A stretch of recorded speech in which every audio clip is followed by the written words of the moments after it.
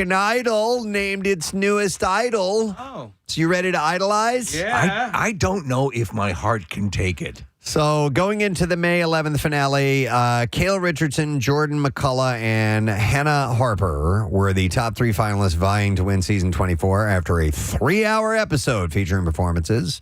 You and I were both Team Harper. Yeah, of course, yes. And Ryan Seacrest delivered the results from the fan vote and announced Hannah won this season. Actually, I'm not Team Harper. She's a country singer, so that's not my thing. All right.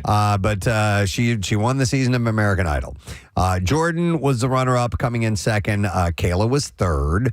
She wept on stage with star-shaped confetti in her hair and on her lashes. Well, something, think about it. She's now launched into a world of complete anonymity. Yeah, right. I watched a little bit of the initial auditions. I think I like that because it's just it's a little bit more pure. You know what I mean? Like, it's just them singing. I just can't take it. Just the initial auditions. Where they're in front of them sitting at the table, that initial part that goes on, and then they go out to Hollywood. And I mean, and wasn't this one kind of scraped together quickly to fill in the spot left by the Bachelorette? I don't know. Don't know. Yeah. Possibly. I don't know. After a much-needed rest for 2 weeks, Hannah says she's looking forward to going on the road and performing in smaller, intimate settings on tour through the fall. With his 9th season under his belt, Papa Richie says that he is very satisfied with his kids. He also reveals the advice that he doled out to Hannah as she embarks on her career as a full-time musician. He said, as I told Hannah, enjoy the moment, because right now the real work will start. And get another job, too. He said, enjoy this right now, because every time they say, here's your hit record, the next question is, what do you have next? And here's your fabulous tour, but what do you have next? We understand what it takes to get where we are, and it's not an easy ride. There's no more praises coming your way unless you create that praise, is what Lionel said to her. Listen, sweetheart, I said that for the cameras, but you're not going to have to worry about any of that. Yeah. So there you go. Your idol for 2026. Congratulations. And at this current point, we've been asked to idolize 70 people? Something like that. Yeah. I don't know. Ansel Elgort is marking a special Mother's Day by publicly introducing his partner, Miona, after revealing that they welcomed their first child together in February. The actor shared photos throughout Miona's pregnancy and sweet family moments on Instagram, simply writing, Happy Mother's Day, my Miona. I like that the photo carousel begins with them getting it on. Oh, really? Yeah, it's an ass shot in from behind. Earlier this year, Elgort confirmed he had become a father after being seen in New York City carrying a newborn, though he initially chose to keep details about his family private. Reflecting on the experience in February, he posted a sweet video of him singing his song Canopy to his baby. The Fault in Our Stars actor would later post a photo of him and his son, where he wrote about how fatherhood is exhausting, but his baby expressing everything he feels has freed him to do the same. Do you know what he was good in? He was good in that Spielberg West Side Story. Okay. Yeah. Oh, I thought you were going to say Baby Driver. Baby Driver, I too. really love that movie. I like the opening scene of that movie, and then that was kind of it for me. But I forgot. I've never seen that West Side Story. I never got around to seeing The Spielberg that. one? Yeah. Look, you're toying with complete sacrilege because the original's a masterpiece. Yeah. But they found a way to do it. Okay. And I liked it. Ansel noted that he wants to keep things sacred just for them right now, but wanted to share this with all of us as it is the happiest thing he has ever experienced, he said. So they got a baby. Congratulations. That's cool. Dua Lipa is suing Samsung for $15 million in a fight over the use of her image.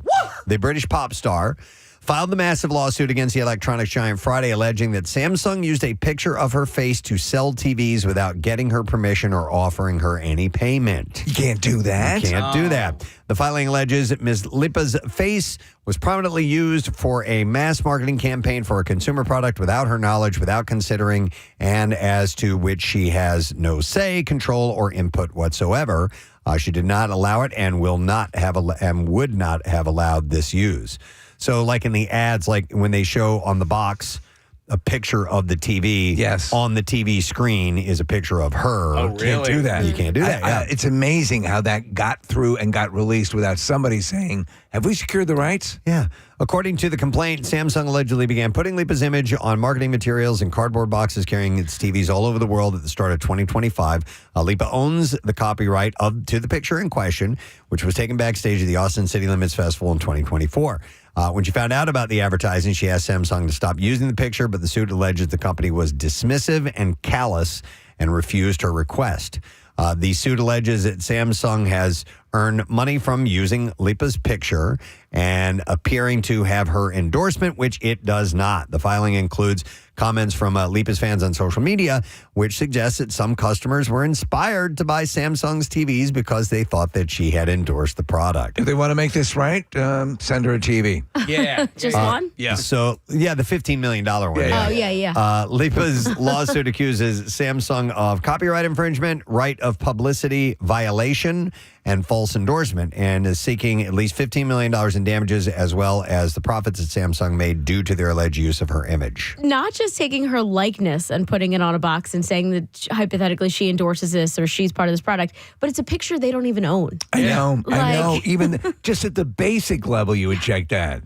Yeah, her I team. wonder if, though, I apologize, Preston, if it was just like a placeholder that made it all the way through? Yeah, that made it all the way through. They're like, possibly. all right, let's just chuck something on there real quick. You know? Yeah, I don't know. And then- Our team alleges that Samsung violated California's right to publicity law, a federal Lanham Act claim that trademark claims which protect celebrities from their public identities being used for unauthorized commercial reasons. So We she's have got a a case. trademark. The show's trademarked. Yeah, so she's got a case for sure. All right, so let's see here. All right, Elise Hewitt. She's with Pete Davidson. Yes. Celebrated her first Mother's Day by sharing heartfelt moments with her daughter, Scotty Rose, though fans noticed that Pete was absent from the celebration. Alongside photos of her life as a new mom, Hewitt wrote, "We're all here because of a mother's sacrifice to make herself your first home. I got to be Scotty's greatest honor of my life." Happy Mother's Day. Pete Davidson is one of the roasters at the Kevin Hart thing, the roast, which is on Netflix right now. I didn't realize that thing was 3 hours plus long. Wow. Yeah. And it is, and I'm a massive fan of roasts. So she spent the holiday with her daughter, and he was at the roast. Yeah. Adding more speculation about the couple's relationship status. You know, it's possible to have a roast that's too long. Yeah. Oh, yeah. This one was too long. Rumors of trouble between the two have continued to grow after a source told People last week there are issues, but they're trying to figure things out together. The insider also explained they're adjusting to parenthood and working through the process as the pair balance raising their infant daughter and managing personal challenges. Despite the reported tension, the source stressed that Scotty remains their top priority as the couple continues to navigate parenthood together. This was interesting. This is good for the other guy that Benedict Cumberbatch doesn't really have the Doctor Strange powers. The actor was seen in the middle of a verbal altercation with a fellow cyclist after allegedly running a red light. The fight lasted about 10 minutes before the man left, after which Cumberbatch took some time to pose with young fans. An eyewitness said Benedict still managed to charm everyone watching, even though he was having a meltdown. They went at each other about 5 times, they said. I haven't seen video or anything. I've of seen this. just still pictures, but Yeah. a 10-minute altercation is a pretty long That's altercation. a long Yeah. argument. So. All right, so who was on the bike? They were both on. It says fellow bike riders. Okay. It says he with a fellow cyclist. But I don't know who ran the red light or what the whole scenario was. But apparently they were going at it. Somebody pissed somebody off. So I'm not really sure. Actor Sienna Miller is a mom 3 times over after welcoming her 3rd child. Her 2nd child with boyfriend Ollie Green. Miller revealed the news in an interview with E! saying, "It's happened. I have a tiny baby next door. I'm on very little sleep, but I'm madly in love with my baby." And she's seeing Pete Davidson now, isn't she? No, I don't think so. She did not reveal when she gave birth, the baby's name or sex. The couple already share a 3-year-old girl. Miller is also mom to 12-year-old daughter Marlo, who she co-parented with ex-fiance Tom Sturridge. So we all keeping track of this? Yeah, it's very hard. Hang on. I'm confused, and I'm a little scared. Yeah, you should be scared. So we've all seen reports that the kids, Keith Urban and Nicole Kidman share, are siding with mom after the divorce, with frequent headlines indicating the girls are ghosting their father. The agreement is Kidman has primary residential custody of the daughters, but both parents share responsibility for major decisions. A source close to the family says those reports of Keith being shut out are just not true. It's hooey. They said the girls are very close with their mom and also protective of her. They do have a relationship with their dad, too. The family dynamic is much more normal than people assume. I saw a video of one of the daughters seemingly being sort of critical of Nicole Kidman. So I thought maybe you were going to say that one of the daughters had paired off and gone against mom. Not in this story. Kidman and Urban split last September after nearly 20 years of marriage and finalized their divorce just this past January. By the way, I saw the trailer for Practical Magic 2. Yeah. Hot on the heels of the last one 30 years ago. Yeah. And I think the biggest magic is keeping that lens nice and foggy. Oh, yeah? Because, I mean, there's a lot of work between the two of them. You know? Yeah. All right, so we told you last month that Shannon Elizabeth's first week on OnlyFans was a lucrative one, taking in over 7 figures. And it would now seem that she's going to be keeping that money all to herself. It was announced yesterday. And her gimmick, from what I understand, is she craps on paper plates. Oh, that's weird. Yeah. Okay. It was announced yesterday that Elizabeth's divorce from Simon Borchert has been finalized. In a statement, the actor said, "Today isn't about the end of marriage. There are moments in life when you realize that letting go can be exhilarating, that closing one chapter creates space for an entirely new one, and stepping into that feels incredibly liberating." She said, "I'm embracing what comes next with a full heart and a renewed sense of purpose, and I've never felt more inspired, more creative, or more connected to who I truly am." You're making me cry. They got married in 2021 after 6 years of dating. And what is that last name that sounds like a curse? Borchert. Okay. Borchert or Borchert. Huh. I wonder which one of these actresses, because you have Jamie Presley, you have her, you have a couple others. I wonder who's pushing it the furthest on the OnlyFans. Denise Richards? Yeah, I have no idea. Yeah. I haven't even seen Indica. Why don't people leak what they're finding or seeing on there and say, hey, Yeah. we're doing naked stuff over here. Or, hey, they're not doing naked stuff. Or just, I don't know. You would think that'd be a selling point. You would absolutely would do that, yeah. I'm not really sure. Fast and Furious is getting a TV series on Peacock. Thank God. Vin Diesel announced the news during NBC Universal's upfront presentation in New York yesterday. He said, "For the last decade, we've realized that the fans have wanted more. They wanted us to expand the legacy characters and their stories." I think he's been misunderstanding what the fans want. And he said, "And for the last decade, Could be wrong. the desire has been for us to enter the TV space." Turns out it's not about family. At one point, he said that there were 4 shows being worked on. No. But sources later explained to The Hollywood Reporter there's only one show being actively worked on. That's the Real Housewives of Street Racing. And that's at Peacock, yes. Variety notes that a source told them there are other shows in various states of development at Universal Television. Okay, I'm not. I've seen a couple of the movies. Yes. I saw the one in space. I saw the Calvin and Hobbes one. Right. No, do they do motorcycles, or is this just straight up like?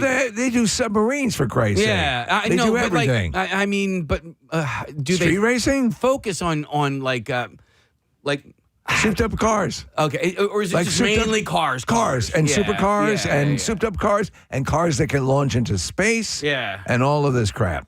Because I think I'd like to see more like a motorcycle based Fast and the Furious. I think it can come to an end now. You know, it's Man. been milked. Ryan Shuttleworth. There is a movie out there, Casey, called Torque. It features Ice Cube. This was remember that. right off of the heels of Fast and Furious, and it's all motorcycle based. So There you go. it's worth viewing once. Once. All right.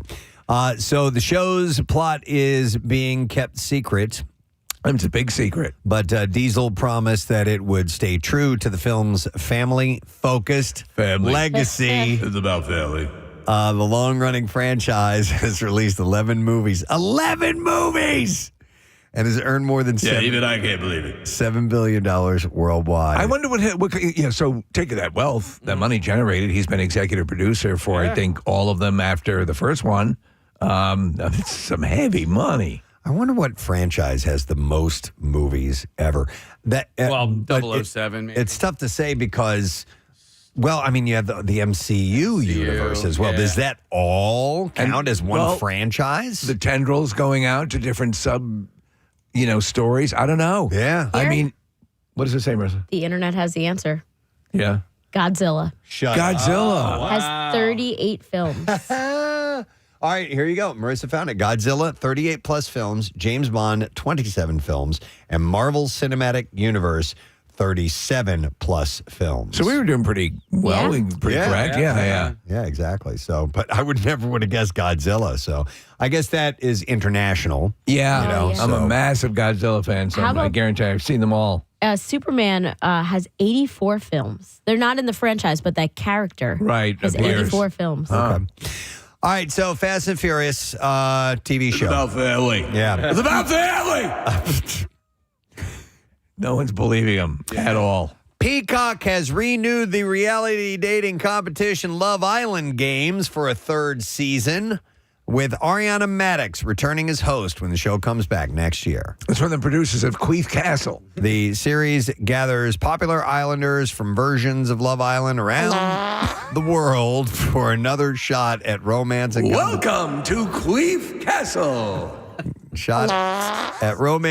competition inside the Fiji villa. Have you watched at all? No. Yeah. No. Does Rochelle? No, not these. I don't think so. Contestants face couples and team challenges while dealing with eliminations, surprise arrivals, and a new twist as well. Eat that turd. Meanwhile, Ciara Miller and Tefi Pessoa have been named the new Oh, co-hosts they got Teffy. of Love Island USA After Sun. After, son. It's S-U-N, not S-O-N. So After Sun. The companion series breaks down villa drama, features interviews with dumped islanders, and includes panel discussions about the latest episode. If I know Teffy, she's going to make sure things get saucy when the sun sets. The news comes ahead of season 8 of Love Island USA, which premiered June 2nd, or premieres June 2nd. They should just have them play chess like Queen's Gambit. Yeah. Because there's nothing sexy whatsoever. So we'll see. All right. In a show of solidarity and respect, on the night the final episode of The Late Show with Stephen Colbert airs, which is May 21st, Jimmy Kimmel Live will air a rerun in its regular time slot. Kimmel did, one more time. Jimmy! Kimmel did the same thing 11 years ago for David Letterman's final show on CBS. While Colbert and Kimmel are competitors, they're also friends. Kimmel was a guest on last night's show, and during the Writers Guild and SAG-AFTRA strikes in 2023, they joined with John Oliver, Seth Meyers, and Jimmy Fallon to create the Strike Force 5 podcast. And they were all on that same episode. So they were all there in the studio with Colbert. Yeah, so that's cool they're doing that. All right, so that time slot that Colbert is leaving vacant, that's just going to be basically like public access type? No, it's going to be Stand-up comedians. Stand-up comedians. Oh, it is? Yeah. Okay. Where'd you hear there's going to be public access? Dude, that's where I don't even know. Maybe a couple of weeks ago that it was like.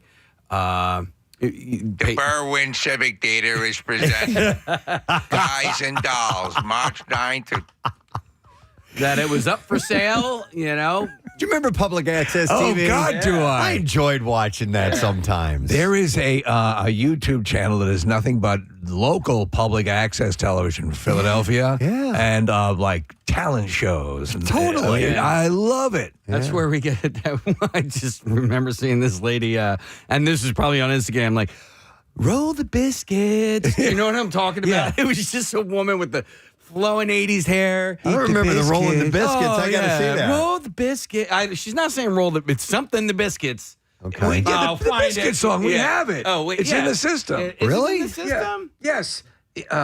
Taste the biscuit. Biscuit. Yeah, yes. Taste the biscuit. Taste the biscuits. Uh-huh. Yeah. Oh, here, this might be it. Stop it. All right, it says biscuit song, 26 This is seconds it. long. Taste the biscuit. Taste the goodness of the biscuit. Oh, my God. Yeah.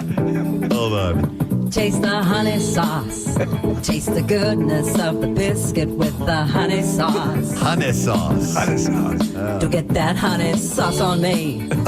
I don't like the way it tastes with my chicken wings. Oh, God, yeah. Isn't that great? One more time. Okay, yeah. One more time. Taste the biscuit. Taste goodness of the biscuit. Taste the honey sauce. Honey sauce. Taste the goodness of the biscuit with the honey sauce. She doesn't like the honey sauce. No, she Get doesn't. that honey sauce on me. Yeah. I don't like the way it tastes with my chicken wings. I already know the lyrics. Yeah. Wow. Catchy tune. And that's the stuff of a public access legend. Yeah. You like it, right? I love it. Taste the biscuit. 2, 3, 4. Taste the biscuit. Taste the goodness of the biscuit. How long ago did we explore this? Oh, Was this years a ago? couple years Taste ago. the honey It's been around for a sauce. while. Okay. Taste the goodness of the biscuit don't remember with this the at all. honey Well, sauce. good for you, man, because to relive this, That honey sauce glorious. on me. I don't like the way it tastes with my chicken wings. I can't believe you know the words already. That's a sign of a good song. Catchy, right? Yeah. Maria? it was, Catchy. by the way, it was about the same time we were playing the audio. He loves the fat girls. Is that what that? Remember that He song? loves the fat No, girl. the big girls. Big Oh, man. No. See, there are parts of my brain that has said bye-bye. And You might be blocking them out. maybe. Yeah. I mean, you're a biscuit fan. That's why this came back. But I love it so much. But you don't like your biscuits. All right. Well, anyhow, no, it is not going to be public access Damn it. television. I'd It's watch going to be that. stand-up comedy, Yeah. and I would too. The People's Choice Awards are officially returning. 2, 3, 4. Taste the biscuit. Taste the goodness of the biscuit. Oh my God! Oh my Taste the honey sauce. Taste the goodness of the biscuit with the honey sauce. We should see if Adam Weiner will do a version of this when he comes here. Sauce on me. Like, give it the full I don't treatment. like the way it tastes with my chicken wings. Okay. We got to find that other one. I'll look for it. The People's Choice Awards are officially returning next year after going dark following the 2024 ceremony. I wonder if that's up for a People's Choice Award. Yeah. He announced a revival during Versant's upfront presentation. I don't know what Versant's is. Not familiar. The last show aired simultaneously on NBC, Peacock, and E, but the revived version is currently set to air only on E following the NBC. Taste the biscuit. Taste the goodness of the Okay, biscuit. I'm not going to do that to you guys. The awards show, which dates back to 1975, began using online fan polling in 2005 after previously using Gallup polling. So It's an award show where you basically show up, you already know you've won, and you collect an award in front of an audience. So Versant is the new parent company of CNBC, USA, E, and Oxygen. Got it. NBC Universal. Okay. I think we're ready to, play the clips. A crack team of military investigators tackle felonies, murder, and espionage in NCIS. And here, Wilmer Valderrama shares his gratitude for being on the show for 200 episodes. Here we go. I mean, it's amazing. It's also like really, oddly enough, a tad emotional because I've just tied my previous 70 show run, which was 200 episodes. And to be able to turn 200 episodes old on NCIS is what a gift for an actor. Taste the biscuit. Taste the goodness of the biscuit. Okay. Next clip. Do we see a theme this morning? Yeah. The life of one of Hollywood's most beloved comedians is the focus of Marty, Life is Short. And here Martin Short explains how tragedy has helped him shape him as a performer. What had developed in me was this muscle of survival and handling grief and a perspective on it. I think if you've gone through that, an audience not liking you is really not that important anymore. Marty, Life is Short is streaming today on Netflix. He had a brother die. He had his parents both die. He had his wife die. He had his daughter take her own life. Yeah. I mean, he has had every trial that you could possibly have, but he keeps a good attitude. Yep, I do want to see that for sure. All right, that's the entertainment report. We got a few things happening. Number one, Cardinal O'Hara, Springfield, Delaware County. That is our coolest teacher high school, so you can now vote. We chose it randomly Text the word teacher to 610-660-9333. We'll send you the voting link, or you can just go to PrestonandSteve.com. Make sure you let the gang know at the school that the voting is up and running. Help spread the word for that.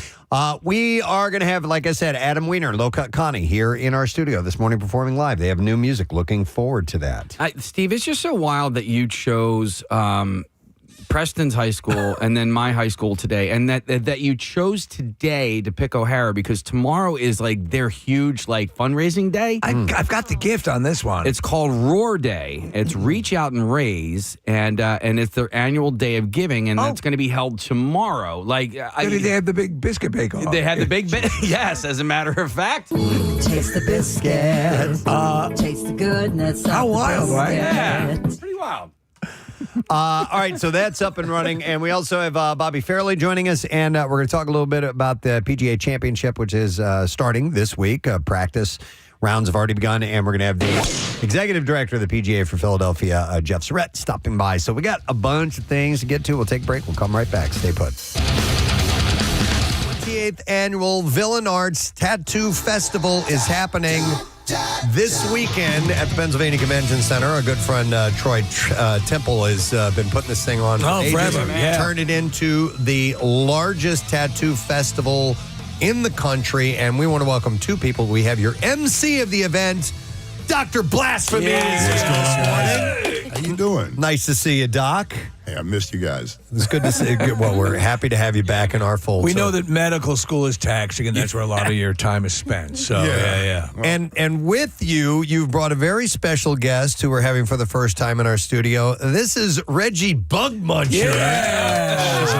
Who is here. How you doing, Reg? Oh, I'm doing great. I'm really happy to be here. Nice to see you. Do you think you'd walk down the street and pass Reggie and think, I bet that woman's name is Reggie Bugmuncher? It's not fully obvious. No, but, completely. Although I did just see your hand, your left hand, as you brought up, the heart implant there you have on your. Explain what that is. What's a technical term for that? It's just a silicone implant, but the technology is the same as cheek implants or the chin implants. So you just it doesn't have a name like skin modification or what's the term? Super saucy hand implant. Oh, super saucy hand implant. All right. Body modification. Body mod. Okay, thank you. So now I'm looking at it. Can you subcutaneously just manipulate the heart which way you want it to point, or is it locked? No, it's like the scar tissue builds up around I it, but I see. can still squish it up because it's silicone. All right. Wow. Melissa, you having a tough time looking at that? Nope, definitely can't look at it. I'm like, I want to take a photo for Instagram. Maybe we'll just pose for a photo and I'll post it and won't look at it, okay? She's really scared of it. She used to have a pierced tongue, so I mean, it's not too far off the mark. It is the coolest thing ever. It just freaks me the hell out. But it's amazing. Like that is like the first person to think about putting an implant, because of course you can put implants anywhere in your body that you need them.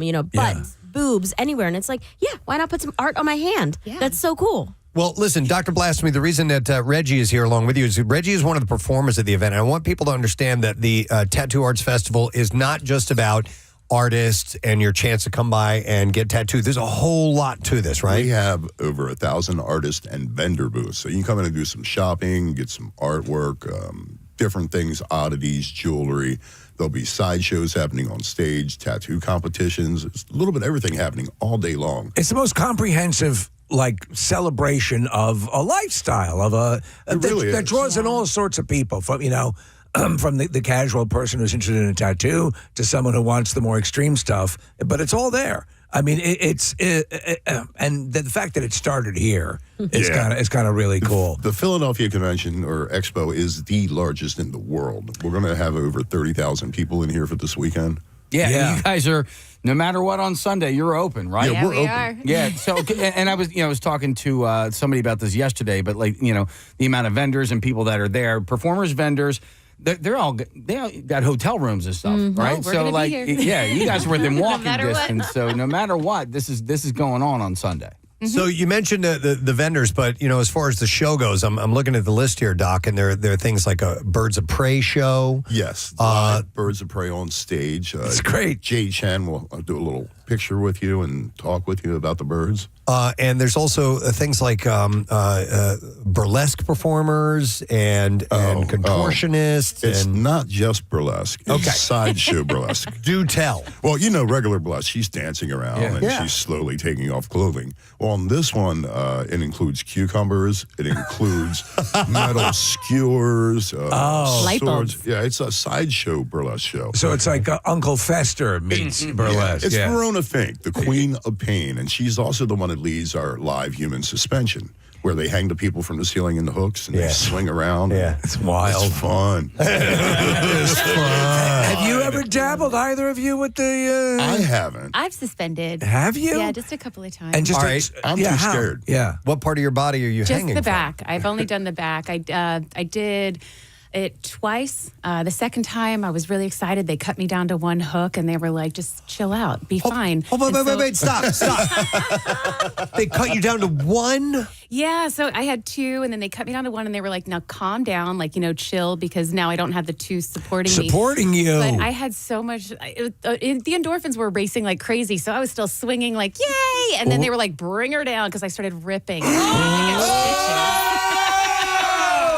Oh, it's nothing. It's just a stitch or two.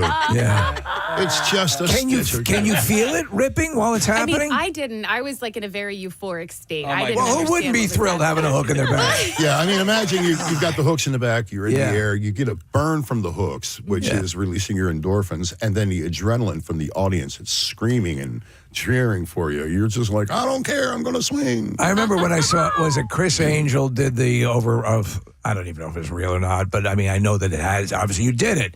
But he was on a helicopter, hanging from a helicopter, and they were flying him over some canyon or something like that. So when you do that, Surrette did that too. After the hooks come out, what do you have to do? Do you have to immediately tend to it medically? What's the protocol when you have just had two large meat hooks in your back? They typically will just do what they call burping you, which gets all of the air out. Right. Because a lot of air could have gotten in there, and then that can be a problem later, and it makes this weird noise that they call Rice Krispies. It pushes. They're squeezing it and pushing everything out of the little holes. All the air out, and then they seal it up, and then you're healed pretty quickly. So I love so much of this stuff, but that part of it, I have to ask, did you ever have an inclination as a kid? Were you into vivisection or taxidermy? Or How'd you find out you could do this stuff? I don't know. I guess I was always a bit of a tomboy and really, really adventurous. My parents were in the military. I traveled around a lot, so I think that I was always open to new experiences. Yeah. All right. Jeez. So I used to do, let's see if you did stuff like this when you were younger. So I would take a needle and thread and go through the thin part of your finger, like on the pads of your fingers, and stitch your fingers together. Yep. So would you do that type of thing? I would That's about as far as I got with it. You never hang from meat hooks on your... I never really thought about that. I've wanted to, and I've seen grown men, 300 pounds plus, get up there and swing, and I'm just afraid I want to get in the air, and as soon as they get me up, I'm be like, put it out, this hurts, put it out. Well, you're smaller, so a 300-pound guy going down to one hook. I've seen people, ladies and men, over 300 pounds. So obviously what happens there is the focus of the way you're suspended is now concentrated on one spot. Right. And that's the issue. And those suspenders, like Verona, they're really good. They're professional riggers in addition to the piercing. So they know how much this is going to hold in weight. They know exactly how to fix everything up there. So besides the back, where else can you suspend? I mean, where else will they suspend from? Any part of your body. Really? We've seen that face suspension. Face that was suspensions, knees, elbows, the rib cage. Anything genital? Genital-wise? I've seen butts. butt. Yeah, but butt. I haven't seen, because we're in public doing it. Yeah, I haven't yeah. seen the gentleman ones. Yeah. After I we're guess done, that's true. Hey, I'm kids. doing a live stream. I can show you some of the videos I have on my phone. Yeah. We can't post many of them at Villain Arts, but I got a Facebook page that I post them all at. So to remind people, this is a more general. This is not. You're not going to see something that's going to redefine your humanity. It's going to be interesting, right? It's going to be very interesting. What's the age appropriate for this? I mean, really, we've seen kids sitting there enjoying it and loving it, and adults pass out. Okay. So, I mean, we allow children in the room. 12 and under are free to get in. So Okay. we encourage you not to pay a babysitter. It's a family event. You have a little daycare This stuff center. happens after My 9 biggest p.m. fans are kids, little girls. I would love to see you open up a kindercare where the kids are suspended by hooks. They all call her Aunt Reggie. Yeah. Yeah, It's like, I mean, I substitute teach sometimes, and I'm do you? also a Mrs. Claus in December. And so, like, I think that there's nothing more powerful for than these little girls to see a strong, powerful lady with power tools and swords on stage. And they're like, I mean, granted, they might be weird little girls like me, but it's a whole collective. No, They're- listen, the coolest people through the years, when we started in the business, a lot of the stuff and the people that we were, associating with were like the Suicide Girls initially and all this sort of alternative stuff and the coolest people. You remember the Suicide Girls? Yeah. You know he's been around. Yeah. The Enigma when he was doing shows. He's gonna be with us again this year. absolutely. Yeah. He's there this year? Not this here. year, He's okay. going to be with us in Denver. Yeah, we know this all year. those guys. Yeah. By the way, a text came in and says, Reggie worked with my mom at Philly U. Yeah. Sideshow aside, easily one of the coolest people I've ever met. That's Oh, my nice. goodness, that's so nice. Yeah. My daughter absolutely adores her. She's just, All right. So, what, Reggie, Bug Muncher?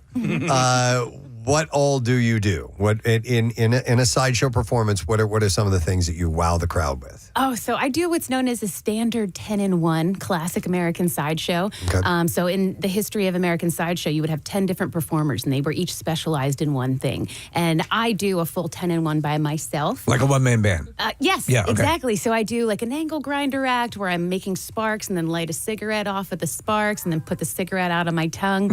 I do the human blockhead, which is hammering things in my face. Yeah. I do mental flossing, which is tubes that go in and out of the nose that I can pull back and forth. I like to do this thing called body shots. So if anybody wants a free shot when they're attending the show, I have a funnel at the end of the tube. And the tube goes in my nose and comes out of my mouth. And then we run the liquor through my skull right into their glass. Sometimes if they're frisky, right in the mouth. And then also sword swallowing is And is- sword yeah, swallowing, yeah. yes. All right. Classic. And sword, you stand on swords and stuff like that too. Don't you walk up and down the store? Yeah. Ladder of swords. I've done bed of nails. I have beds of barbed wire. I Okay. have fish hooks in my eyes. all right. Fish hooks in your eyes. hooks in the You eyes. say. Yeah. All right. What? Here's what I'm going to do for you. I'm going What to do you hand you do? my phone. I open Okay. my gallery section up, and you can press on anything, and there's nothing inappropriate in here. But when I right. talk about large people, Oh my God, Doc.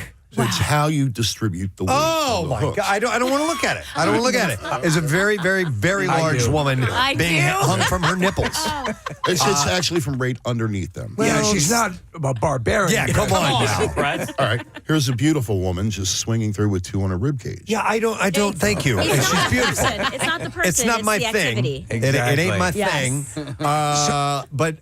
Reggie, what I wanted to ask you, tell us about any injuries that you've incurred, either in your professional career doing this or in your learning what your limitations are. It'd be wild if you were rushed to the hospital with a stapler accident by accident at the office. Like nothing that has anything to do with your job. But what significant thing have you encountered, or have you? I've only, up until last year, I had been very, very lucky. I used to eat a lot of bugs. It was Yeah. a live geek act. Hence Bug Muncher. Yes, but unfortunately, that act ended the very first year. I found out that I have what's categorized as a shellfish allergy. So Oh, no kidding. People don't realize No. that. That's a big part of like Yeah. creating like meal out of bugs is that it's exactly the same sort Yeah. of stuff and you'll have I'm an so issue. happy you know that because Yeah. a lot of people give me tequila lollipops or all this other stuff, and I'm like, I can't do that or Right. crab cakes. So your name is Bug Muncher, Yeah. and you can't eat bugs. The universe is sometimes very Yeah. cruel. I was locked in. And then in October, I had my first and only sword swallowing injury, Okay. which was pretty serious, but not as bad as it could have been. It was a very lucky injury. Was What it was it? throat? Yeah, I tore the lining of my esophagus. Dear God. So Okay, so we watch. I'm sorry to interrupt. No, no, Steve. please. So regularly, have you seen the TV show The Pit? I have It's a heard medical so show. much about It's a this. great I've show. heard. I've Yeah. seen a couple. But what they do a lot of is intubate people. And it's a very risky proposition when you're going into the human throat. Yeah. And in fact, if it's not the right conditions, they would rather cut a trachea and do it that way. But here you are shoving swords down your throat. Well, hopefully not shoving. Without the advantage of being able to sit. Now, it's not going into where you breathe. That's a little bit different, but you could still do, even with something that's dull, you could hurt yourself pretty bad. All right, thank you very much, Marissa. So there are several things to chat about, and I think we need to head to MySpace, and let's do this. Totally Presbo. Hi, Presbo. Oh, hi, Getty. All right. So I actually saw this story last week, and I didn't have a moment to punch it in. So I'm gonna do this now. So even someone high up can be thwarted by a customer service representative. It was about 2 months after Robert Francis Prevost, a Chicago-born cardinal, became Pope Leo in Vatican City. He put in a call to his bank back home. Close friend, this is according to his friend Reverend Tom McCarthy, said, the new pope identified himself as Robert Prevost, saying that he had wished to change the phone number and address that the bank had on file. The pope answered all the security questions correctly, and then the woman on the line for the bank told him that it wasn't enough and he would have to come to the branch in person. And he said, well, I'm not going to be able to do that. And he said, I gave you all the security questions. The bank employee apologized. The Pope tried a different track and said, would it matter to you if I told you I'm Pope Leo? And she hung up on him because she did not believe that it was the Pope on the other line. I mean, I've done that where I've gone and done I've done all the security questions. I've done what was the name of your favorite pet? And I appreciate if it's my personal finances that they're taking those extra steps. But at a certain point, if you satisfied all that, what else is remaining? Well, you know what, the one that drives me crazy is the prove you're not a robot, or to identify the bicycles in the picture or the fire hydrants or whatever it may be. And sometimes, depending on what site you're on, you do it once, you're good to go. Yeah. And then there has been some that I have looped into where I've had to do it, I kid you not, like 8, 9, 10, a dozen times. The same. And I'm like, am I getting it wrong? No. There is something inherently part of that system, and it can be something, and I've seen it. Check every box that has a crosswalk. Well, there's a tiny little bit of little bitty one. Does that count? Right in the corner, in there, in that little one. I count it, even if it's just a tiny little speck. I'm like, yep, it's in there. Yeah. The most I've ever had to do it, 2 times, maybe 3. No, man, I know exactly what he's talking about. Okay. I've had 7, 8 times. I'm like, I am doing this correctly. It has happened on a couple of occasions, and usually it's been something that is not like 1-800-Flowers or whatever. It's something more significant, like a bank account or. So I do appreciate that, but I remember jumping through hoops left and right, going, "Am I getting this wrong? Am I just answering these wrong?" And it keeps putting me in this loop. And yet I've had them come up where they say, "We have to determine that you're not a robot," and you check a box. I am not. Yeah, done. Yeah, I'm like, exactly. What? Well, and now we're so used to just clicking that spam is now looking like those Captchas. Captchas. Is that what it's, yeah. So it's like what it's called? the pop-up ads. Yeah. Wait, Captcha is what? Captcha is those little tests, the quizzes. And it could be as easy as I'm not a robot. It can be slide this over, or it can be pick all the stop signs and I like the ones where you take the puzzle piece and you put it into the right. Yeah, you slide it. Right. Yeah. And then there are the hand kind of look like handwritten letters and numbers that you're supposed to. Those suck. Sometimes I'm like, is that a 2 or a Z? I don't know. A 0 or an O. Yeah. Well, they got to figure this out. Stop it. But even the Pope can't get his security. That's funny, man. Thing right. Actually, I have a couple of religious things I could tie together. Here's another Pope story. Father Preston. Thank you. Presbo. So we know that Pope Leo isn't like previous popes, and we're seeing that once again. You may have seen that the Vatican dropped a trailer from the upcoming documentary Leon a Roma. Well, eagle-eyed viewers were quick to notice that in one shot, Pope Leo was wearing Nike sneakers with his traditional all-white outfit while walking across a grassy field. And Ben Sirleaf of Just Fresh Kicks did some digging and figured out which sneakers they were. They are the Nike franchise Low plus. They first came out in the 70s and 80s and were a fairly obscure tennis shoe. I think I know the ones they're talking about. I haven't seen the picture. Are Is it the these- original white canvas low shoe, maybe? Are they still in production, or does he have some classic? So they were re-released in 2008 for a bit. So that's still a while back. So they had to have been, somebody had to have had a fresh pair that he bought. I don't really know. Okay, they're not the ones I was thinking of, Marissa. She pulled up the pictures. They have the black swoosh on the side. Which one has the pump? I don't know. Those were Reeboks. Reeboks. Yeah. Reeboks had a pump? Yeah, they They had a had pump where you could pump up the. A little basketball on Yeah. the tongue. I That thought would- you meant like a heel pump. Yeah. Wasn't just basketball because I had tennis pumps. Oh, really? Yeah. So I had a little tennis ball. I loved it, man. Were they good? Yeah. Did they feel good or I don't was a remember. gimmick, right? They were gimmicky. They were gimmicky, and I wasn't a tennis player. I just liked the way the tennis ball looked on the tongue of the I had shoe. shoes that had warming drawers in them. Okay.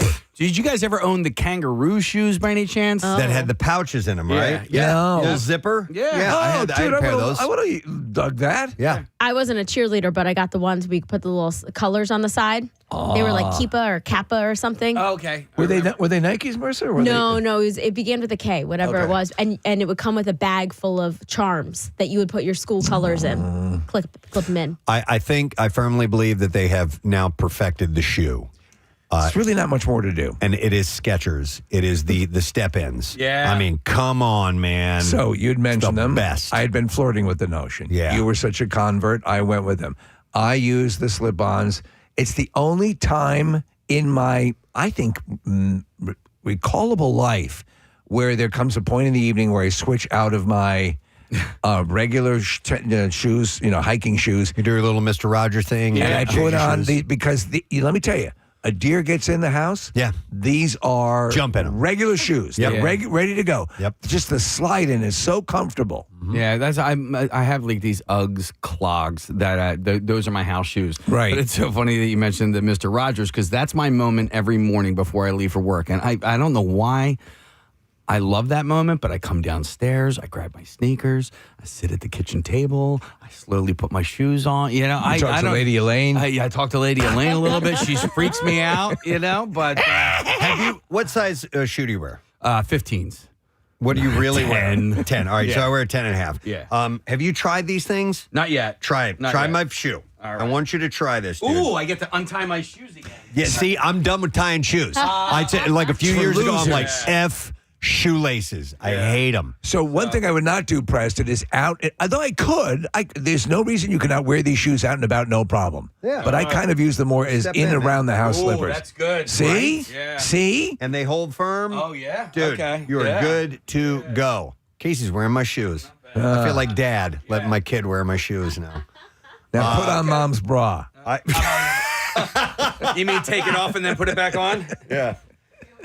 Yeah, all right. So, let me slide in these ones.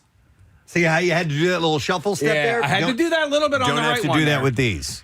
I think they're the perfect shoe, so I'm very happy. I'm just gonna say these these are a little old. I should They're be holding Adidas? them up. Yeah, they're Adidas and they're the quartz, and I've made these slide-ons How? Oh, yeah. because they're just like I have the laces a little wide, so I can just slide it right on. See, but I can't. I can't have a looser fit. I want it to be able to step in and have a tight fit on You're my fighting foot. a deer. And boom. Yeah, Okay. come on, man. So what I'd say is this. You're exactly right on that. So, Marissa, the difference between that is you could literally walk up to the shoes and pop both feet in without ever touching the shoe. And my golf shoes are that way. Skechers makes golf shoes, and I got them the same way. Just a pain in the ass when you have to sit there in your trunk. You're standing by the back of your car, digging into the heel and trying to get it in. How's the support, So though? you say you have It's knee fantastic. problems, leg problems. You can't bend over. You're a senior citizen. You have no arms. These are the perfect shoes for you. Now, I know you have arch issues, so that Yeah. might be a problem. I don't know, Case. Yeah, as a matter of I fact, like couldn't be able to the tell you. shoes that I was wearing yesterday, I was like those, and because I had this event at DHY Motorsports last night, I was on my feet for a little while, and my back, my feet, my legs were all kind of anus. sore, my anus, but that was something different. But it didn't help, Steve. Yeah, it didn't help with all the feet and it's knees. not like it's helping. No, but so I definitely need more support. Like, at the MM barbecue on Saturday, I wore different sneakers that didn't necessarily accentuate my outfit, but I had to go for comfort over style. So I wear these shoes that look Doc Marteny, but they're not. They have the firmness, but the comfort of, man, when you're on your feet for a long time, it's torturous. Do you know what brand they are? I don't. I get them off of Amazon. I'll let you know what the brand is. Okay. All right. Anyhow, so these shoes that the Pope was wearing are apparently they are the Nike franchise Low Plus, and they were re-released in 2008, and so that's probably how he got them. So people were wondering. All right, I have one more religious thing. Totally Presbo. Steve has a question. Sorry. Is there? Could they lay claim to in an advertisement?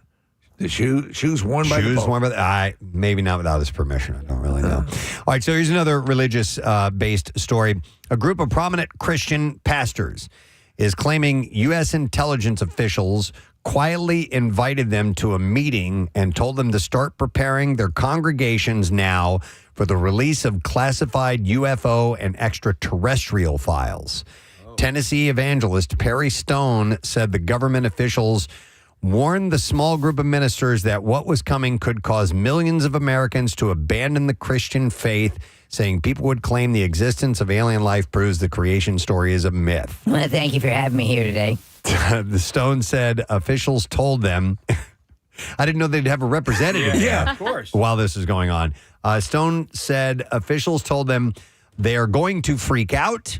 And they're going to come to pastors, ministers, and teachers and say, "What is it? Is this really real?" So I'm curious about this. There was a whole tranche, as they say, of UFO new footage released, and I've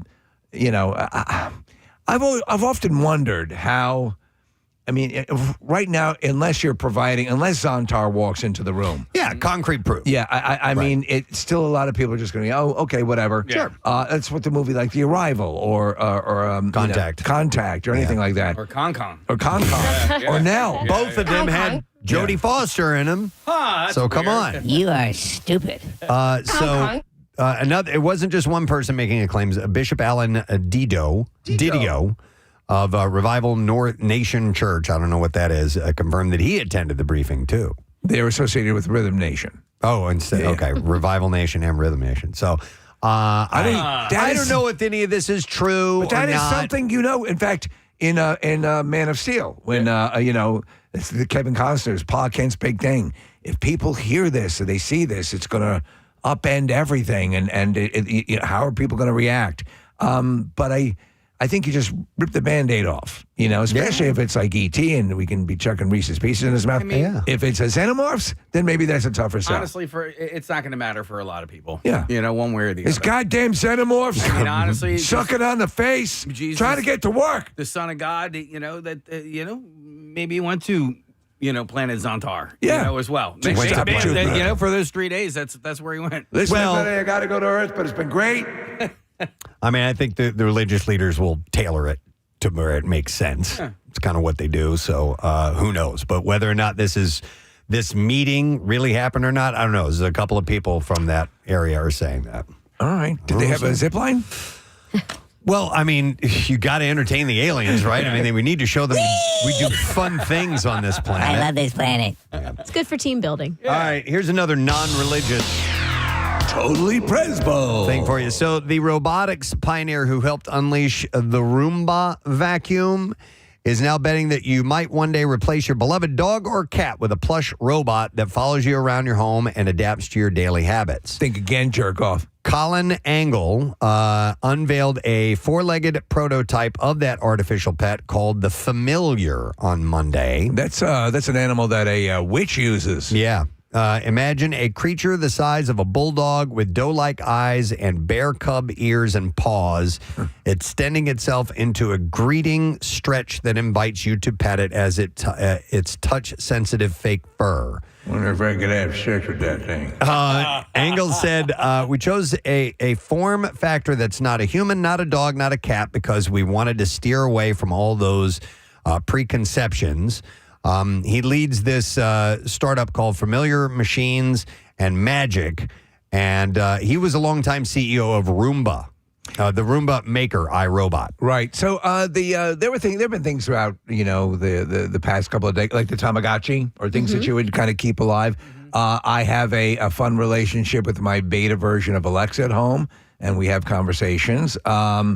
So this I could see as being a gimmick, but I don't think Fido's going to get replaced. So this is, I'll explain why they're doing this. It's not to replace, it's not for everybody to replace their pets. Right. So Engel believes the familiar achieves something that simply hasn't existed before. And you'd mentioned these other household-like pet robot things. Yeah.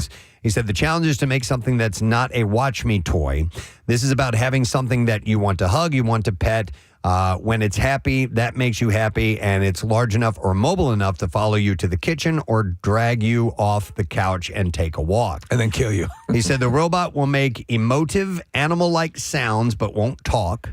But mimicking a real pet, it has audio input ears and an AI system so that can understand and learn from what you say to it. Okay. It benefits from the advances in generative AI sparked by chatbots like ChatGPT and can gradually adapt its behavior as it learns from people around it. So they said the target demographic is retired people who are past the peak age of pet ownership. And it says not because people suddenly stop enjoying pets, but the fear of obligation of caring for them are such that people are very reluctant to get new pets at older ages. Or if you have traumatic allergies, or you always wanted something that was approximate to a pet, I could see that. Yeah, or you can't be around all the time. Senior citizen? To care for one. What's your PIN number? So, Where are the family jewels? Yeah, so I don't see this as something that I would Put enjoy. me in your will. But maybe as for a senior, somebody who's in advanced age that maybe wants some type of companionship. I don't know. It's just companionship. It doesn't actually do anything. Like, it would be great if it actually vacuumed at the same time. I mean, this dude made the Roomba. Crying out loud. I don't know. We're looking at if this is the proposed variation of it that's up on the screens in the studio here. It is on the way to being animal-like, but it's kind of generic. It could be cuter. Yeah. It could be softer. Have a bigger dong. I don't know about that. Have you seen it? It doesn't have a dong. That's what I'm saying. Yeah. All right, here's anything would be bigger, I guess. Yeah. something else. Totally Presbo. Hi, Presbo. A 5-story penthouse perched on top of Monaco's Lorenzo building has sold. This is a penthouse. This is an apartment. Oh, boy, let's have it. $554 million. $554 million. Setting a new world record for the most expensive residential transaction ever recorded. So when you were saying that I'm saying, what have I heard in the way of actual estates around the world? Yeah. And this seems higher than any estate I've ever heard. Yeah. For a penthouse? Yeah, for a penthouse apartment. How many square feet? It's 26,900. Well, that's a humdinger. It's a 21-room apartment. Oh, it's got 21 rooms. So the buyer was System Capital Management, a holding company owned by Ukraine's wealthiest person, Rinat Akhmetov. Washer dryer? Don't know about that. You might have to purchase that yourself. So it's on the waterfront of Europe's smallest sovereign state with 8 parking spaces. 8 for 21 rooms? No, sorry. Multiple terraces overlooking the Mediterranean, a private pool and jacuzzi, a top-tier home automation. Fire pit? Several factors drove the stratospheric price. Monaco already commands some of the world's highest real estate prices at over $82,000 per square meter. Are you kidding? And Lorenzo was the first building to change Monaco's skyline in decades as well. I mean, so that, again, no matter how extravagant, no matter how large that is, you're looking at $500 million, right? Yeah. It's crazy. $500 million.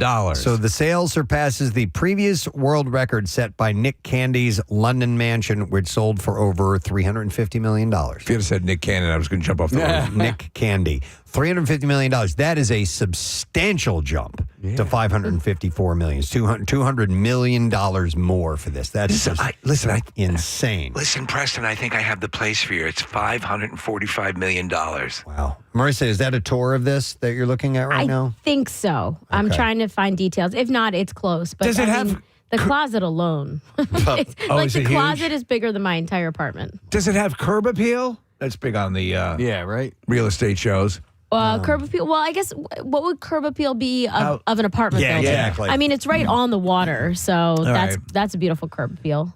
We watch this show from time to time. It's like Millionaire House Hunters or whatever. I love it.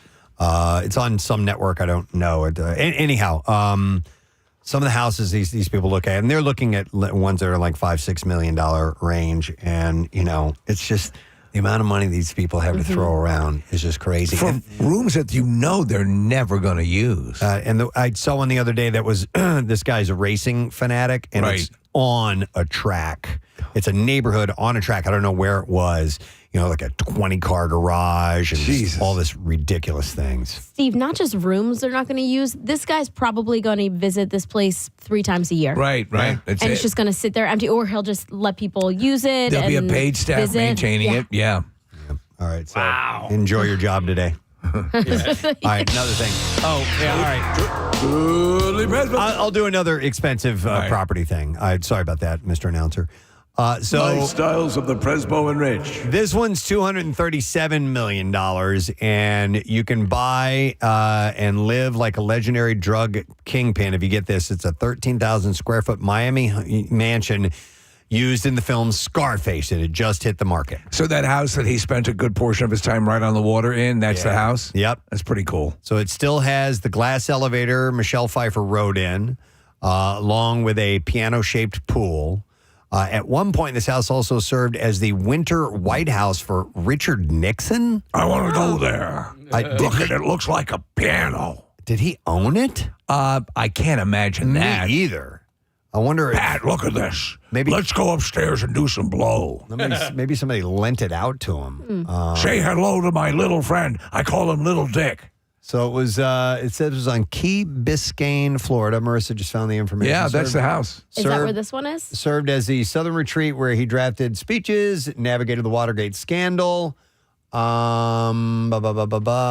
property retains historic waterfront helipad. Yeah, it's the same one, but I don't know if he owned it. Do you know what? For me, it's a tad too white. We're looking at. I don't like antiseptic, hospital-y looking. Yeah, that's not my thing either. No. But $237 million, you can get it. It's cheaper than the other place. Jesus. Yeah. So if you're interested, Nixon purchased the first of his 3 waterfront homes from former Senate colleague George Smathers. Wow, Senate colleague. So bought that. A senator on a senator's salary had enough money for that. Well, I wonder how that worked. Yeah, I don't know. All right, here's another Totally Presbo. I bring this one up because of the name alone. It's called a punami. Yes. So beaches along the Coronado and Silver Strand shorelines near San Diego may have been repeatedly closed this spring due to sewage contamination flowing north from the Tijuana River in Mexico. They're calling it the punami. Can you imagine that nightmare situation? San Diego County's Department of Environmental Health and Quality has issued multiple closures and advisories stretching from the international border all the way through Silver Strand and Coronado. So instead of hanging 10, are you hanging turd? This is after sewage contaminated runoff entered the Tijuana estuary and pushed into ocean waters. I mean, have you ever had or been at a beach or that you frequented that was closed because of conditions like this? No. Before we started heading to the Jersey Shore, I remember, a few years ago, we reported on it, of finding waste. Medical waste and stuff like then that. There are things like the red tide. And I believe they temporarily would shut down stuff.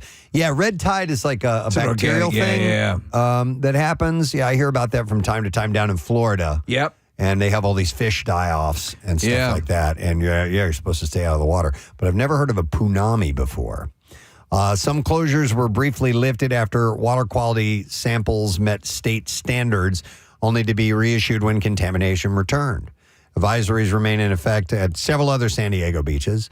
The Tijuana sewage crisis has caused recurring beach closures and air quality problems in the South Bay for decades. So this is nothing new to the residents. I think if I was on a beach that at any point in its history had a punami, I would kind of write that beach off my list. Yeah. Never again. Yeah. I haven't really seen any gross beach conditions before. They maintain it down where you guys are. Yeah. They're pretty on it, right? Yeah, I don't even like seaweed and stuff on you know what I mean? Like sometimes when it's too much. Yeah. I don't like What it. do you mean, like walking through it? Or Yeah. Or poo? Yeah. Oh, definitely not poo. Definitely not poo. Yep. All right, here's something totally different. Totally different. Yes. Totally Presbo. The Social Security Administration's official released their list of the most popular baby names. We touched on these from time to time. And the list vacillate, from time to time, but I'm always curious to see what's in favor. They base it on the names that parents across the U.S. choose for the babies born in the prior year. And this year's list, which uses data from 2025, does vary from that from 2024, except for the fact that the top names for girls and boys stayed the same. What is all right, give us, if you wouldn't mind, the top girl and top boy name. The top girl name is Olivia. Wow. That's my niece. That's your niece? Yeah, she's a year and a half. I have the niece who we went to La Jolla to see get married, Olivia. Yeah. And the top boy name is Liam. Oh, okay. Liam back on top. Did not know that. All right. Obviously, a resurgence in the Taken movie franchise. So we'll go through the girls' names. So Olivia is one. Then you have Charlotte, Emma. I know a bunch of Emmas. Emma's wonderful. Charlotte's a wonderful name as well. Yep. Amelia. Yep. Sophia. To me, that's I always think of Sophia Loren. I think of exotic. I think of the Golden Girls. Yeah. Oh, that's good too. Wait, you like them old. Is it Amelia or Emilia? It is Amelia. Amelia. Amelia. Then you have Mia. I like that name. So my everyone has a correlation, but the oldest cat I adore that we have is named Mia. Okay. One of my best friends, and it's actually surprising how many people don't know her name. Like she'll have to spell it when she says it to somebody. Really? Yeah. Mia. Okay. Then you have Isabella. Another is pretty name. Seventh. So what I love about Isabella is, a lot of times they go Bella as the nickname, but I like the nickname Izzy. Oh, that's fun. Yeah, Okay. I think it's more fun. Evelyn is eighth. And then at 9, we go back to Sophia. It's spelled differently. F-I-A? F is the That would be lower, Fofia. lower one. No, not Fofia. Sophia instead of S-O-P-H-I-A. Oh, okay. And then this one is number 10 is Ilana. E-L-I-A-N-A. Eliana. Okay. It's a pretty name, yeah. Yeah. I'm down with all these names. Actually, I'm surprised by a number of them being as high on the list. Me too. Ilania. They're a little exotic. None of those would be license plates at a store right now. No. Marissa with one S, never a license plate. Maybe, I don't know. They've become popular. So who knows? I mean, like Marissa, you never saw Preston. Ever. Very rarely. In fact, I have a Pennsylvania license plate right here. Or no, it's a Wildwood, New Jersey, even though it's Pennsylvania colors. Yeah. I don't know why, but somebody sent me this years ago. They found a Preston, and they sent one of those little miniature license that's plates. funny. Yeah. I have it pinned right up here. Claire, my wife, spells it the Irish way, which is C-L-A-R-E, and you don't find any of those things that are not spelled C-L-A-I-R-E. How about Casey? It's a little bit more common these days, but back in the days where it actually mattered to me, no. Somebody gave me a pocket knife that had Casey on the side of it. I've seen the pocket knife name thing. Yeah. What? How often do you see it spelled with a K? Not often. Yeah? No, especially in those situations. Yeah. Like, never. Because that's how Casey Kasem's name was spelled. That's right. Yeah.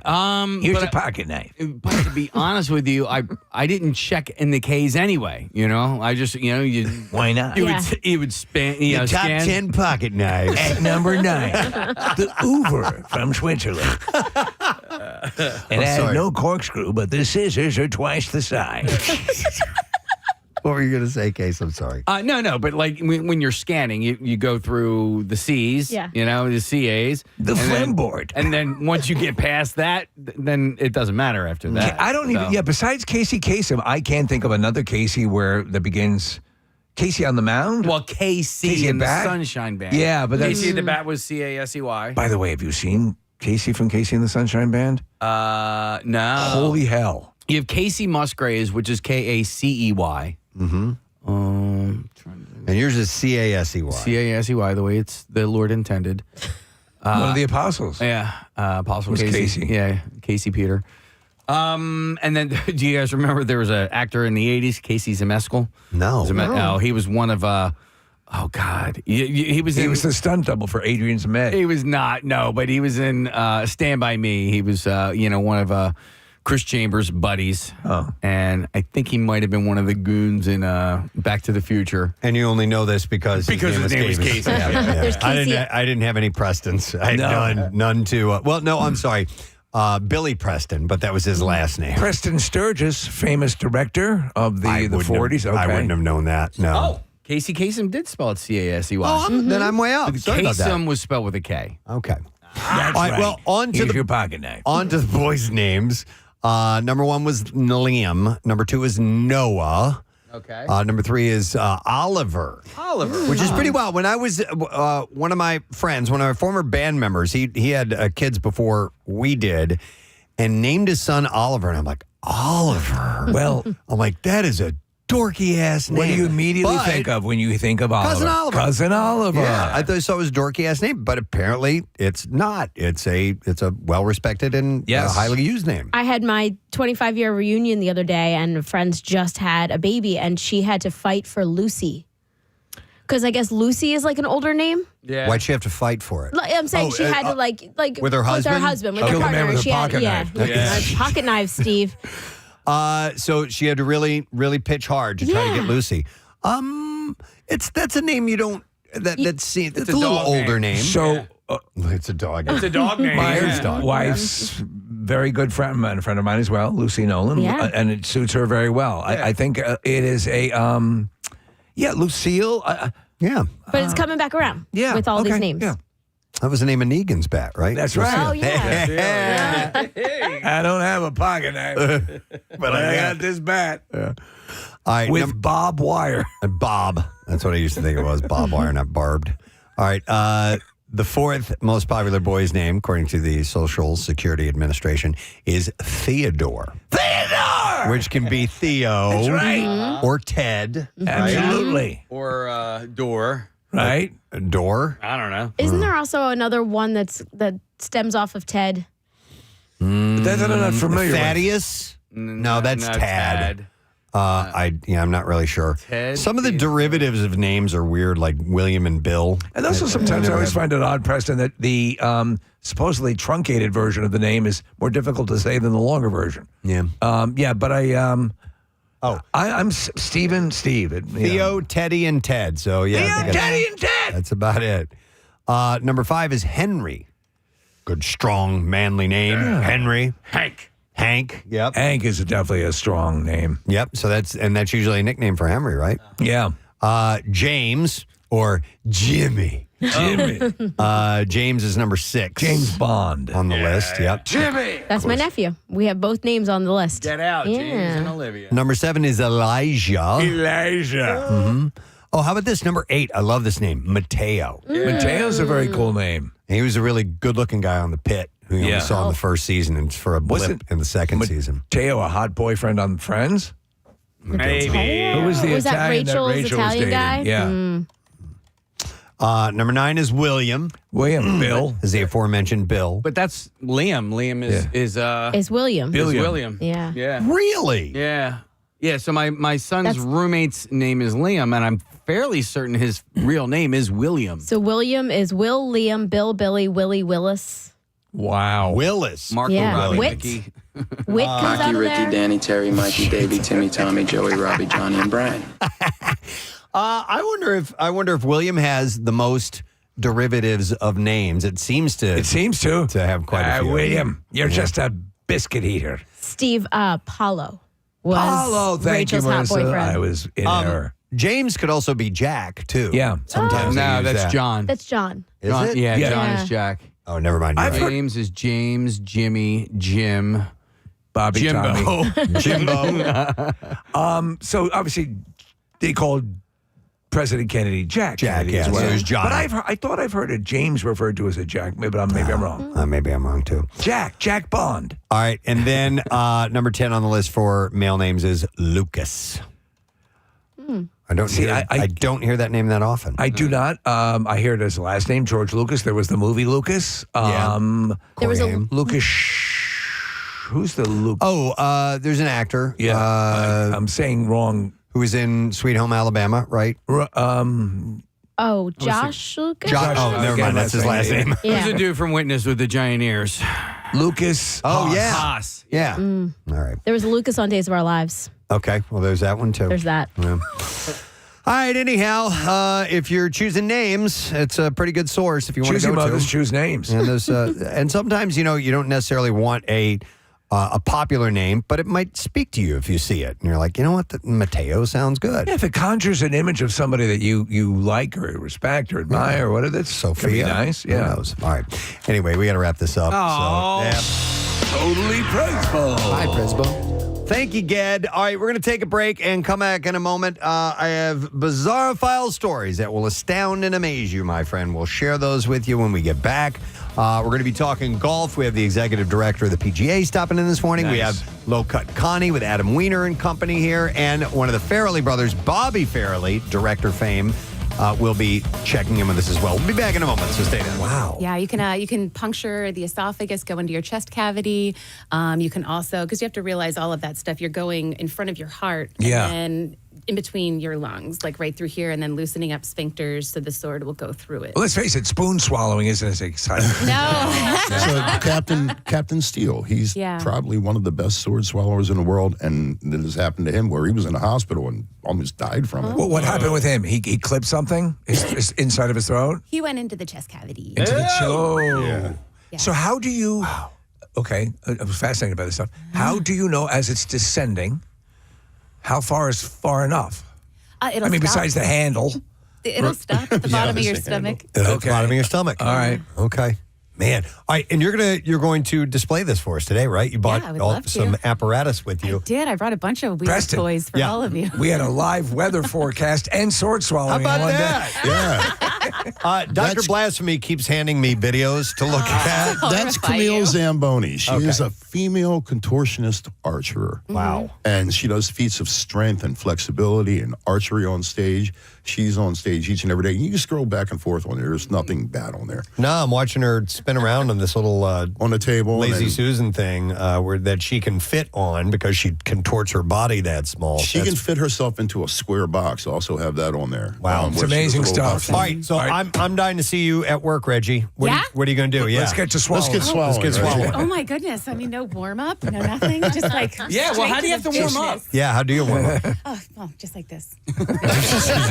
You kind of wiggle around. He's like Michelle Jennigy, you know. Yeah. Oh, yeah, do a little dance. So At if I that, swallow it over here and then bend towards you, do you want to pull it out? Hell no. Come on. All you have to do is just grab the handle. Steve will do it. Steve will do I'll it. do it. Yeah, Yeah. Steve will Grab do the it. handle My and pull gum it out. I want you straight all to out. think I'm classy. All right, so she's taking her gum out. Putting it on her water. Preston, if you swallow gum, it could be bad for you. Yeah, right. All right. If you're just tuning in, this is Reggie Bug Muncher, who's going to be at the Villain Arts 28th Annual Philadelphia Tattoo Arts Festival this weekend. Snow, it doesn't matter. They're doing it. Okay, so we're watching Reggie. She's at the other end of the studio. She's got about leaning a sword up, and she is opening her mouth and dropping it down. That's got to be at least 2.5 feet long. Oh my God. And now watch him pull it out. All right, now she's leaning forward, and Steve is going to remove it. I become king if this happens. That's right. All right, here comes the sword, and we have a new king. Jeez. That is awesome. Yeah, and she can do that with the smaller swords like this, the larger swords, multiple swords. Reggie. Oh, wait. What? Star Wars. What? Do you have a lightsaber? She's going to swallow a lightsaber. All right, I got you. All right, we need appropriate music for Are you going to withdraw it, Preston, or? I don't know. A long, long time ago. If she's in over a this city way. called Philadelphia, Reggie Bug Muncher was born. The anatomical All right, wonder. I'll do it. You can do that one. It's I'll not do as this bad. one. Okay. When it's dark, it's really cool because you can actually see it lighting up through my throat. That's what we're looking Well, Wait, hold let's on. lower the studio lights. Yeah, hold on. Do you guys know where the lights are over there? Ryan Shuttleworth, please kill all the lights that are down by the side. Oh, this is silver music. Marissa. Yeah, the one on top of me. Yeah, I'll turn off this light. Hang on, we got to see this. Reggie's got a red neon tube she's getting ready to swallow. and down it goes. And sure enough, I can see it glowing through the throat. Oh, my God. All the way down, past the Adam's apple. Dude. That's incredible. She's flipping off Dr. Blasphemy for whatever reason. It's a joke. Wow. There you go. That's crazy impressive. So I assume you've got that lit up, obviously. That could actually be more dangerous if that were to crack in your throat, right? Yes. Yeah. Yeah. I've never seen that lit up like that. You can clearly see the definition of your esophagus through your throat. So I had years ago, I had a condition called achalasia, and what they basically did is they took my esophagus. It was not assisting in swallowing. It's a common condition. A lot of people aren't really familiar with it. Not very common, but enough that enough people have it. So they basically, sutured it to the side of my throat. So I don't have it blocking. For people who have a feeling that they haven't always swallowed their food, this might be what they have. Yeah. So have you ever perforated your esophagus? Or how do you, people talk about not having a gag reflex. I assume you do not. I do. When I'm brushing my teeth, I still kind of get in there and... How are you swallowing a sword and Crest is taking you out? I think, the first people that were doing this thousands of years ago were like yogi masters. And I think a lot of it is knowing your body and being able to completely center yourself and concentrate on that. But whereas, when I wake up in the morning and I'm running late for work, I'm not centering anything. I'm like, Casey, get a rim shot ready. Yeah, okay. But even a yogi can make a boo-boo. Thank you. And you know what? It wasn't until just now that I noticed your shirt you're wearing is a centaur having sex with a woman on a horse. Oh, my God. That's a Troy Temple original design. Is it? Yes, Troy it is. that. Troy drew that. That's funny. It's like the centaur's going, yeah, I'll do it, but you got to get on a horse. I'm kind of at a loss for words here. Well, hey, she leaves everybody at a loss for words. Yeah. And you know what? Let's really freak them out, Reggie. Do something with your eyes. Oh my goodness. Right. There's A some real feat of strength? Oh. Yeah, sure. Okay. She's going to take fish hooks, put them in her eyes, and lift a fish bowl. Oh, my God. Wow. Yeah. But here's where it gets weird. Here's where it gets weird. She's doing this all before 10 a.m. I know. That's the roughest part. Yeah, there's an appropriate time for raising aquariums with fish hooks attached to your eyes. Hey, man, while she's setting up for this, real quickly, we're going to be open Friday from today, from 2 to 11, tomorrow, 11 to 11, and Sunday, regardless of the snow. So, by the way, Saturday is completely wide open clear. We've talked to it. The snow is going to kick in the early morning, but say, even regardless, you guys are right at the hotel there. Yeah. Come check you guys out. Yeah, I got a feeling we're going to get slammed Saturday with people. And you can always take the train in. Yeah. It's right there at the convention Stops center. right there at the convention center. Villainarts.com to get the tickets, by the way. All right, so Reggie's getting her apparatus out. She has these this always looks better in pearls, Preston. There's these pearl strings, and at the ends of them are fish hooks. And the tremble hooks. The There are triple 3 hooks. hooks. Oh, my For those God. of you who are not familiar with it. Dude, I'm not going to watch. I'm watching. All right, she's inserting. I'm watching. She's got one hook in her eye now. Take a peek at her. So I assume it's just a regular hook, not like a classic fishing hook has a barb, a separate barb. I assume you don't have that, right? No barbs. Okay. All right, this doesn't bother. I'll film this for you, Maria. You don't need to film it because then I All have right, to look she's at putting it. the hook in the second eye. As you can see it resting there on her lower eyelid. Here, Steve, you can. And now, if you're online, you can see great pictures. Can you come in a little closer? Yeah, guys, if you want to get a picture of this and maybe put a little Santa hat on it. Wow. That's very cool. So what does that do to your contacts? No, yeah. All right, now she's going to take these 2 tremble hooks, hook them to the carabiners on this fish bowl. You're like, well, why is the fish bowl heavy? It's filled with water. Oh, my God. So all that weight with just the eye hooks. Okay. Fish in it? No, there's no fish. Yeah, that would be cool. Put like a sockeye salmon in that. All right, here we go. All right. All right. 3, 2, 1. And look at the stretch. Dude. See it? And at home, right now, her eyelids are being stretched down. The She's lower swinging eyelids. it back and forth. Oh, that's even harder. She's swinging in circles. Reggie is insane. Reggie, you have to make that face your driver's license photo. Thank you for describing this, Dr. Blasphemy, because I'm literally not looking. I noticed you looking completely the other way. I can't do it. I'm actually. We're done. We're done. let me describe to you what I did see, okay? Because I'm looking at Ryan Shuttleworth. And the moment she hung that, Ryan started rubbing his arm like he was a junkie to compensate. I thought he was from Kensington. He had to do something to cope with that. You know, That's there too are much people- for me. It's funny, though, Preston. You talk about the very little specific things that people freak out on, right? So that people can be okay with a whole bunch of different things, like they'll watch Terrifier. Yeah. But when Art the Clown goes near someone's eye, oh, my God. So have you noticed that in the time you've been performing? The eye situation really, Right, yeah. because there's a bunch of tough guys that are always at my show and they're like, oh, there's a trick to that. Yeah. That's not real or this and that. But it doesn't matter whether they think it's real or not. By the time it gets to the eyes, they're really freaked out. So I assume you take all the proper precautions, but have there been any lingering issues with stuff you've done over the years?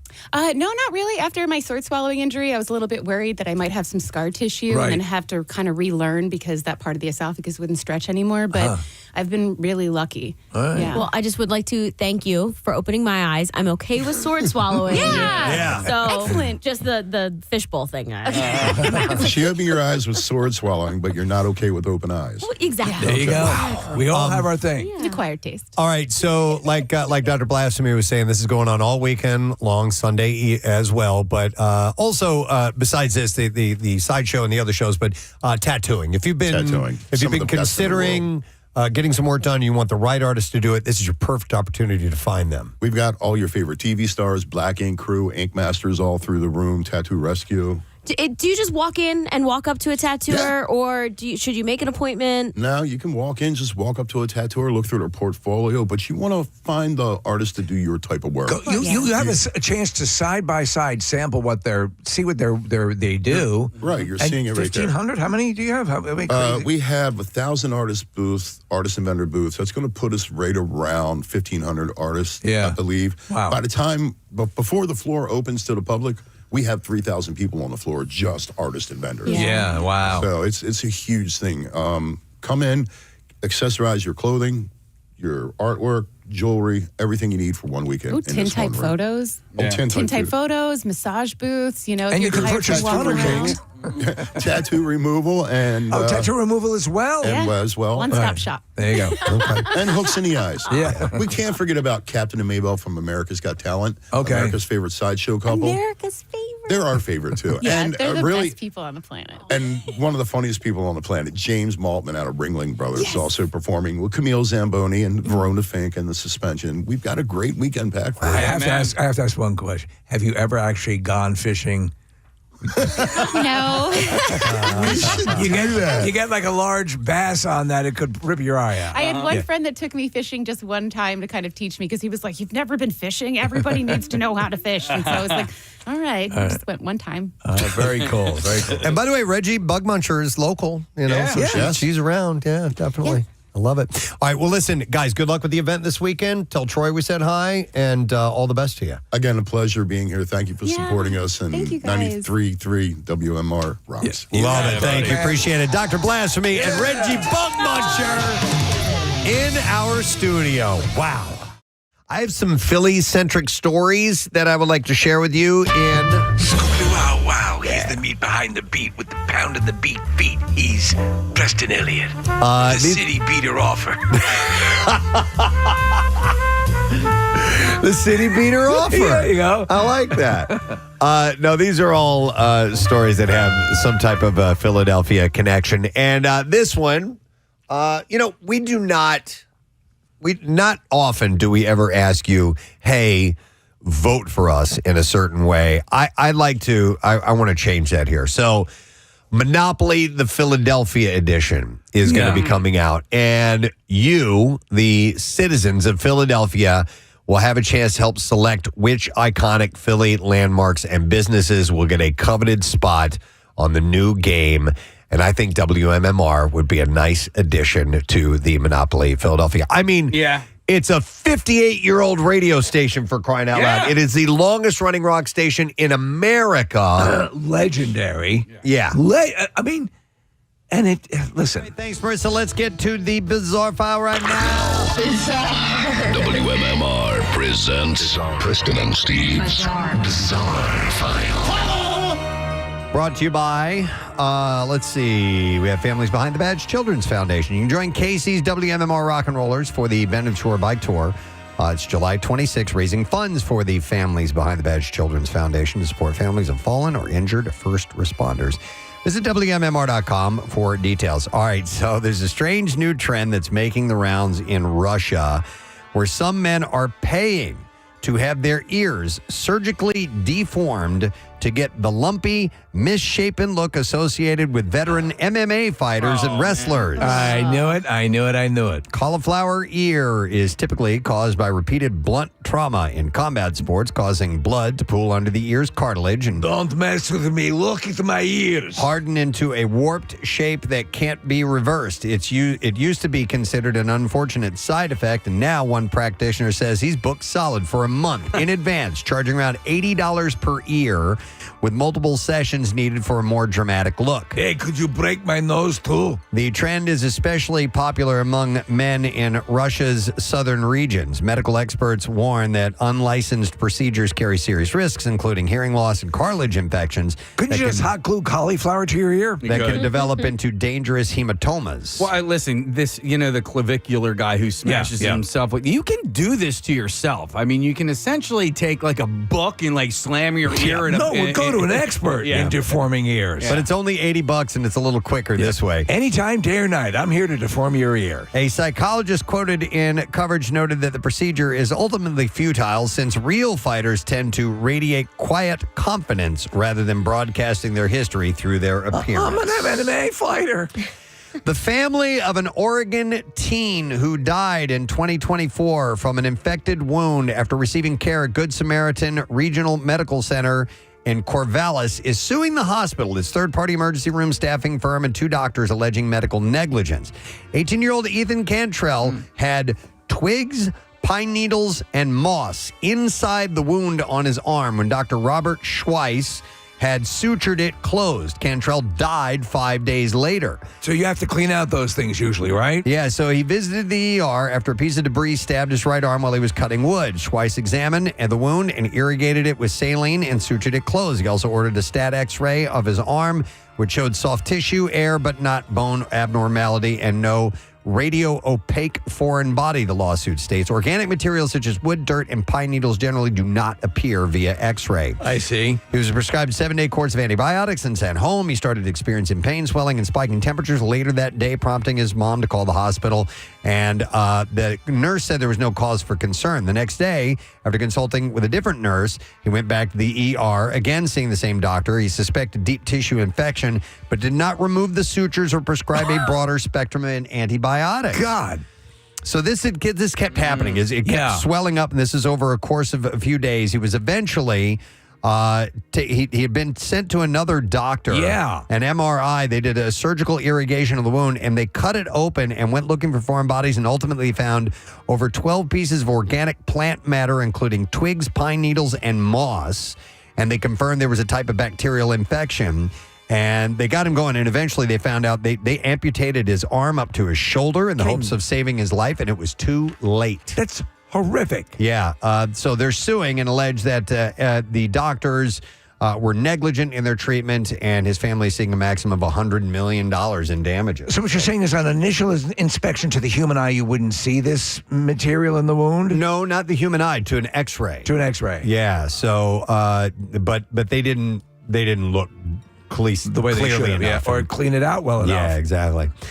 A man in his 60s is in stable condition in a Perth, Australia hospital after being bitten by a suspected freshwater crocodile in Western Australia's north on Friday evening. The man who was on a houseboat on Lake Argyle with a group was bitten while swimming at the Hicks Passage area of the lake. 3 other people were also bitten by the same crocodile while trying to help the man. He was flown to the hospital with non-life-threatening injuries. There's an interesting little kicker to this story, okay? So the incident did not deter more than 400 swimmers who plunged into the lake on Saturday as part of the sold-out Lake Argyle swim competition. Are you going in? A lot of people being bit by crocs today. Event manager Glenn... Yeah, I'm going to go in. Glenn Taylor said while the route was changed for safety reasons, no swimmers pulled out of the competition. Yeah, the wife is going in too. She's in the middle of a period. Oh, my God. A rep said we informed all the teams that they'd be going a different 20-kilometer course, not going near that area. Lake Argyle is home to about 35,000 freshwater crocodiles. Yeah, well, hemorrhoids are bleeding the voice on a rag, but we're both going in. Which are all less aggressive than their saltwater counterparts, but the species can still attack when provoked, with a family dog narrowly escaping an attack near the lake just last month.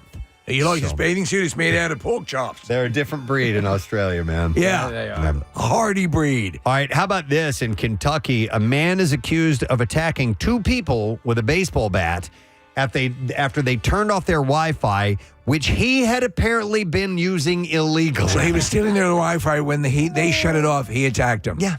Yep. The ball. Jonathan Gross had allegedly went to their apartment threatening to kill the pair if the internet didn't work by the time he got back to his room. Buy me Wi-Fi. One of the victims was able to get away from Gross during the assault and call authorities for help. Oddly enough, he had to go on to the Google and search for how do you treat a psychopath. Deputies found a woman sitting outside bleeding from her head when they arrived. Man. She told them Gross was in the bedroom inside the residence. Officials tried to get him to leave the bedroom several times before going inside and taking him into custody. He's charged with 2 counts of attempted murder over this thing and is being held on $1 million cash bond. Do you know his defense, though? He was streaming the Preston and Steve show. Well, maybe there's a gray area. You know. All right, and there you go. That's what I have in the bizarre file for you this morning. All right, we're going to take a break. We're going to come back in a moment. We're going to get our first of a series of guests on the program. If you're heading to the PGA Championship at Aronimink, you're definitely going to want to tune in for this, or you just have some questions about it. Tune in because we're going to come back with the executive director of the PGA. We'll be right back. Forget us. Yeah. It's a point of we're proud to work for WMMR. It is, you know what? Do it for Pierre. Do it for Pierre. That's what I think. Yeah, absolutely. Yeah. And do it for my love of Monopoly. The bespoke version of Hasbro's beloved board game will make its debut on store shelves this fall, but Philly residents have until the end of this month, it'll end on February 28th, to have a say in what places will be showcased on the board. Can somebody bring up a picture of what the regular Monopoly board looks like so I can kind of glance as to where WMMR would make the most sense? Oh, that's a good point. I would kind of think somewhere around, there's probably going to be a Rittenhouse Square, right? Like it would make sense if the 4 squares were maybe the 4 railroads.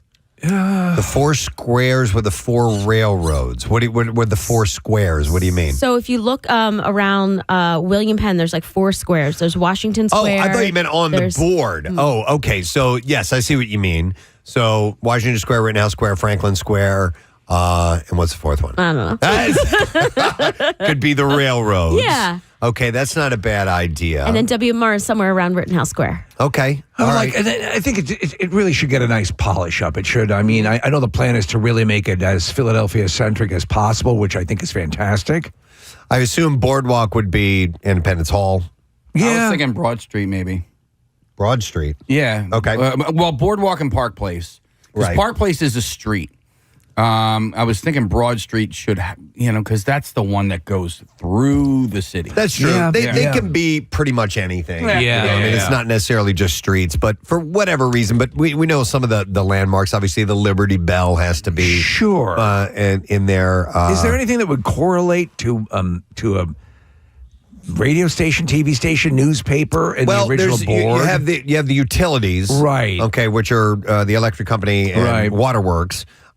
So maybe it falls under that umbrella. But I mean, in the past, you'd have to look at other custom-made ones, other city-centric ones. If you look at like I played the Simpsons one, and they took all sorts of liberties with what they put on the board. Sure, absolutely. It doesn't have to mimic exactly how Monopoly is laid out. Would you be happy if the MMR logo was a game piece that you played with?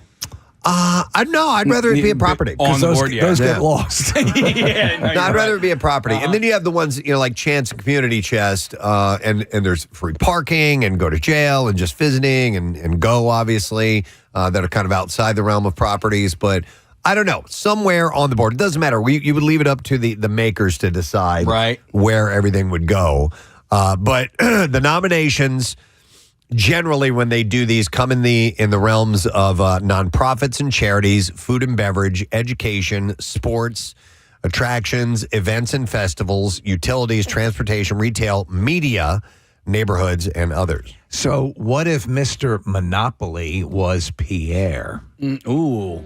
Oh, Mr. Rich Uncle Pennybags, I think is his name. Yeah. That's Pierre. Yeah, that'd be really cool. Absolutely. I don't know if that's up for... I know that's probably a long voting shot. or not. Yeah. But public submissions and business inquiries can be sent to us.toptrumps.com/Philly.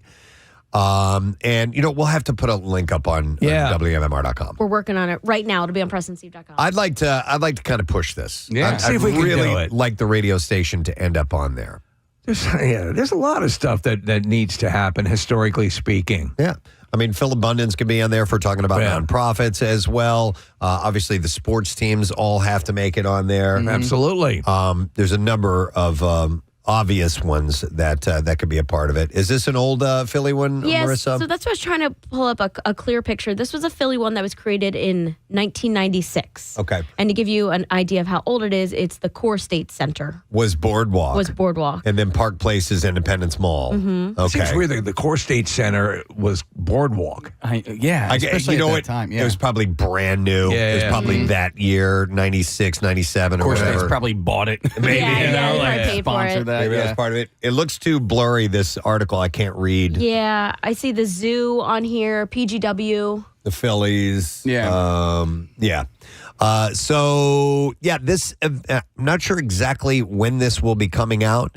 Later on this year, because it is this, sesquicentennial, bicentennial thing. It's a Sasquatchennial. I think you said fall, which surprised me that they would have such a quick turnaround to make it. Yeah. So by the end of this month, you can put the votes in. For the Sasquatchennial. That's a lot easier to say. Sasquatchennial. And people will know what you mean. You know? It's like that one time the guy called it a charcuterie board. And I was like, I know exactly what you mean. And put me down for 2. Yeah, exactly.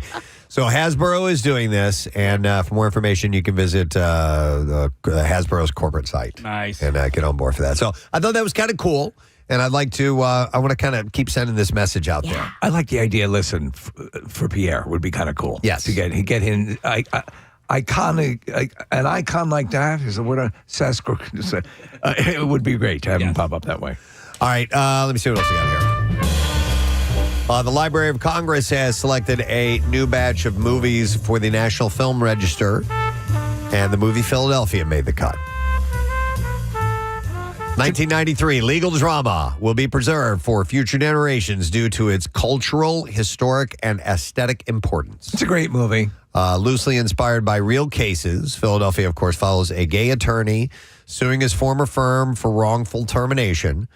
Those employers claim his performance was the problem. The lawyer, of course, played by Tom Hanks, believed that he was fired over his sexuality and AIDS diagnosis. His peers are initially reluctant to help, but a black personal injury lawyer played by Denzel Washington eventually takes his case. The movie was one of the first widely released films to address the AIDS crisis. It was filmed on location in the city, of course, and features Bruce Springsteen's Streets of Philadelphia. And both the song and Hanks won Oscars for their work. You know, it's another great song, Neil Young's song in that movie. Terrific, I don't know that one. Yeah, they played at the very end of the movie. Oh, it's so sad. They're showing the footage of him as a kid little on kid the on the beach. beach. It's just heart-wrenching. Rips your heart. Yeah. I would imagine that Rocky and Mannequin are already in there. Well, Mannequin? Yeah, definitely Mannequin. And then also Trading Places, right? And then the trash kicking, field goal kicking. Well, that was the first one to go in. Yeah, these old don't have to be from Philadelphia. Steve, I think wasn't that one of Antonio Banderas' first movie? And he was he was not speaking much English at the time. No, he had a very, very thick accent. Right. I remember you had seen him before. Remember in Truth or Dare, Madonna wanted to meet Antonio Banderas. No. Oh, she had a big crush on him. Oh, I did not know. Yeah. And that was after Philadelphia? Before. It was before. I believe it was Truth before. or Dare came out before? I believe it was before. Yeah, Truth or Dare came out in like 92 or something like that. Oh, okay. Antonio. You don't look so good, baby. Yeah. He says that at the end. Philadelphia is one of 25 new additions to the National Film Registry, which selects works on preservation each year for preservation. The Library of Congress also picked High Society, starring East Falls native Grace Kelly. Another Philadelphia base. It'd be it was remade, obviously. And I'm having a brain fart on the title, and Philadelphia's in the title. Philadelphia Story. There we go. Yeah, so the 1956 musical marked the actress's farewell to Hollywood. Actually, High Society was a remake of the Philadelphia Story. Okay. Yes. The Prince of Monaco, 3 months before the movie's release, she married him and sent her off into royalty. Isn't the Core State Center named after Grace Kelly? Yes. Yes. Her last name was Core States initially. So the local connections don't end there. High Society, as Steve was saying, is a song and dance remake of the comedy The Philadelphia Story. In other new additions, they include The Karate Kid, Inception, The Thing, and Clueless. Mr. Miyagi is from Philadelphia in that movie. Wow. Turner Classic Movies will screen some of the films in a television special, which is coming out on March 19th. You know what else made it into the National Registry? The Thing, John Carpenter's The Thing. Yeah, I just said that, yeah. Along with Clueless and and Inception as well. With the latest entries, the National Film Registry now lists 925 American movies. It is accepting public nominations for next year's picks right now through August 15th. So Craig Legons is such a wealth of pop culture knowledge. He said John Leguizamo turned down the Antonio Banderas role to do Super Mario Brothers. Oh, my God. that was a good movie. You liked it? I was 12. I was 10 when it came out. Yeah. I was saying, I never saw it. It got panned so bad. It was fine. It was good. It was Bob Hoskins, right? Yeah, he was the lead. He played Mario. Yeah. Right? It had that dark, gritty, like Teenage Mutant Ninja Turtles underground Philadelphia vibe. vibe. Yeah, Philadelphia. AIDS is all throughout the story. He had AIDS. That's why Princess Peach You was don't in look the so tower. good, Mario. So yes, the film Philadelphia. Before I moved here, so I moved here 30 years ago, and when I told my friends that I was leaving town, we got together and we watched the movie Philadelphia. Yeah. Well, I was going to watch it. I'm like, you guys want to come over? I'm like, I need to find out more about this city. And so I watched Philadelphia. I had already seen it. It wasn't like that was the first time I'd seen it. I'm like, let me just get the lay of the land. Jonathan Demme, the director on that?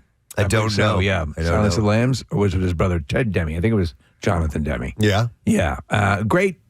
I enjoyed it. I mean, there's Tom Hanks won an Oscar for it. Denzel is amazing in it. Yes, I agree. 100%. I watched it recently and how much the city has changed since the opening scene. Because it's an almost 4-minute opening scene where they just tour through the city. And you just see these storefronts. It's pretty wild. It's like Steve said, when you go back and you watch the original Rocky, and you're like, where are the buildings? Yeah. Like they're gone. There's no skyline. Yeah, none at all. Yeah. All right, so let me get another City Beat story for you. I saw this. I thought this was kind of interesting. The Naked Comedy Show, celebrating 1 year of sold-out performances in Philadelphia with 2 special shows coming up for Valentine's Day, February 14th at the Velvet Whip. I'm unfamiliar with the Naked Comedy Show. Never heard of it. In Center City. So it's a stand-up series, debuted in March of last year, March 1st, and it is sold out every month since. The show runs monthly in New York City and recently expanded to Los Angeles. And as the name suggests, performers take the stage, sans clothing, completely naked. What I do enjoy is the Naked Please Touch Museum. Oh, my God. That is wild. Yeah. Go ahead, touch it. The Please Yank You Museum. Okay, so just a Thank you, Marissa. So the practice rounds have begun at the PGA Championship at Ronnemet Golf Club that happened yesterday. They're going on today. Tournament starts on Thursday. It's 4 days. People coming from around the world for this event. It's a major championship. It's one of the 4 that happens a year, moves around all over the place. It's one of those that you never know when or where it's going to pop up. And it's a big, big deal. Yeah, and I noticed that there's a whole bunch of people who I would not associate with an adoration for golf talking about it and excited about the tournament. So it's pretty cool. I'm excited. And we happen to have the executive director of the PGA for Philadelphia in our studio, Mr. Geoff Surrette. Is here. Good What's morning. up, Jeff? How you doing, man? Good to see you, brother. We go a ways back. Jeff has been on our show a few times. And real quick, Jeff, you've explained to me one time how big the Philadelphia PGA territory is. It's one of the largest in the country, isn't it? So we're about 10th in size. So we cover 10th in size, okay. Eastern PA, Harrisburg State College, everything east, Trenton, South, and Jersey, and all of Delaware. So in that footprint, we have 1,000 PGA members and associates, and we're the local managing office for the PGA of America here in our area. You know, so even with my basic knowledge but interest in this, it is Preston has always raved about the courses in the area. People that we had, celebrities who would come in who are golf aficionados, would rave about the courses in the area, and yet even I could say and see, well, why doesn't it seem to get the due respect for what it is in the sport? And it seems that's changing now. Well, I think everybody knows what Northeast golf is all about. You know, we have a ton of history here. Arguably, we have a collection of some of the best golf courses in the world, not just in the state. Here in our area, we're super lucky. The golf IQ here in the Philadelphia and Pennsylvania area is super high. So I would say in the golf world, the folks that are in the golf world understand, you know, what we have here in the area for sure. Yeah, you may not be aware that we have a collection of some of the best golf courses in the world, which is so cool. It's crazy between Pine Valley and Marion that you had mentioned, but there's just like I'm playing Philadelphia Cricket Club today. One of the best. It's the oldest golf club or country club in the country. Right. There's AC Country Club. There's the Applebrook and Rolling Green and obviously Aronimink. And Aronimink. And there's just course after course after course after course. So it's just a great destination for golfers. But the best in the world are coming here. They've started to arrive. Do you know who's in town yet? Who are some of the big names? I haven't seen a ton of folks, but we were down there yesterday. So this week, we manage as the section. We help manage part of the event. So we have the PGA Member Center. We help manage the range, the short game area. We just had our PGA Hope Veterans event the last 3 days at Chester Valley. So our team's really been working for the last 2 years with the championship team to help do our part, you know, for the championship. So I want to see yesterday on the range. Padraig Harrington was firing golf balls into the woods, and Victor Hovland and Shane Lowry were out there. So it's you know, if you're a golf fan, you can certainly fanboy. Oh yeah, even if you're not, there are names that you've heard countless 100%. times. Scotty Scheffler, Rory McIlroy. Yeah, the big ones are going to arrive soon. Jordan so those Spieth. are to the biggest. Yeah, a couple of them played this past weekend at the Truist, so they're traveling in. You know, and how many years since the last time Aronimink was in a tournament of this level? So the dates for Aronimink, so they hosted the 62 PGA. 62. They hosted the 2003 Senior PGA. They hosted the 2020 KPMG Women's PGA, which was right out of COVID, no spectators. Yeah. So that's kind of their lineage for as far as PGA championships. And the last major in this area was U.S. Open in 2013, right? No, actually, Lancaster Country Club hosted the women's. Two years ago. I'm just talking about this general, correct. you know, Philadelphia region. Yeah. Can you tell us about Braden Shattuck? Yeah. Who is he is at Rolling Green and he qualified. Yeah, so this week. Braden's amazing. So at PGA of America, we have 30,000 members. Through qualifying, each section runs a qualifier, generally with our section championships.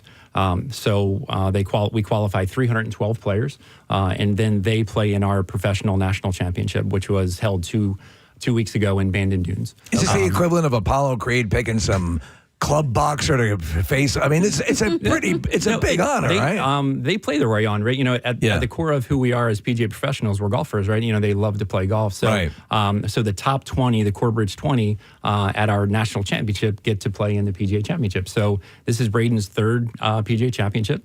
He's played. He was a low PGA professional at Valhalla. And he played at Oak Hill as well. So this is his third PGA Championship. So to explain, Steve, like these guys, like Braden, I'm sorry, if you go and you're a good golfer, they'll kick your ass. They will absolutely kick your ass. Right. But when you get to the elite level, those guys are just at another crazy level. It doesn't mean that Braden won't go and give, and who knows, may win. I don't know. You never know. You just have to have an amazing 4 days in a row. But I've talked to a couple of pros who have been in the U.S. Open here, and I was asking specifically Dave McNabb over at Applebrook because he's been in the Open like 3 times. He's played the PGA a couple He's times. played too. PGA, and I asked him, how far he made it, and wasn't making it past the cut. And I said, was that because of how you were playing, or was it because how these other guys were playing? And he just said to me, he goes, man, they hit it so damn far. Like you just can't believe how far these elite players are above everybody else. And these guys are amazing golfers that I'm talking about. But it's a whole other level. It's just another level. Well, I want to ask him, he's from this area. I'm sure he's played this course before. He's the pro over at Rolling Green. But these guys, they do their practice rounds. The caddies, they know the course. But do you think he knows the course better than everybody else? Well, he certainly has a better familiarity with it for sure. Yeah. He's played it more times. Cool fact about Braden, you're talking about the levels. Braden led the field in putting at Valhalla. Oh, no kidding. The entire field in putting at Valhalla, which is super cool. But, this week he also did a clinic for his members, I think yesterday or the day before, right? Okay. And then, hop back out to Aronimink to play a practice round and play against the best players in the world. So, so that's what we do as PGA professionals, right? We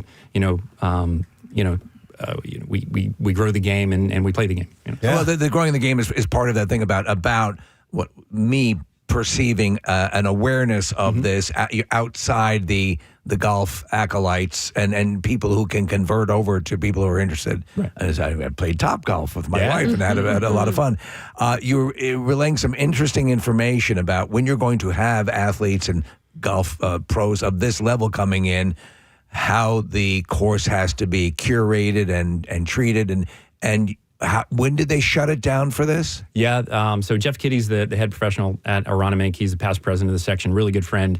But the club itself decided to close the golf course at the end of October last year. I think they had their last round maybe been the first week of November. I don't think to wrap your mind around that. Yeah. I mean, since and obviously you're going through the winter and stuff like that, but still, I think the club a little bit lucky because of the winter we had. It was covered in snow. They weren't going to really play a whole lot of golf, but now it's kind of become a little bit of a tradition for these clubs that host championships is to shut the golf course down. As we were talking about a little bit earlier, it is a little bit different now with the PGA Championship being in May. It used to be in August, but now with it being in May and you get to some of these northern golf courses, the weather, you don't necessarily know what you're going to get. Do the players tend to, or is there any consensus? Do the players tend to favor an earlier tournament? Or, I mean, obviously you're dealing with dog days in August, and later in the summer. Yeah, so is there anything that affects the play with the temperature? Well, I'm sure that, with how the golf ball travels for sure, your stamina for sure, what is in August and it was 100 degrees, right? Walking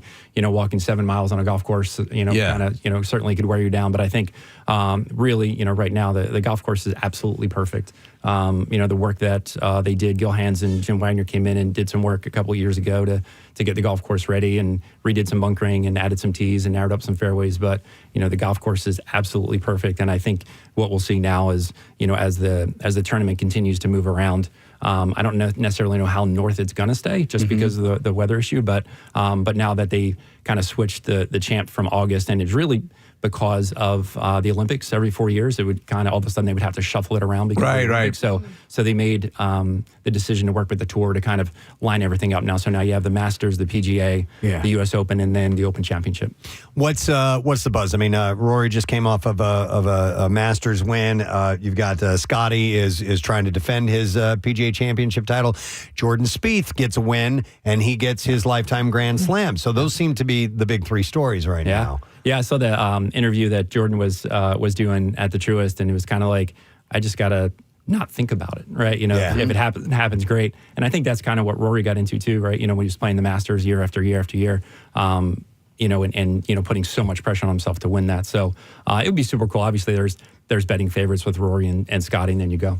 I'm pulling for Justin Rose. I mean, he's won here before. He's an extremely likable guy, and he's won at Aronimink before too, hasn't he? At AT&T, or he did, and then he what's its face? He was second in the Masters, the last two Masters. Yeah. So and he won at Marion. So yep. So anybody who is lucky enough to have tickets to this weekend or maybe one of the practice rounds, do you have any tips for them?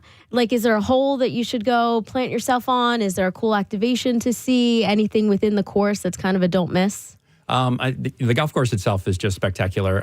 You must go out and kiss it when you go by there. I mean, to have something steal some divots, put them on your lawn, right? Stuff like that. Something as pristine as it currently is. I mean, it's for you, obsessed. It's got to be. Oh my God. Yeah, it's super cool. So they did a ton of work over the years, and they've removed a lot of trees. So when you get up to the top there, where 7 green, 8 tee, you can see almost the whole golf course. Yep. So 10, 11, 16, 17. So up on the hill there by 8T, the par 3 is a great spot. Up on the top, by 18 green, 1T, 10T, you can see a ton of the golf course as well. And then you get back into the corner. When you go and you're an observer, what do you like to do? Do you like to park yourself at a green and stay in one place and watch the approaches come in and the putting, or do you like to wander around a little bit and catch this and that? For me, as a golf geek, I actually love to hang out at the range and just watch them hit golf balls, which is really cool. But if you're a fanboy and you have a person you want to follow, you'll see the crowds build like the Rory crowd. But I think the best thing, one of the coolest things is find a really cool venue when you can, see somebody putt, see somebody drive, see somebody hit. So find a really great viewing spot there. Marissa and I were at Wilmington Country Club. We went down for I think it was the BMW event, and we followed Rory around for a little bit. It's pretty cool. You can get very close to these guys. That's the interesting thing. It depends on what day and what's going on. Sunday, a little bit difficult to get really up close, but if you're there, you can be standing like between where Casey and I are to Scott Scheffler. Is it hard not to yelp with glee when you see somebody you've been passionately following that close, doing what they do? I said a couple things. I said something to Jason Day. I was like, nice putt. I said, like a golfer thing. Although Ernie Els, I was at Marion and I went to that and he hit a drive. It looked good to me, but it was a blind shot. And I go, oh, nice drive. And he turned around and he goes, no, it wasn't. No. I was like, I think I'm going to shut up now. Yes, it was. Yes, huh? Hey, I'm going to say this now, and I'm going to say this for the rest of the week. If you are at a tee box and the person tees off, I want you to yell Gadzooks. Oh. Yeah. Obviously, after they hit, I want to hear Gadzooks all weekend long. Or taste the biscuit. Taste the biscuit. Oh, you can sing it. Taste the biscuit. Yes. If you can get everyone at the tee to dance to this. I was paying attention this morning. No, I mean, Gadzooks works, right? Yeah. Yeah. That's a good one. I'm curious as to, because something of this level, can you give us a guesstimate of the additional revenue that having something like this coming into the area brings to the area? Yeah, the scheduled economic impact is about $125 million. So they're going to see about 200,000 spectators come through the champ this week. I mean, that's 3,200 volunteers and jobs, money, people, hotels, everything. Yeah, you had mentioned about around the world. I mean, it's broadcast in 180 plus countries, so it is a big, big deal. Yeah. Hey, Geoff, somebody had an interesting question. I never really thought about this. After a major tournament like this, how much work, how beat up does the course get from all those people walking all over the place? Because the superintendent and his staff has got a lot of work to do after this. John Gosling and the agronomy team there at Agronomic is fantastic. But generally in the contracts that clubs have with major tournaments, there's a clause in there that the golf course has to be reverted back to its prior condition. And I think Jeff Kitty was telling me there's a phrase of normal tournament wear, something like that. There's some phrasing there, but there is a piece in there where the organization, so the PGA of America, will help restore Agronomic to what it was before they got there. Okay, as far as the tournament wear. All right, couple of questions about conduct. Is there a dress code or anything like that? If you're an observer, for the weather. Just dress for the weather. Oh, okay. Preston, you dress like you're about to play. I White belt, golf shoes. That's totally all right there. Yeah, that'll be me. Weather-wise, it's gorgeous. You think about when the U.S. Open came through Marion and the weather was horrible. Yeah, horrible, horrendous. Yeah, and listen, you get what you get, and you don't get upset. But the weather listen, Thursday I think is going to be the worst of it. Just kind of like looking ahead, like Sunday's going to be almost 90. I think I Yep. saw 85, 90. Wow. Yeah. Wow. And what was the other question? So there's parking off site. You have to take shuttles and things like that. And also another question. So I would imagine, can you go to a PGA website to get the information? Yeah. Okay. So you can just go to, I believe it's pga.org or pgachampionship.com. You can find it as well. And is there, I have no idea if you have this or not, is there an app that someone can use while they're there to There get is. like Yeah, score PGA updates? Championship. Mhm. Okay, Yeah. score updates, and that way you can find out where the players Yeah, the are player while you're locator. there. Yeah, all that good stuff. Yeah. Okay, that's what I need to do. I got to get that for sure. Plus, you have myself. You can just text me. I'll just text Jeff. I've decided I'm going to go. You are. I told you You guys I wasn't going to go. I'm going to go on Friday for a little while, yes, and go walk the grounds and check it out. So yeah. I'm going to go on Sunday. Are you? Yeah, Jeff's going to give me tickets right now.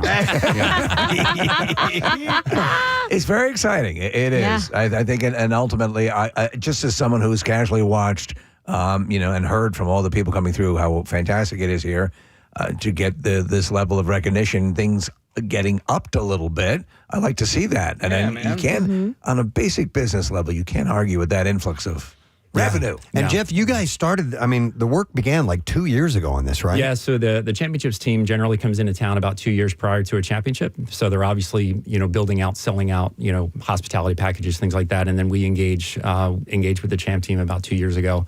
Wonderful people to work with. It started with Ryan Ogle, who's the tournament director, Lauren Fells, and the entire team's there. And then Jack Ansley came in. Ryan actually took a new position down at Churchill Downs and left, but then Jack Ansley came in, and Jackie was the tournament director for the KPMG in 2020 at Aroniming, and they're all just rock stars to work with, and we've been, really working with them. Any chances we'll see horses at Aroniming? I know. How's the merch looking? Is there some pretty cool stuff? Merch is dope, man. It's really cool. There's some really awesome head cover. They have a lot of Philly vibe to it. There's a head cover there with the Declaration of Independence on it, and then obviously, the soft pretzels and cheesesteaks, all that. I like the stuff. Go Birdies. Yes, there's a really cool one. Yeah. Absolutely. Yep. I'm sure we'll hear a lot of Go Birds on the telecast for sure.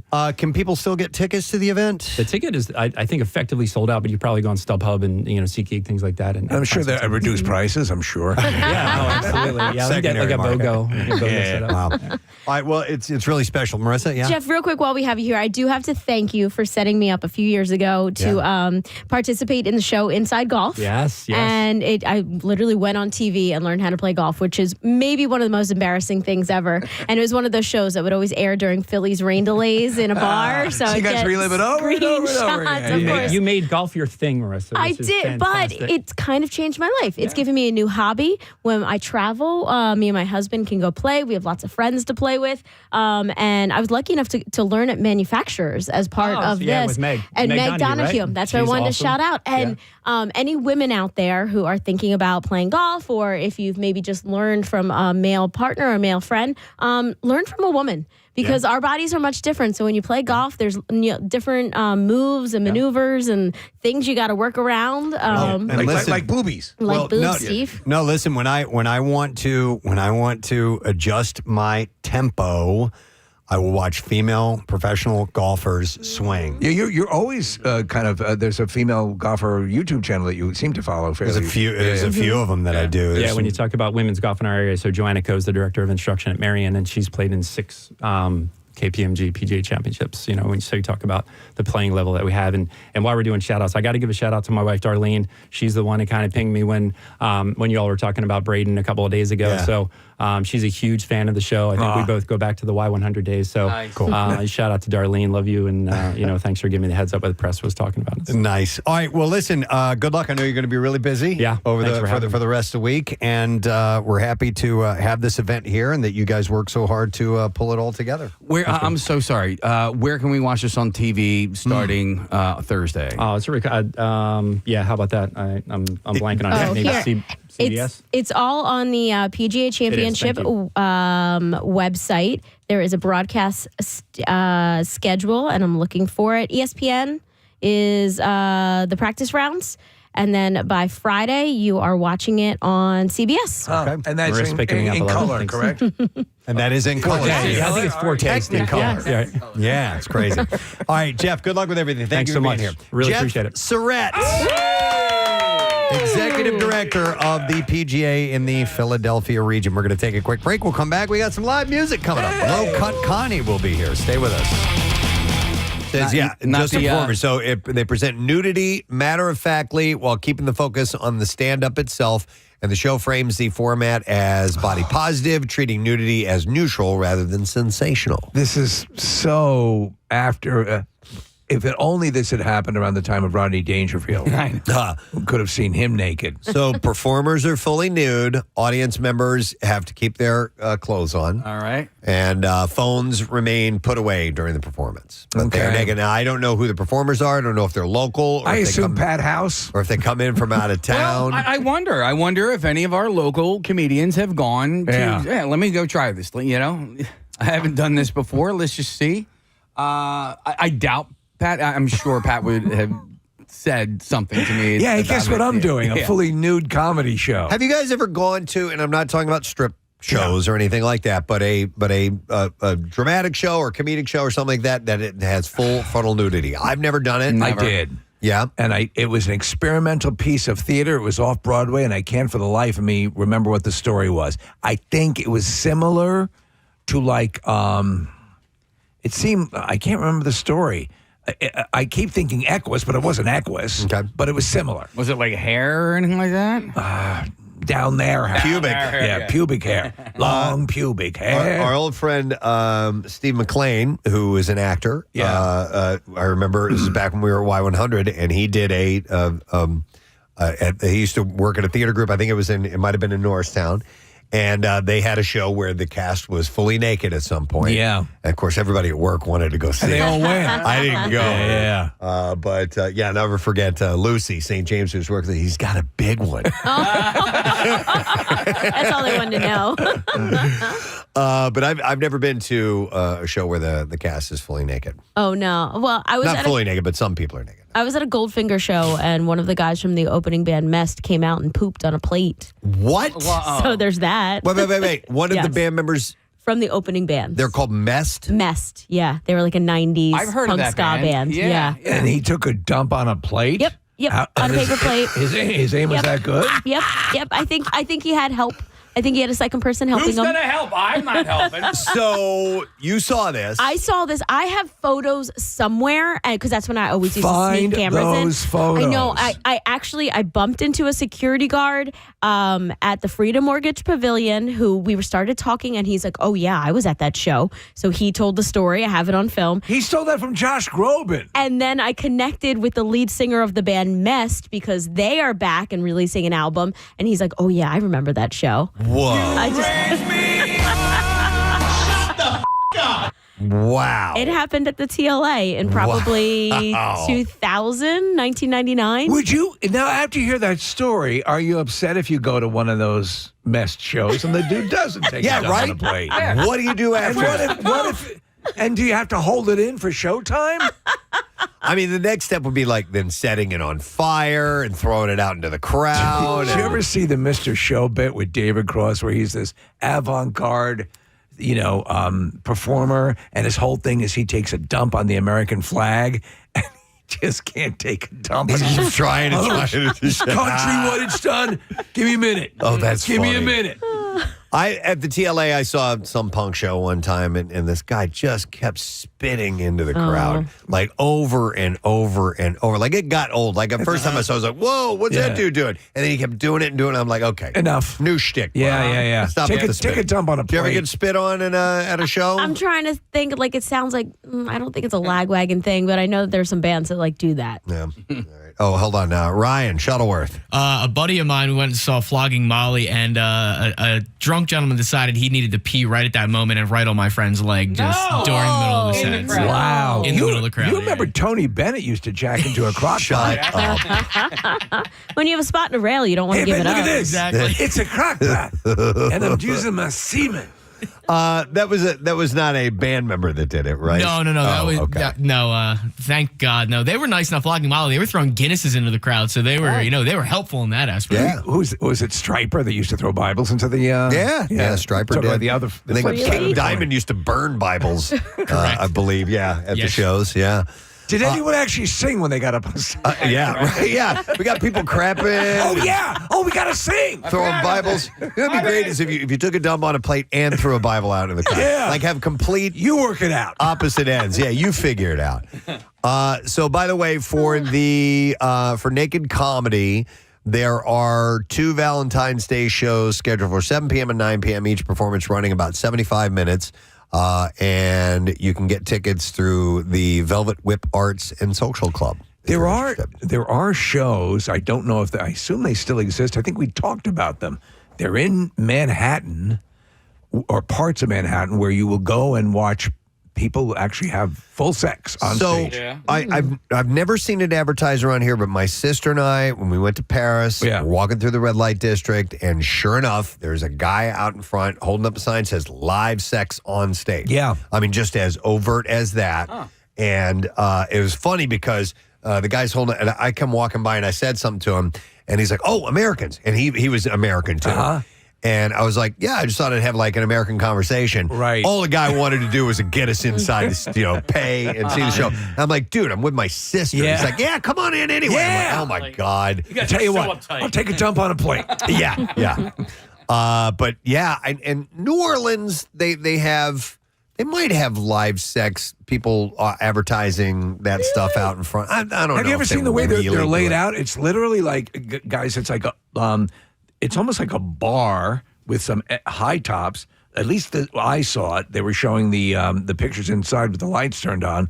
And the middle section is just like your bedroom, Preston, a room made entirely out of a bed. Yeah. And that's where they do the fornicating. Oh, wow. There is a bar in New Orleans where all of the bartenders are topless.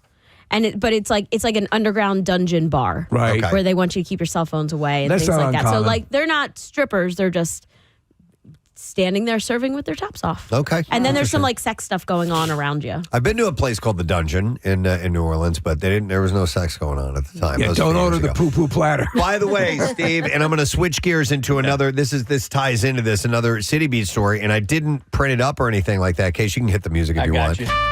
But is there any truth? Yeah, you sent a text. Oh, is Lou Turks changing? That's what I saw, and I didn't know if they were changing the name.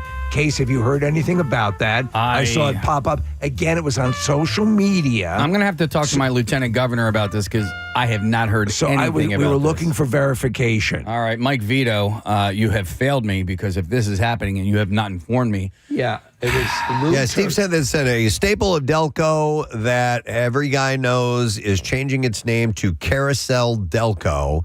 It's been around since the mid-'70s. Not sure if there is new ownership or what. However, regardless of any name change, it will always be known as Lou Turks and as hashtag Delco. Okay, here's something up on the TV here that monitor? The guys called up, Preston. It looks like it's from their official Instagram page, too. All right, Delco Icon introduces the new name Carousel Delco. It says, today marks an exciting new chapter as Lou Turks officially becomes the Carousel Delco, the new name of Delco, historic gentlemen's club and longtime local staple. The transition comes alongside recent renovations, upgraded, and new amenities, menu enhancements, and new management, all designed to elevate the guest experience while honoring our roots. Oh, they better have a carousel.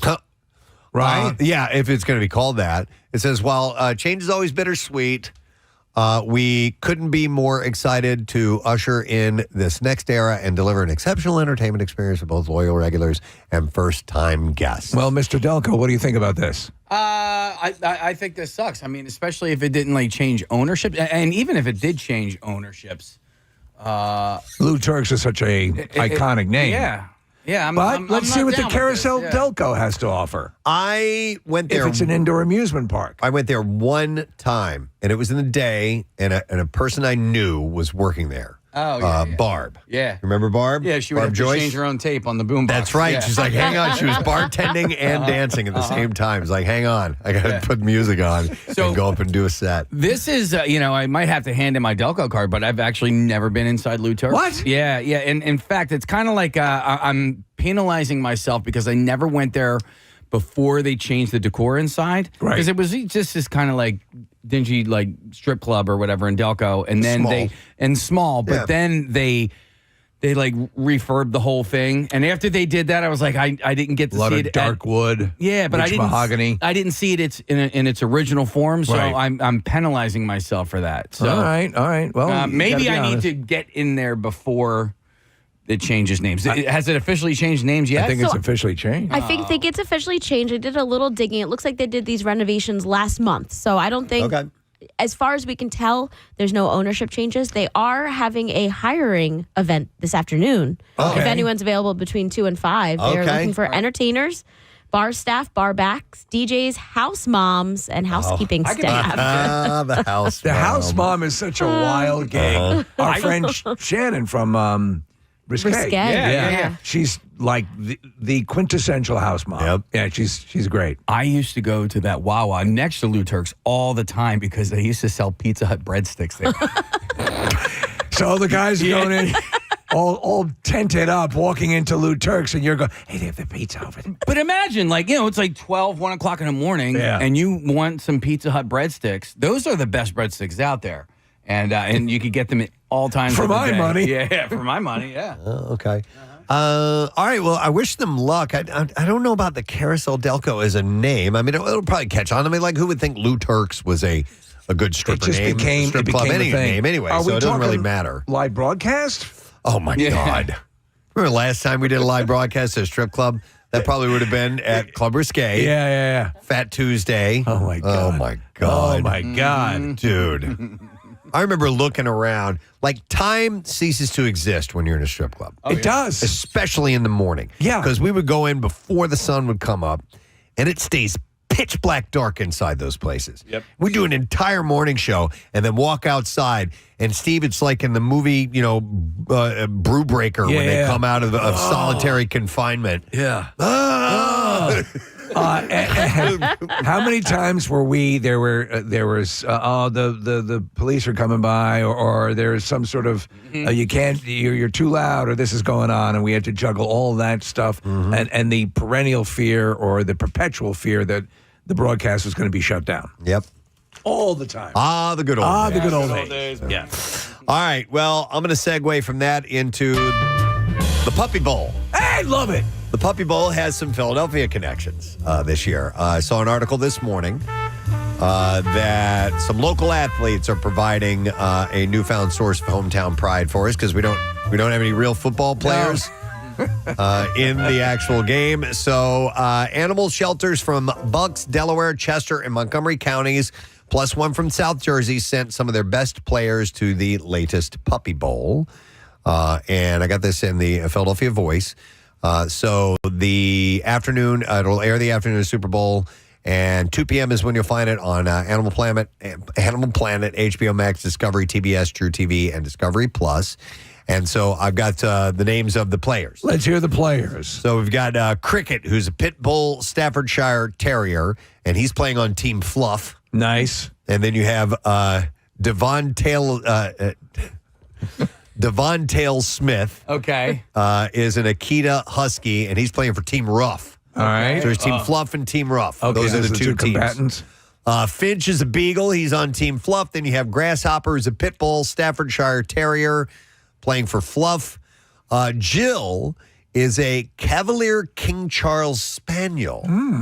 And Team Fluff. I love Spaniels. We had a Cocker Spaniel when I was a kid. Just the cutest dogs. Especially when they're puppies, man. Lynn is an unknown breed and plays for Ruff. Oscar is a mini poodle who plays for Ruff. Shirley is an unknown breed and plays for Ruff. And then the last player from our area is Teddy, an Akita Husky mix. Marissa's in love. Playing for Team Fluff.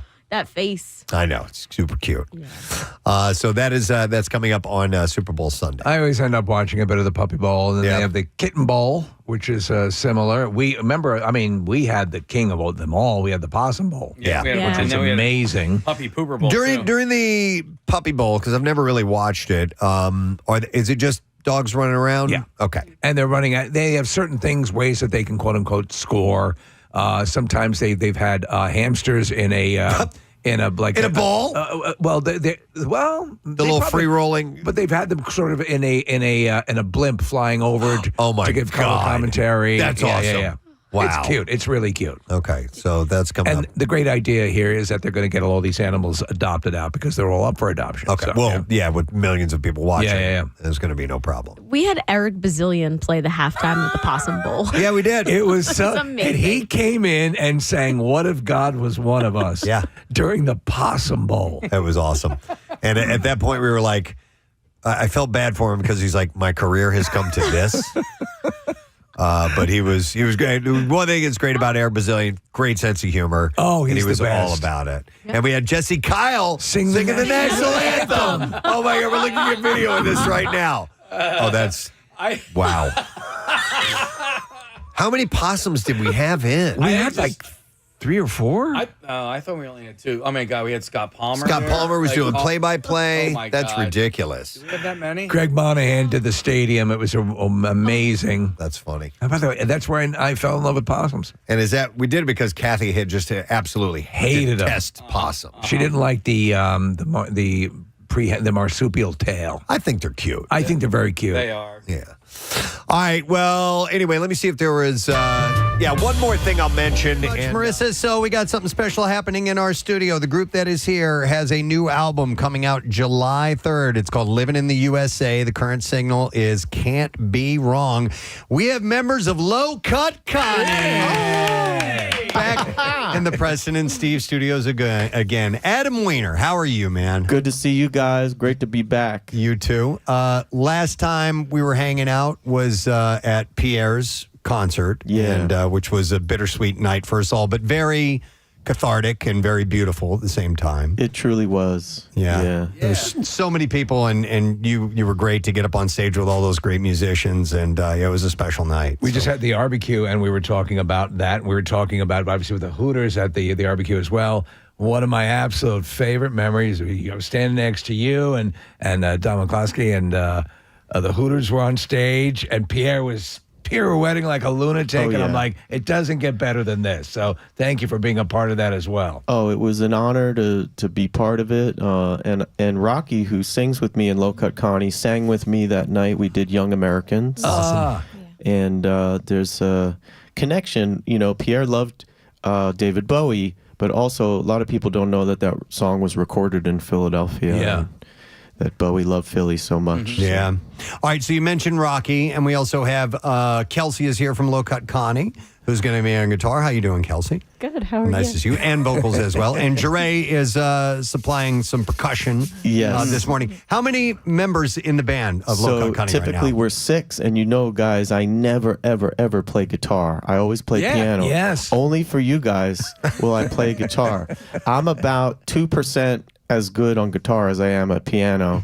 So this is going to be an adventure today. You brought a guitar here one time and played I did. for us, yeah. But I'm like first grade level good on the guitar. So You have the little workbook that the chords and everything. Exactly. Yeah, right. Do you get nervous playing guitar? No. Okay. All right. No, it's my side piece. It's like I'm on vacation. It's Right. Yeah. So I had mentioned there's a whole album coming out on July 3rd. This is all recorded and ready to go? Oh yeah, we've got a few songs already out, and just this past week we put out this new song, Can't Be Wrong, and it's already just in the first week getting played on a lot of radio stations, and people really reacted to this song when we put it out. I think because, you know, it's a fun song, and there's so much to be depressed about in the world.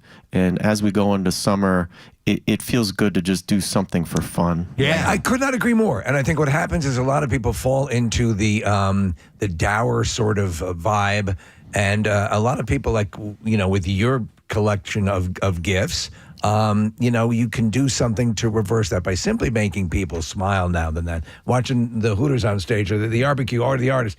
Alice freaking Cooper. Yeah, that was awesome. And everyone's just enjoying it. And so when you have that gift in your skill set, to share it this way and take people's minds off things is wonderful. So thank you for doing that.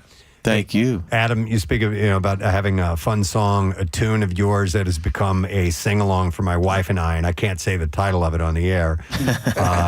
Starts with a word that starts with SH, S, shower and shave. Yeah. That's kind of become our fun little car sing-along tune. I love it. Well, you could play it bleeped on the air, but every word would be bleeped. I know. But thank you for doing that. I love that that's a romantic song for you and your wife. We look lovingly, and I'm learning a lot about about you right now. Hey, when you're married for a certain amount of time, you've done all those things in front of your significant other. Yeah. It just happens. Yeah. And often for payment. So.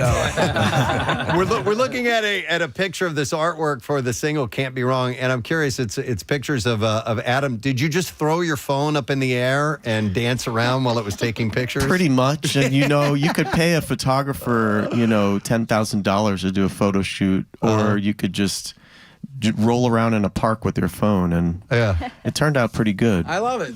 And it has a retro look to it. And I was reading about the video, which was inspired by a David Lynch kind of approach. Yes. A massive David Lynch fan. A lot of people don't know that Eraserhead was inspired By Philadelphia. Yeah. His time, and I think he said something like, Philadelphia is the most horrible, wonderful place I've ever been. Yeah. I mean, and that informed a lot of his filmmaking from there on forward. So you think you tapped into that Lynch? Yes, I love David Lynch. And there's something about his filmmaking and his imagery that it's like bucolic and kind of all American, but also creepy at the same time. Exactly. So you have the guy who had the emotional import of the Elephant Man, that movie, with Eraserhead. Mm-hmm. Like both those people existed in the same one person. It's amazing. Yes, and when he called, he made a lot of horror films, and when he called Philly horrible, he meant that as a compliment. Right. Like, it's the least boring place. Yeah. It's like John Waters calling you weird as a compliment. Yes, exactly. Did you have a hand in directing the video? I just starred in it with Rocky. Okay. We went to a place in Philly called Ortlieb's, a little club that has a checkerboard floor, which reminded me of Twin Peaks. Nice. And we just got weird for a few hours, right, Rocky?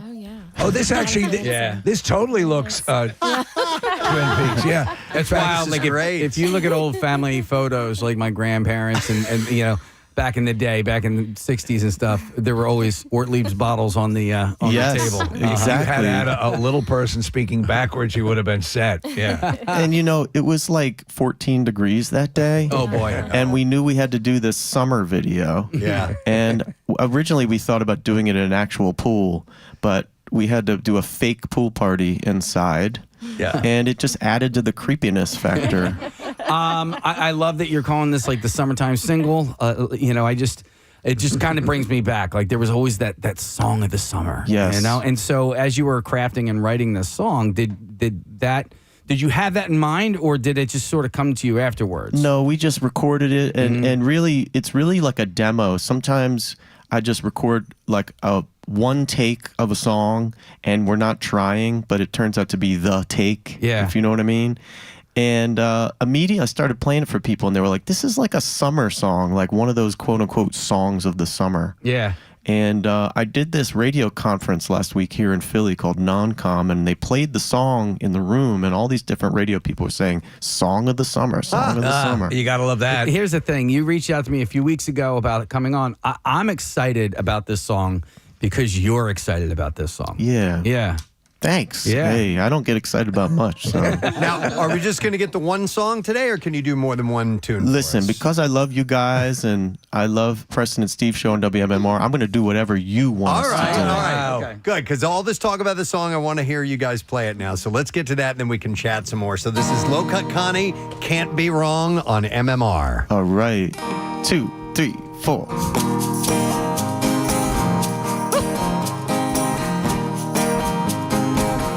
Well, I'm feeling pretty good today. I'm feeling like I want to stay. Baby, anything you want to say. Oh, babe, you know it can't be wrong. Getting naked in the afternoon. Maybe later underneath the moon. Baby, anything you want to do. Oh, babe, you know it can't be wrong. See me checking out my baby coming down the stairs. Got my feet up on a rocket chair.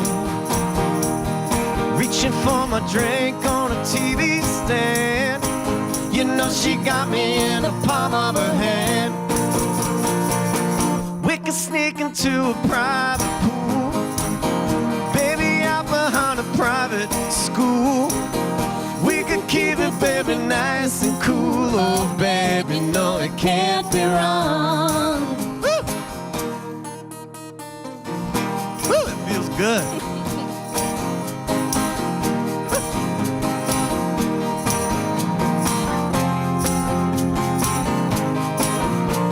One more time.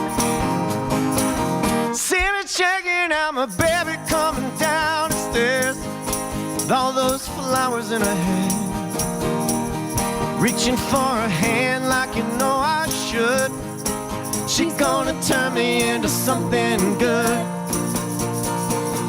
We could fire up a barbecue. I could buy a diamond ring for you. I could put you in my little song. Oh, babe, you know it can't be wrong. You know it can't be wrong.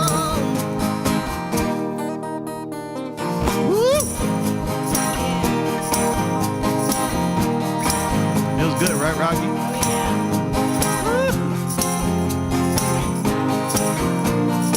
All right, let's bring it. Can't be wrong. Can't be wrong. You know it can't be wrong. Can't be wrong. You know it can't be wrong. Can't be wrong. You know it can't be wrong. Can't be wrong. 1, 2, 3, 4. Yeah! Slow Cut Connie on 93.3 WMMR. That's definitely, I get it, the summer song for sure. Can't be wrong. I call that a ditty.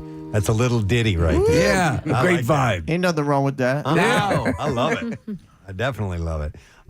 So you guys, are you going to be touring to support the record when it comes Oh, out? you kidding me? Yeah. You know what? Since the pandemic, Low Cut Connie has done over 60 shows every year. And this year, we're doing a homecoming show because we actually have not done a show in Philadelphia. That's wild. We've been in 5 years. We're always in the burbs and in South Jersey, etc. So we're going to be at Union Transfer in November, the weekend before Thanksgiving. It's on sale now, and I can't wait to see all my pals there. All of our Philly shows are always like incredible. It's the most amazing live music city, most amazing radio city. So our show right before Thanksgiving is going to be amazing. Tickets on sale, you said right now? Right now, Oh, baby. well, can't beat that. That's awesome. It's a great time of year. You've done shows with other, like, well, for our thing, you've have been here, but to have a full Low Cut Connie show done right. Oh, yeah. Is very cool. I wanted to ask you, as you put together an album and as you're, are you going through the market and picking up things as you go along, or do you start with a mission and I'd like to find these things? How does it end up being? How do you put an album together? Yeah. You know, I'm always recording. I'm always putting pennies in the jar. These guys know that when we're on tour, if we have days off, like if we're in Atlanta or Texas or whatever, I'll find a studio and just record whatever songs are in my brain that day. And so I end up with a lot of songs, and then I kind of blur my eyes and say, where's the album? What's the theme? And so this record for this year is called Living in the USA, and it's a protest album, but it's also a party album. I feel like we can do both things. For me, I protest during the day, but we party at night. Right? You're like a musical mullet. Yeah. Sure. Exactly. Exactly. So because we're getting into summertime, just because, like I said, there's so many things that people are depressed about, and there's so much to be depressed about, I still want people to be able to reclaim joy. I want people to have fun this summer. Because there's a lot to be happy about, too. Yes, I want people to have pool parties and go skinny dipping and do whatever feels right this summer. I always advise people, look to the left and look to the right. Look to the people around you. They are not your enemies. They are your people. And like I walk through my neighborhood, and guess what? The people I'm walking past, they want the best for their families. They want to have a pizza. They want to go to the movies. They want to love life. And sometimes we lose sight of that. So your music can help remind us. Yes, and I travel. I've played in 47 out of 50 states, and a lot of my shows, like the solo tour I just finished, I do meet and greets afterwards. I meet people everywhere, every state in the country, blue state, red state, old, young, gay, straight, black, white. I talk to people. I see how they're living, and their stories end up in my songs. So I end up writing about the people that I meet. And I'm sure when you do that, as I find when you just talk to people, you get encouraged because it's all there's so much that brings us together. You again with your ability to put that to music. How many times have you had a situation where, and I know Preston, we love asking this question. I got this thing in my mind, and by the time you get into the studio, it's like, God damn it, where did it go? Have you ever thought about writing a song about a radio host? Maybe on a legendary rock station? Who does the traffic so well? Yeah, Traffic Girl. Yeah. Oh, no, I mean these guys, Preston and Steve's show. But going back to Steve's question, have you ever forgotten, something you knew was like, oh, that's good, and then it's like, oh, yes, man, but it's kind gone. of like how stand-up comics work. It's like a good idea will stick around. So if I go to sleep and that idea is gone, it wasn't worth keeping. It wasn't worth. That's a good litmus test. So if I've got a tune in my brain and it survives, and I wake up in the morning and it's still there, I know it's a keeper. Yeah. I want to go back to the 50 states. You've been to 47. I assume the 3 are Hawaii, Alaska, and I'm trying to figure out what that. I've never played it's either North or South Dakota. Okay. But we've played everywhere else. All right. It's kind of cool. And I mentioned this many times on air when I did stand-up. I've been in every state in the union. And I didn't do stand-up comedy in Hawaii, but it was still pretty cool. It's great. It's great to see this entire country and see all that stuff. What as far as traveling with the band, are you a good, hey, let's do s'mores kind of traveling group, or are you at each other's throats kind of? We love being together. There's a lot of laughter. Yeah. If you're going to be in a rock and roll band in 2026, you got to have a sense of humor. It's a tough gig, and it's cramped quarters, and it's tiny dressing rooms, and it's putting on a polyester onesie in a porta potty. That sounds great. Yeah. But the shows are incredible, and we have a lot of fun. Who's always late? I don't want to say. It's you then. I'm the boss, and I'm always late. Just curious about that. Yeah. And so, obviously, you've got this catalog of material that's ready to go. Are you still writing some other songs? Or I'm working on the next album right now. Okay. Wow. Which is a whole different vibe, and I'm always like 3 albums deep. Like, you got to have your backup plan. You're so dynamic live. The band is so fantastic live. And forgive me if I'm unaware of one existing, but are there any plans to try to capture the live vibe, on album? Yes, I mean, we have a live album from a couple years ago. Right. We need to do another one because this is a slightly different lineup, and we have a ton of new songs, so we should do that. Yeah. I think it's always. I always loved the bands that would kind of let time lapse and get to hear it, in its live. Yeah. I mean, that's what you guys do. That's what you do. So I think you even past a lot of the other bands. That's something that's your wheelhouse. Definitely, and I don't know if there's a recording, but when we did the MMRBQ with you guys, I think it was 5 years ago. Yeah. That was such a smash. And I don't know if I told you guys this, but something happened to me at that show that's never happened. I have these amazing shoes I wear on stage. Right.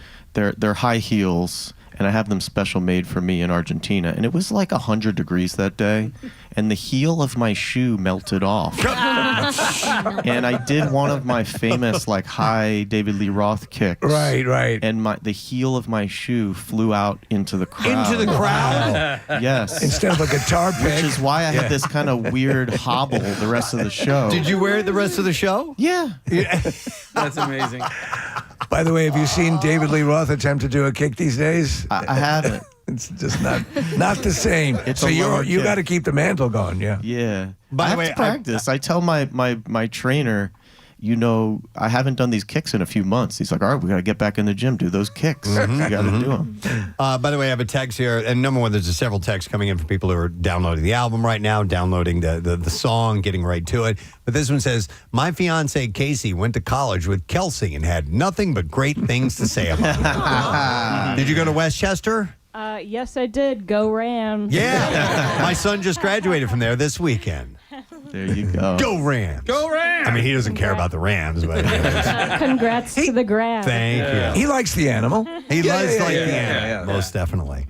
All right. Well, if you'd like to play another song, we'd love to get we something have from a you, song Adam. that we put out. So we did this. We did a cruise last month. We did the Little Steven Underground Garage cruise. Awesome. And Little Steven chose this song as what he calls his coolest song in the world. So this is a song we put out last month called Oh Yeah. All right. You're tuning in to Low Cut Connie on MMR.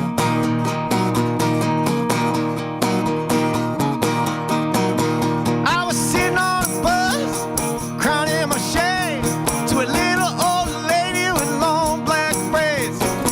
Look at my face, smile and say, boy, how'd you like it if I shave your head? Oh yeah, oh yeah. I wanna put you in a chair and shave your head. Oh yeah. She said you're much too sweet to be so scruffy, but your mouth is too fresh just to be so fluffy. I'm gonna sharpen my tools, sharpen my knife, cut your skull within an inch of your life. Oh yeah, oh yeah. I wanna put you in a chair and shave your head. Oh yeah. I was feeling like a freak, so I went back to a place. She took me by the neck and she gave me a taste. Took out her tools, a cape and a blade. Took out a glove and she pulled down the shades. Oh yeah, oh yeah. I wanna put you in a chair and shave your head. Oh yeah. Woo! 93.3 WMMR, the Preston and Steve Show. You know it, baby. It feels good. Right, Rock? That's right. One time for the Preston and Steve. Oh, yeah. Oh, yeah. I wanna put you in a chair and shave your head. Oh, yeah.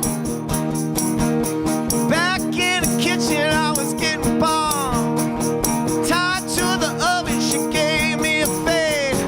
Took out a card, took out a load.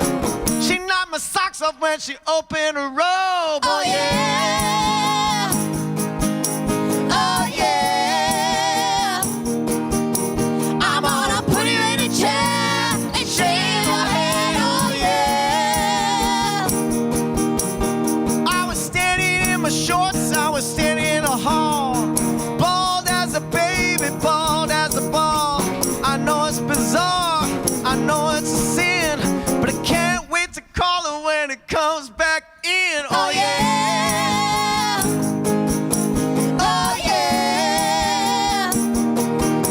I'm gonna put you in a chair and shave your head. Oh yeah. One more time, I'll say it till you say, oh yeah, oh yeah. I'm gonna put you in a chair and shave your head. Oh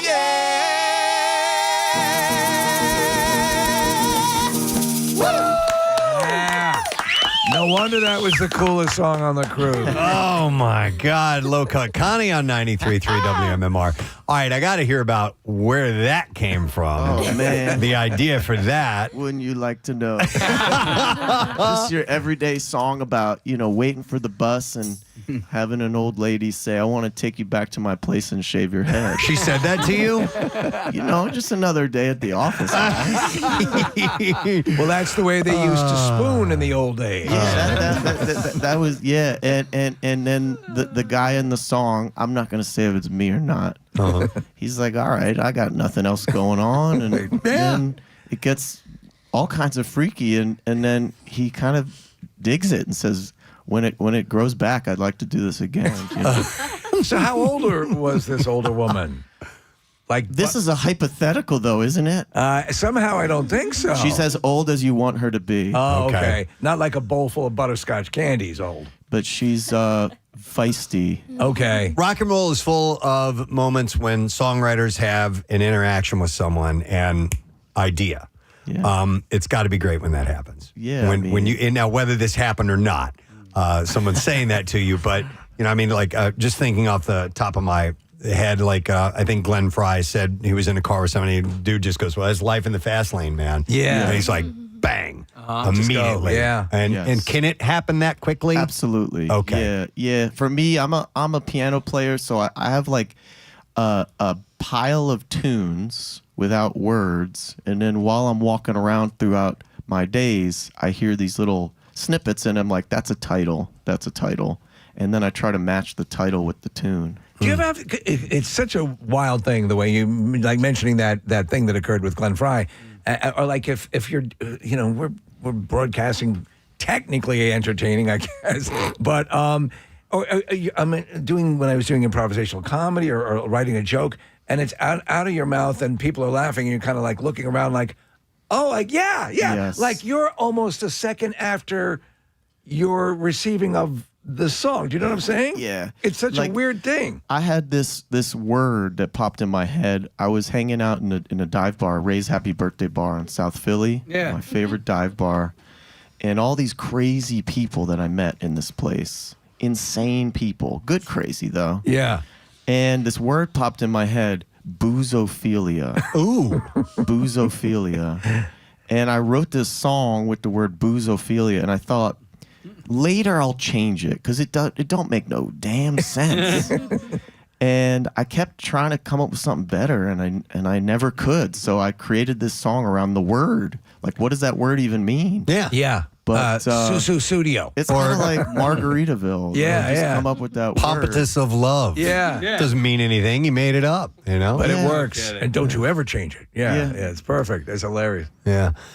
So the show coming up, when was the date again? It's in November. November. It's the Thursday or Friday before Thanksgiving. You guys could tell me. Yeah, no, it's huge. And the stuff, you're in maximum party mode, holiday mode around that time. It's awesome. Yeah, the And- weekend before Thanksgiving. November 20th. November 20th at Union Transfer.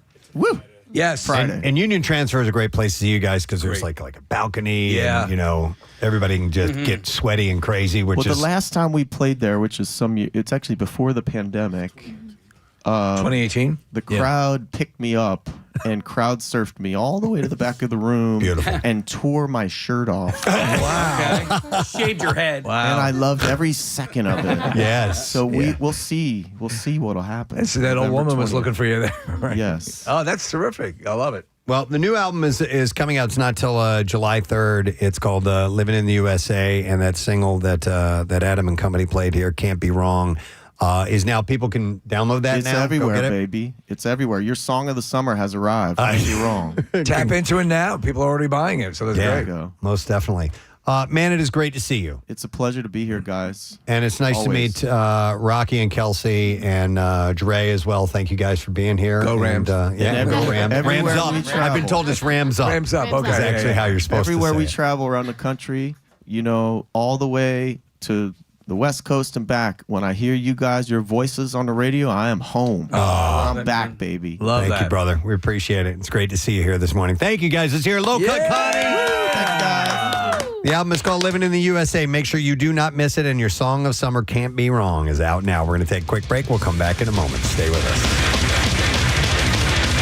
Bring this up. It's not until March, but Monster Mania Con, they do several of them Yes. at the Doubletree in Hilton. I was just personally excited about this one because there's a couple of Stranger Things connections this time around. So we'll see if we can get some of these people because Dave is the muckety muck. He does a phenomenal job putting these things together. Linda Hamilton's going to be there, Yeah. which is great. She was the foe in that final season of Stranger Things. Obviously, you know her from Terminator and many other things as well. I would say if I had to have one of my issues, they didn't use her enough.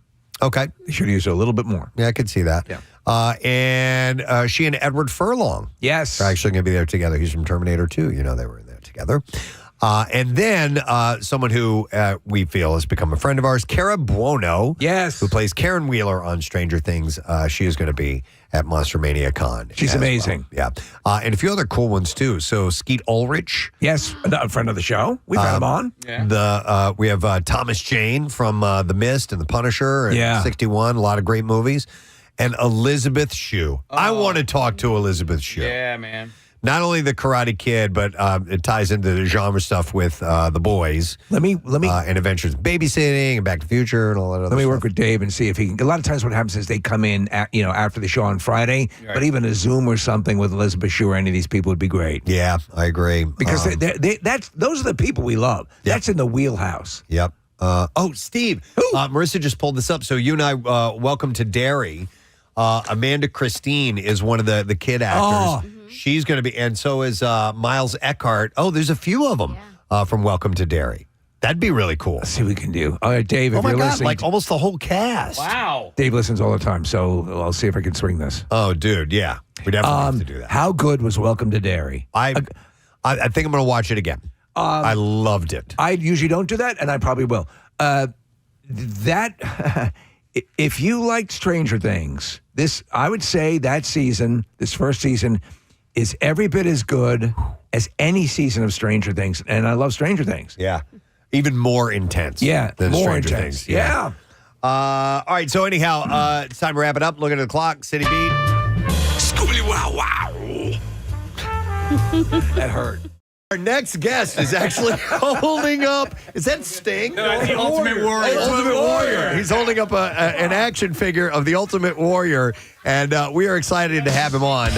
Once again, he's awesome. And Engines of Demolition is coming out on March 27th. This is the latest from Black Label Society. Ladies and gentlemen, joining us via Zoom, the amazing Zach Wilde is on the program.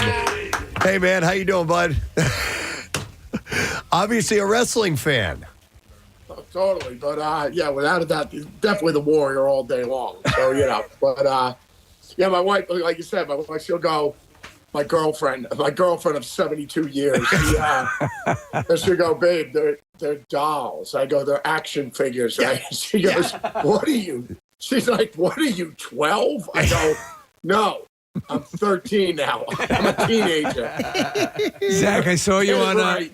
you on Billy Corgan's show, which is great, and he's a massive fan. Billy's awesome, man. Yeah, and you brought a wrestling cutout as well. Was it the Ultimate Yeah, Warrior? it was the Warrior. Yeah. Totally. That's I had to hilarious. I had to bear the ultimate gift out on the show. So yeah. You know what? I want to ask you a question and what you think about, you said how awesome Billy is. Billy Corgan's been on our program many times, and he still surprises me after all these years. The guy growing up, when Smashing Pumpkins hit, they were deep alt, they were harder alt rock band, but I had no idea the depth of his love for all kinds of music, especially like metal and stuff. I never realized that he was deep into all of that stuff. Isn't it?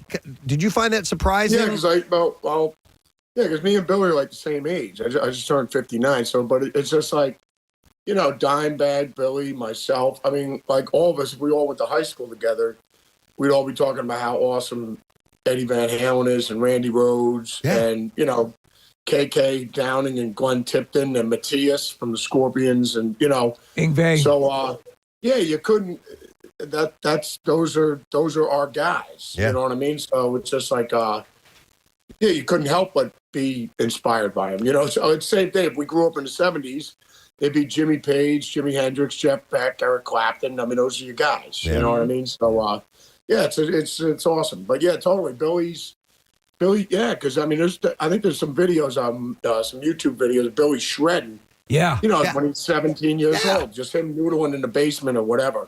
Playing metal and playing some Randy licks and Eddie and stuff like that. So, yeah, because everyone just assumes, because if like punk rock stuff, it's just more aggression and it's more chord type stuff. Yes. You know what I mean? Yep. And so, it's just a different style playing. I mean, because there's no, like with a lot of the punk stuff, it's just either fast, aggressive, and it's just like, no need for solos, because that's not part of the soup. You know what I mean? Right. So, yeah. Do you know what's interesting? What's great about you though, and to mention Billy Corgan as well, is that you're at the top of your respective games, but you're fans, and I think we as fans of what you do love to have you help us curate. Hey, have you checked this out? Have you checked that out?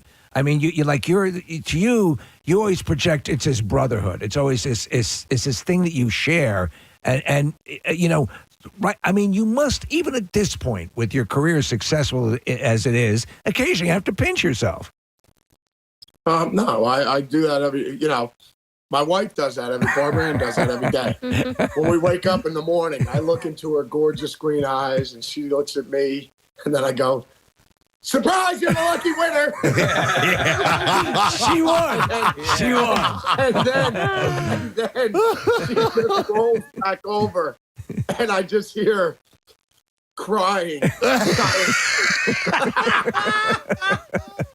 Oh my God. Yes. Just like the Warrior says, welcome to my nightmares are the best part of my day. Oh, that's so funny. Hilarious. That's me, honey. Zach, getting ready to chat with you. I was pulling up some old stuff about you, and I was looking at old pictures of when you just first hooked up with Ozzy, and your face was clean shaven and everything. And I was wondering, and I know that you have children, and I was curious have your kids ever seen your face? Or have you always had a beard since they've been alive? The oldest kids, they're what are they now? 33, 32. Yeah. That's Ray, our daughter, and J-Man, Jesse John Michael, our oldest son. And then you got Hendrix, he's 23, and then Sabbath Page he's 13. So, which is pretty crazy. I mean, I'm just saying with their musical tastes. Yeah. Because think about it. It'd be like if they're the oldest ones are listening to the Beatles and the Stones. By the time Hendrix comes rolling around, he's listening to Zeppelin and Sabbath. And, and they're like, oh, man, this stuff is terrible. You know what I mean? And then by the time Sabbath comes rolling around, he's listening to Van Halen and everything that's coming into the 80s. Yeah. So I'm just saying, like, the gaps of what they listen to, because if you're a 10-year difference and you have older brothers, they're going to tell you your music sucks. Yeah. I'm just saying, it's just natural, but it is pretty funny. But yeah, the oldest two have seen me without the beard. And then when I did the Rockstar movie, it was at the end of Rockstar. I had to wear a fake beard. So, because I had to shave every day for that. But when we got at the end, they did a thing like, where are they now with the band? Yeah. And, after the band broke up 10 years later, and I guess I was like living in the mountains, hunting and stuff like that. And I was out of music or whatever. And I had the beard so I could test drive this thing every day. Yeah. So I could see what I would look like with a beard. So I was just like, bro, after this movie's done, I'm just going to let it go. Wow. I want to ask about your mustache because you have it's almost like you have fangs that are hanging down in the middle there. It just depends on how much Odin Force I'm drinking. You know what I mean? It's a sweat case. Yeah. It happens naturally. They're not so much fangs, they're Odin Force indicators. That's what they are.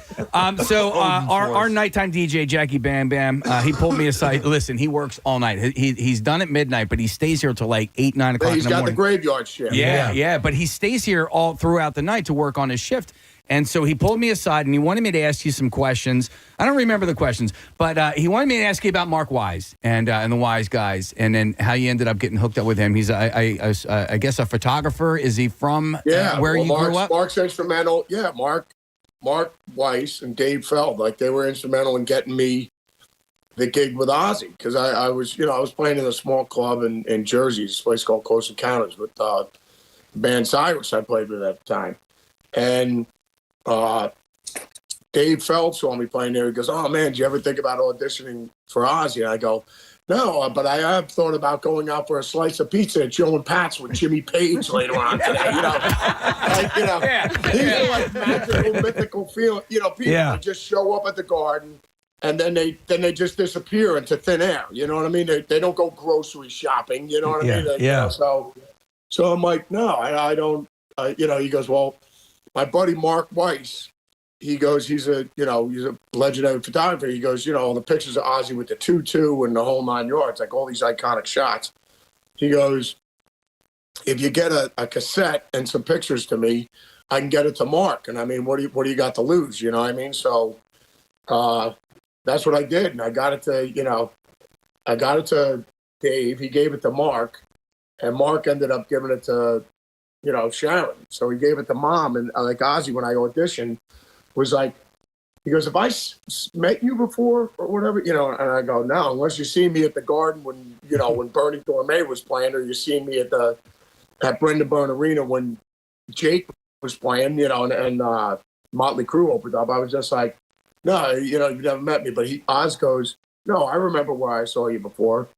My Polaroid was the only picture, because Ozzy's not going to go through 6,000 boxes of things, Right. It's just like the three of us will whittle it down to whoever it's going to be or whatever. So he goes, no, now I know where I remember you from. He goes, it was that Polaroid picture, and I looked at it and I go, oh, look at this kid. He must love Randy Rhoads. He goes, that's all I thought. Wow. Which I do, and still do. But I mean, it's just like, but that was crazy because Oz goes, it was the only picture that he actually saw was on the kitchen table. You know what I mean? Before I came out there and played. And so and then he just said, Zach, play with your heart. And then go make me a ham sandwich and go right on the coal with mustard. You do not want the mustard to overpower the flavor of the sandwich.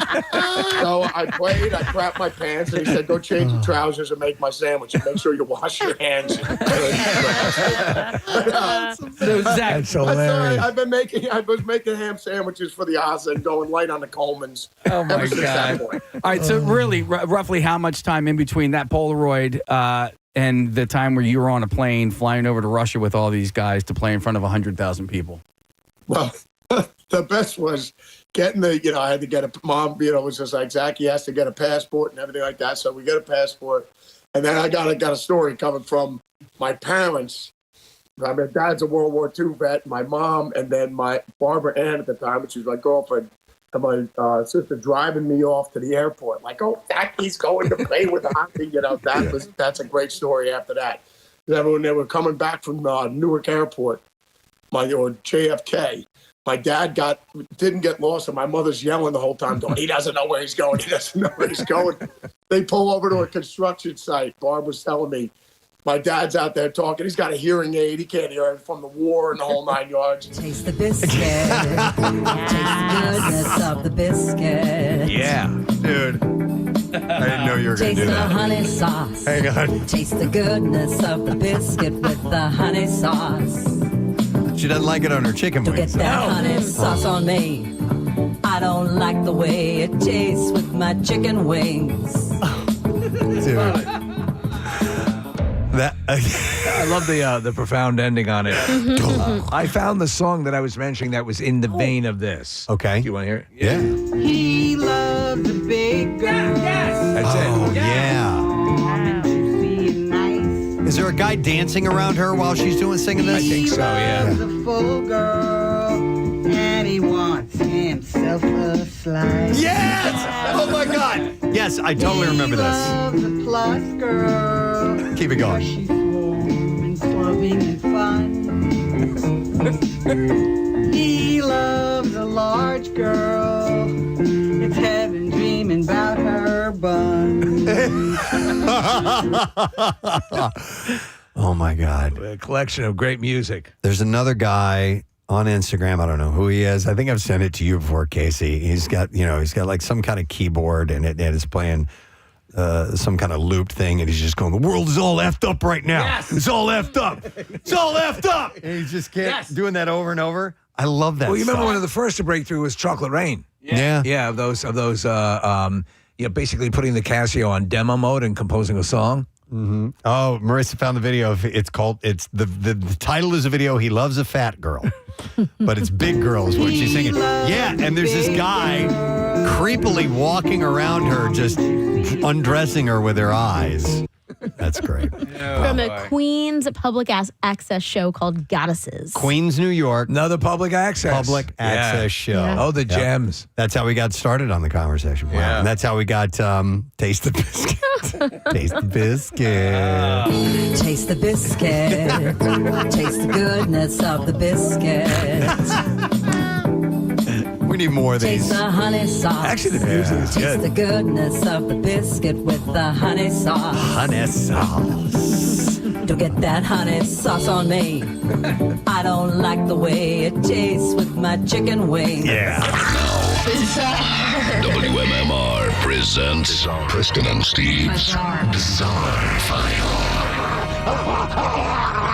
Brought to you by 80 Moyer, trusted expert since 1939. 80 Moyer Lumber is your professional source for decks, windows, doors, kitchens, millwork, and more. Visit them on the web at admoyer.com. Well, we'll continue with some interesting music. A story about a rising star DJ, and I'm not familiar with it, but this person's selling out shows. Has a unique signature look, going on tour and making Denver the first stop. Horse Girl. Horse Girl? A German half-horse, half-human DJ is bringing the Nature is Healing tour to the U.S., Canada, and across Europe for the fall to mark her first album release in June. Ryan, if you could find a picture of Horse Girl. Is it like a centaur? I'd appreciate it. Kinda. And Denver Farmies, the nickname for her fans, are set up to have the honor of welcoming Horse Girl for the tour debut September 18th at Real Works. The tour has 7 U.S. stops, including Denver, and already sold out Los Angeles show, as well as stops in Canada, Germany, France, Belgium, and the Netherlands and the UK. Here's a picture of her. Big deal. Sarah Jessica Parker's been doing that for years. Horse Girl, who also goes by the name Stella Stallion, has seen rising fame recently, appearing at fame festivals like Coachella and Lollapalooza. Dude, throw her on a show at Sax Squatch. Yeah. Oh, my God. Yes. Wouldn't that be great? She'll be here in a month. At the Franklin Music Hall. How about See if we that? can get her in.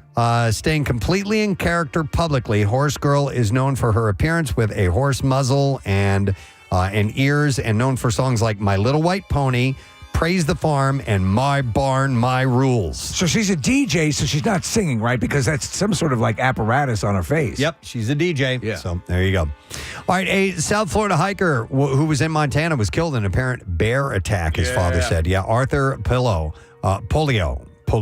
sorry about that, said that his son, 33-year-old Anthony Edward Polio, was on a 2-week trip with friends when he went missing at Glacier National Park. Yeah. He said it was a road trip through the central U.S., Texas, Arizona, Nevada, Wyoming, to get to Montana, and I believe he pulled right into Glacier Park.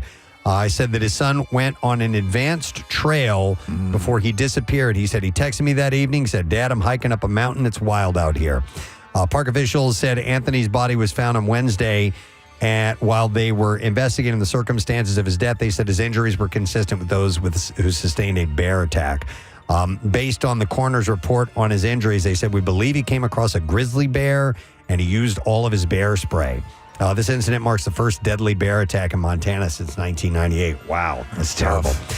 All right, different story. In Oregon, a criminal organization targeting people's wallets left at the gym and spanning multiple states has hit Beaverton, Oregon. Back home to Oregon. So this is interesting. Police say, now we've heard of people ripping off. Sure. People leaving their stuff in lockers. These guys really go to a great length. They said they investigated the case on April 30th involving 3 men suspected to be connected to an organized theft crew operating in at least 5 western states that targets gyms, fitness centers, and workout facilities. In that incident, a victim's credit card information was stolen after the victim visited a gym in Beaverton. Investigators learned one of the suspects fraudulently obtained a Costco membership. Oh, man. Using the victim's identity before the group used the stolen credit card to purchase $18,759 worth of gold bars from Costco. Yeah, that's right. I forgot they sell gold bars. They do. Pictures of the 3 men were released via surveillance video footage, and police said the criminal enterprise they are allegedly associated with often steals of wallets, including identity and credit cards of unsuspecting gym patrons. They then go to big box retail stores like Costco and Best Buy and quickly make large purchases of high-valued items like electronics, jewelry, and so on before the victims realize their cards are missing. Yeah. So is that gold imprinted with any sort of serial number or anything? Do we know? Because you could always, you can melt it down. Yeah, I don't know. That's one that makes it such a portable thing to steal. Yeah, not sure. Ah.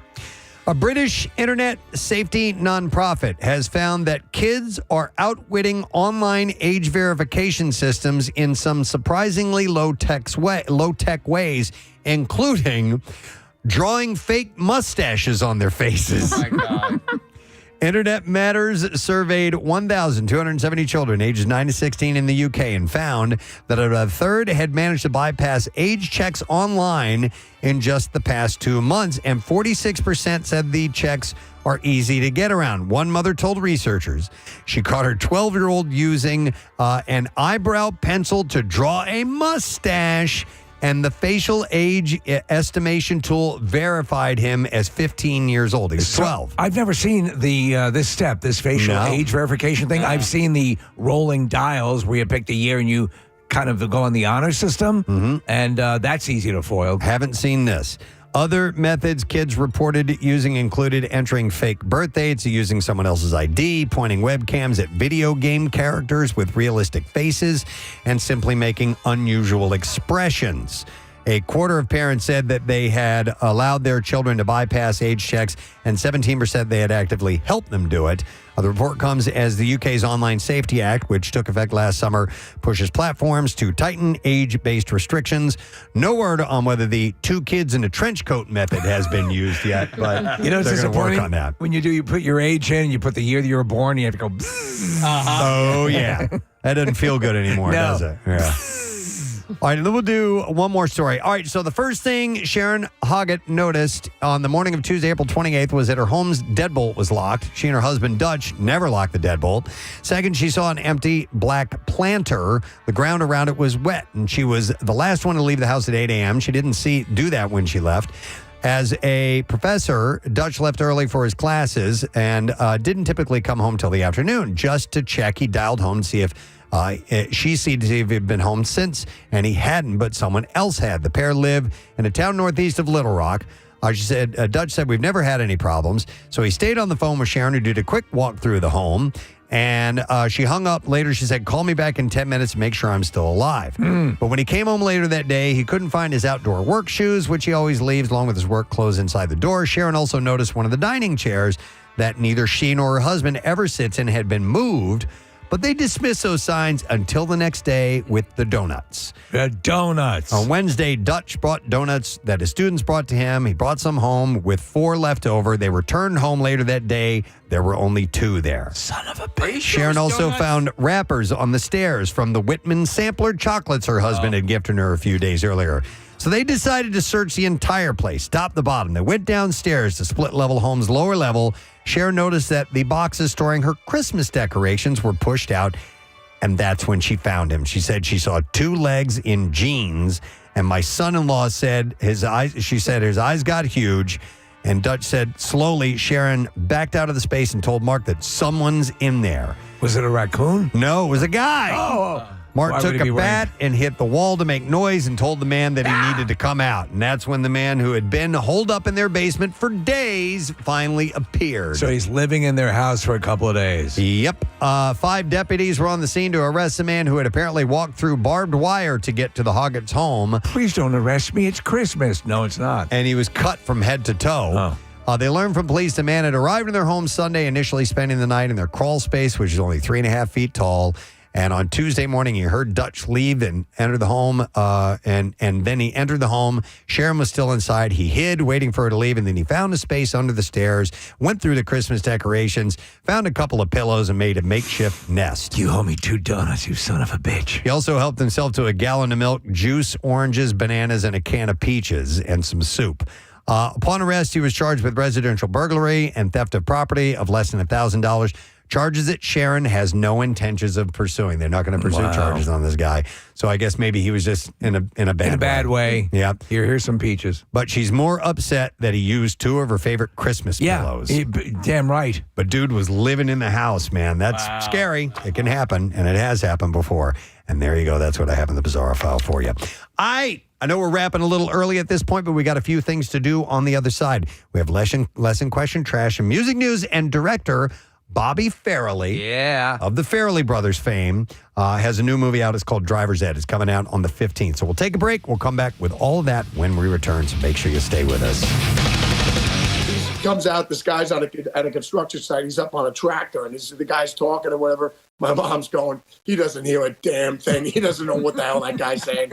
My dad's out there for like 10 minutes talking to this guy. He comes into the car. She goes, do you know where we're going? He goes, I didn't hear a thing. It was like World War XII on the way home. Bob said it was a complete TV show on the way back of them screaming at each other. But the whole thing is, I remember when I started playing, I get over to England and we're writing. And then Sharon called up, was talking with Barb. and goes, "Hello, Barbara Ann. Can I have a word with you?" And she goes, "Yeah, yes, Mrs. Osborne." She goes, "Does Zachy have a drinking problem?" And she goes, oh no, he doesn't drink." And she goes, "Because I'd be rolling with Ozzy all the time, me, because I was the only one that would be with him, you know." Yeah. So we'd be drinking, and she goes, "Oh, does Zachy have a drinking problem?" She goes, "Oh no, he doesn't drink." He goes, "Well, he has one now." Oh, man. Zach, No. you've lived out every dream possible. Have you gotten to play with Max Sabbath yet? Max Sabbath, yeah, yes, exactly. We play Iron Man, they play Frying Pan. You know what I mean? For everybody who they're doesn't great. know, Max Sabbath is a Black Sabbath tribute band dressed as the McDonald's characters. That's right. Oh, That's right. Yeah. That's fantastic. Yes, and they are truly amazing. They crush it. Nice. But Zach Sabbath is awesome. We got to do a Zach Sabbath thing with Zach, with Max Sabbath and all the other Sabbath tribute bands. Oh, I love it.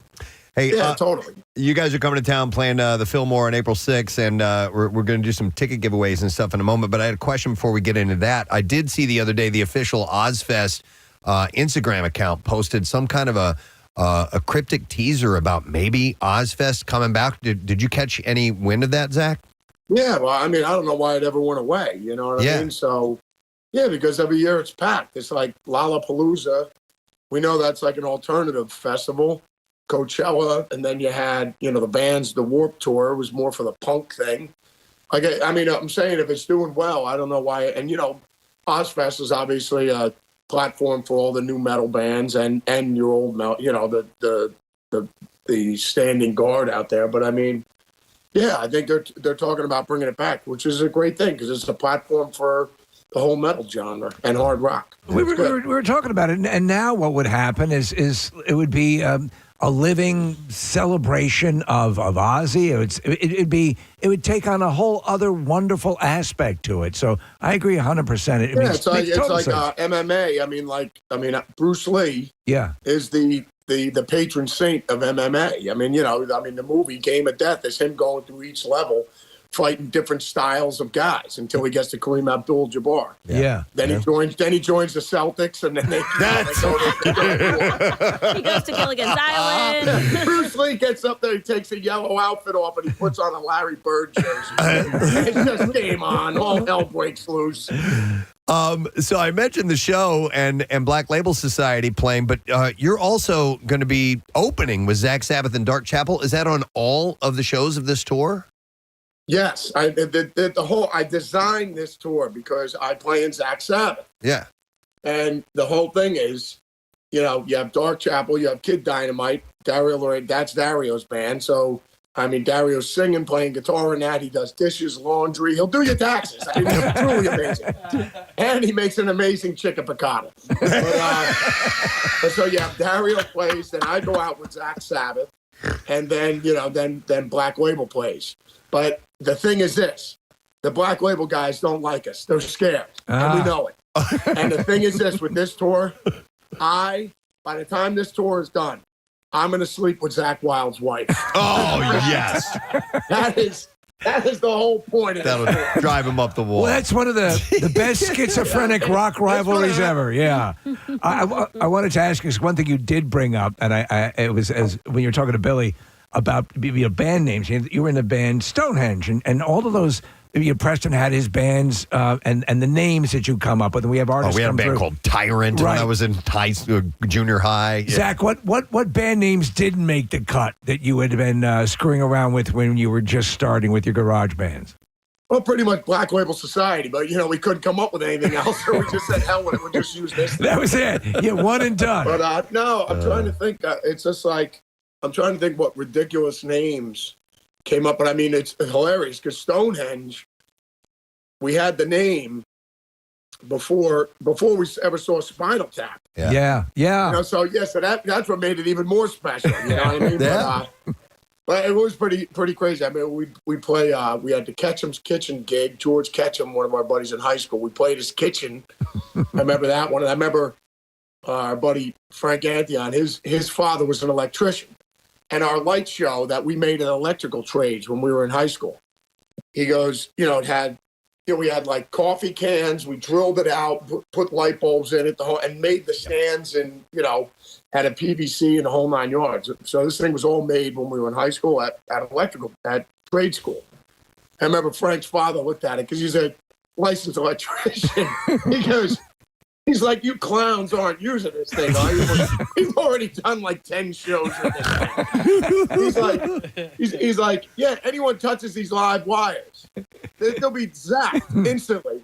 You know what I mean? Dead. And like, between all our drunk friends being at the shows, it's just like Animal House all the time. It's like amazing that nobody was ever, Dude, and it didn't just turn into a, You could have had your own. Doubt. It's just like, but we're rolling around with this thing. I think we still kept using it afterwards anyway. Just let everybody know how electrifying the band was. We're the same age, Zach, and when I played in a band in high school, these guys had somebody in metal shop made these little floor light things, literally with floodlights, and stuff.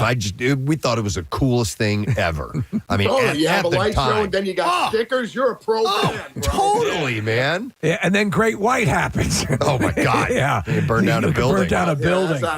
Exactly. But I mean, which is pretty insane. But I mean, the fact that we had a light show and we had stickers. Yeah, I still have to tell Barb that we have light shows and a stickers.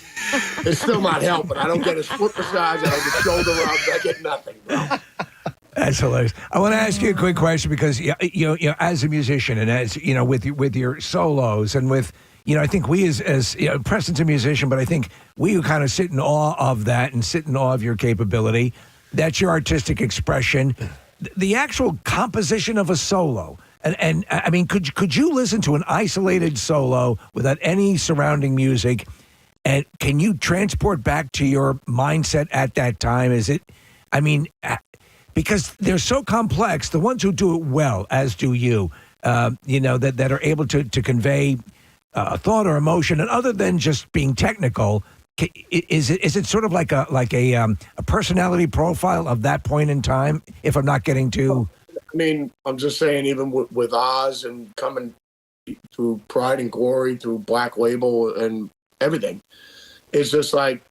It's the Randy Rhoads school of solo writing. I mean, when you listen to Hotel California with Don Felder and Joe Walsh, you listen to Stairway to Heaven with Jimmy Page, or you listen to pick any one of Randy's solos. I mean, he sat and composed it. Like, give me the backing track. So this way you have just like Ozzy coming up with melodies. Yeah. Like you have a melody line. So that like you have to sing that in the song. So it's a memorable melody, but it's just like the solos should be pretty much no different. Yeah. I mean, so ever since Miracle Man, through Mama and No More Tears or See on the Other Side, Perry Mason, I mean, any of the stuff I did with Oz, I'd sit and you write a solo. Yeah. So it's part of the song. And with Black Label, it's the same thing. I mean, Name and Blood, the solo that I sat and composed it.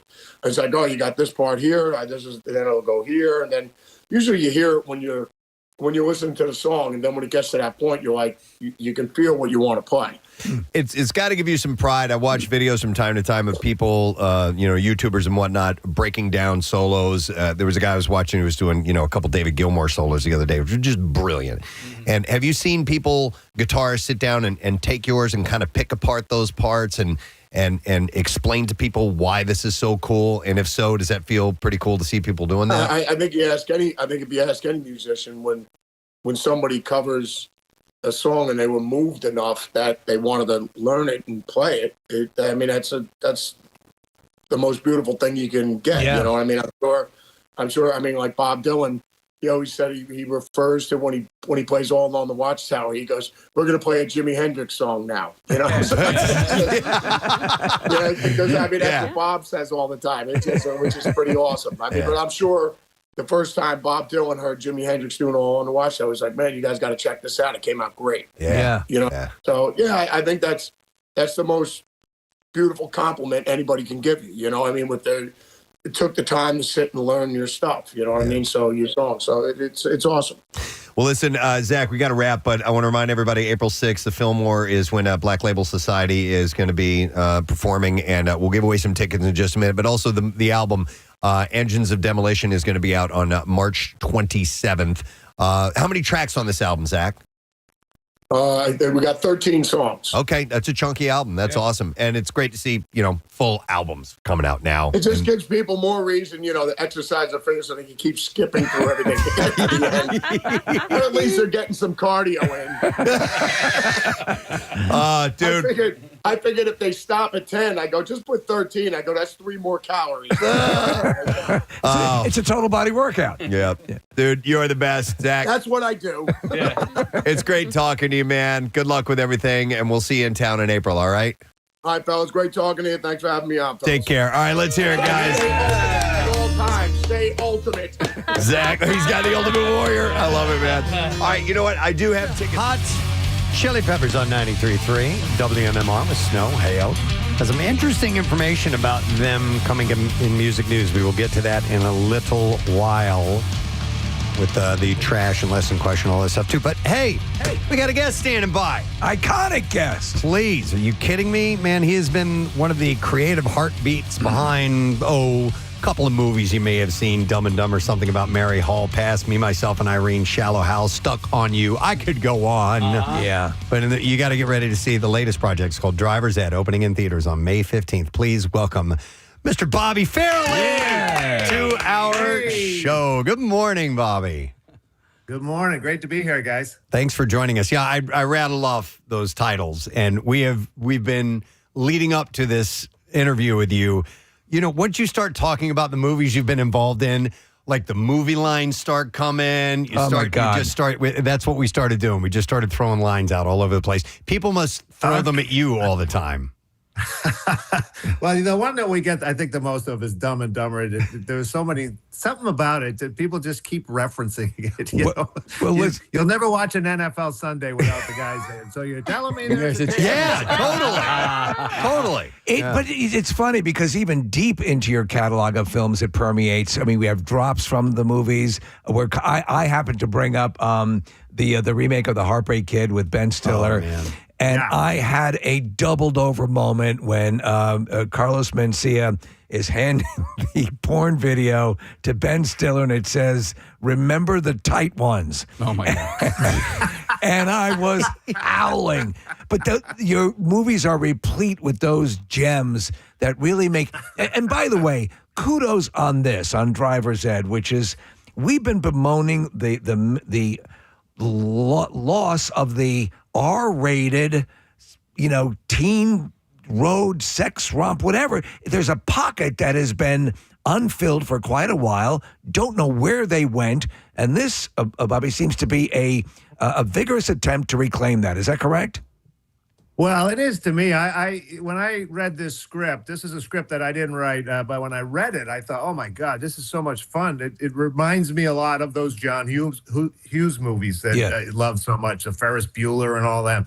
And they had, he had such a way of capturing life in a high school and the high school kids and the way they thought and all that. And in this one, you have that feeling, but it is modern high school kids. They have their phones and they have their modern day anxiety and all that kind of things that is very typical for today.